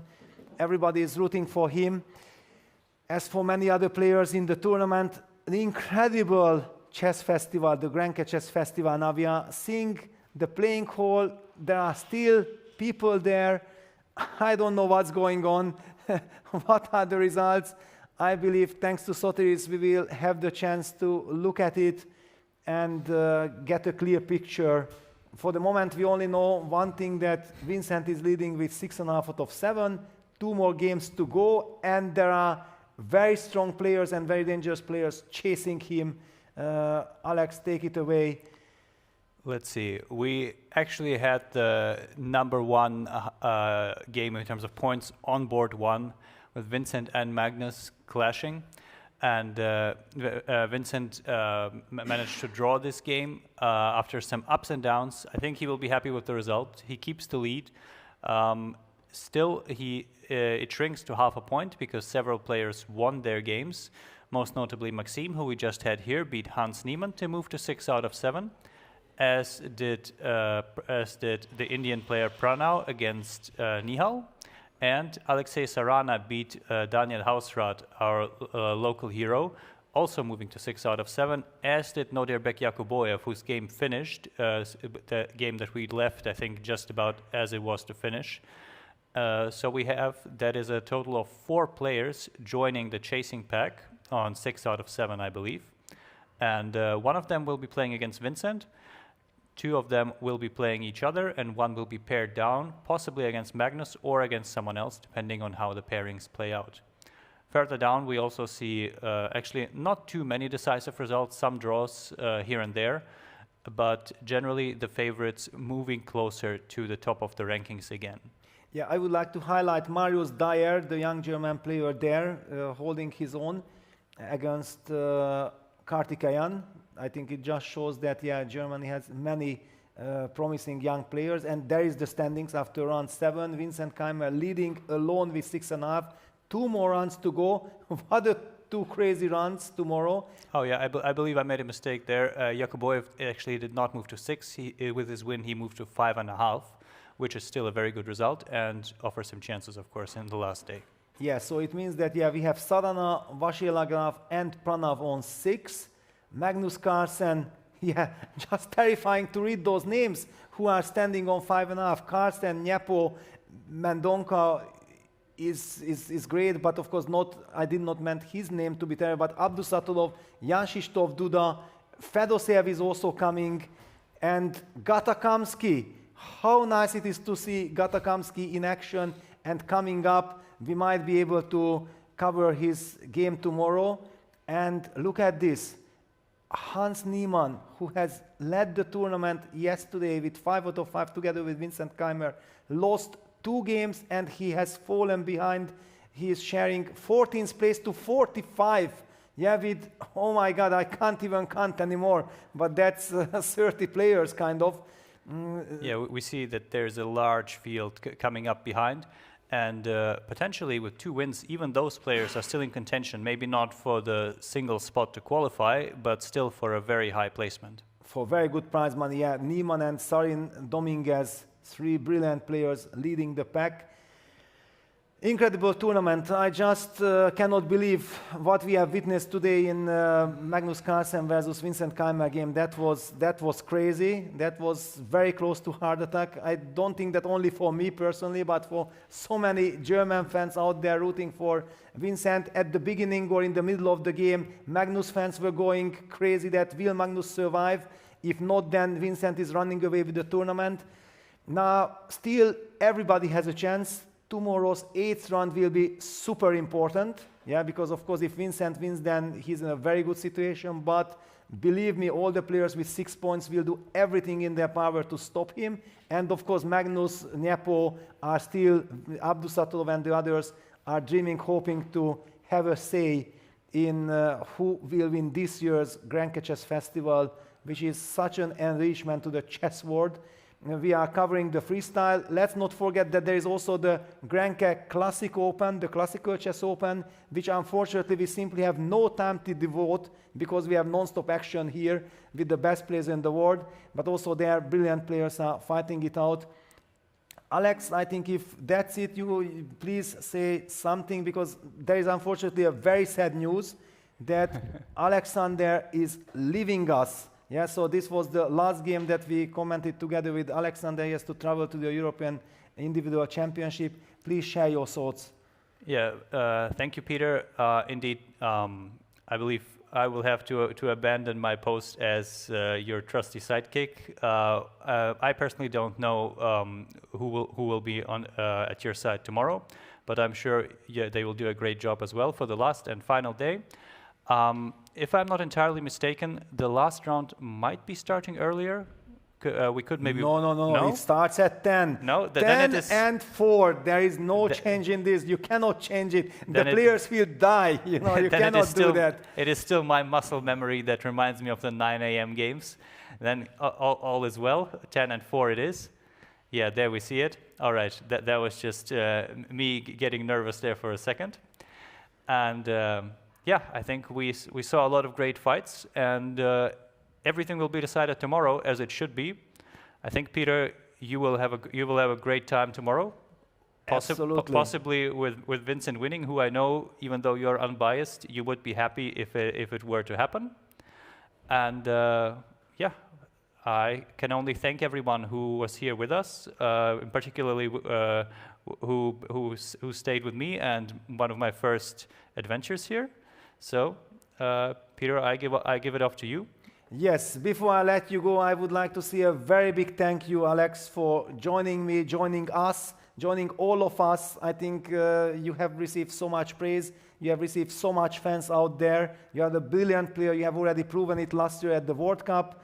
And Germany is very much rooting for you and the whole world, I believe. Thank you very much. Yes, we will be back covering all the action tomorrow with a surprise guest. We don't know yet. Yeah, that's the magician Sven Lopez, the tournament director, who has to, you know, the day is just beginning in order to clarify the situation. But yeah, we will find the solution for sure. And we'll be back with all the decisive action, because it is absolutely crazy. Yeah, it is not, of course, I'm rooting for Vincent, but yeah, we have seen the tournament is completely crazy. It can be anybody's tournament, and we have seen what happened to Hans Niemann. He was leading with 5 out of 5, losing 2 games against 2 brilliant players, yeah, with a miss against Vincent. Anything is still possible. Only one thing is for sure, that we will be back tomorrow morning at 10 a.m. Covering all the action. Stay with us, come join us, and we will see who wins this fantastic event and takes the ticket to next year's FIDE Freestyle World Chess Championship. Thank you very much. See you tomorrow.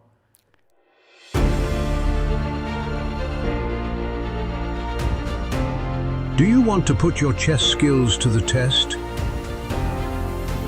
Now it's your move. Welcome to the world's largest chess tournament.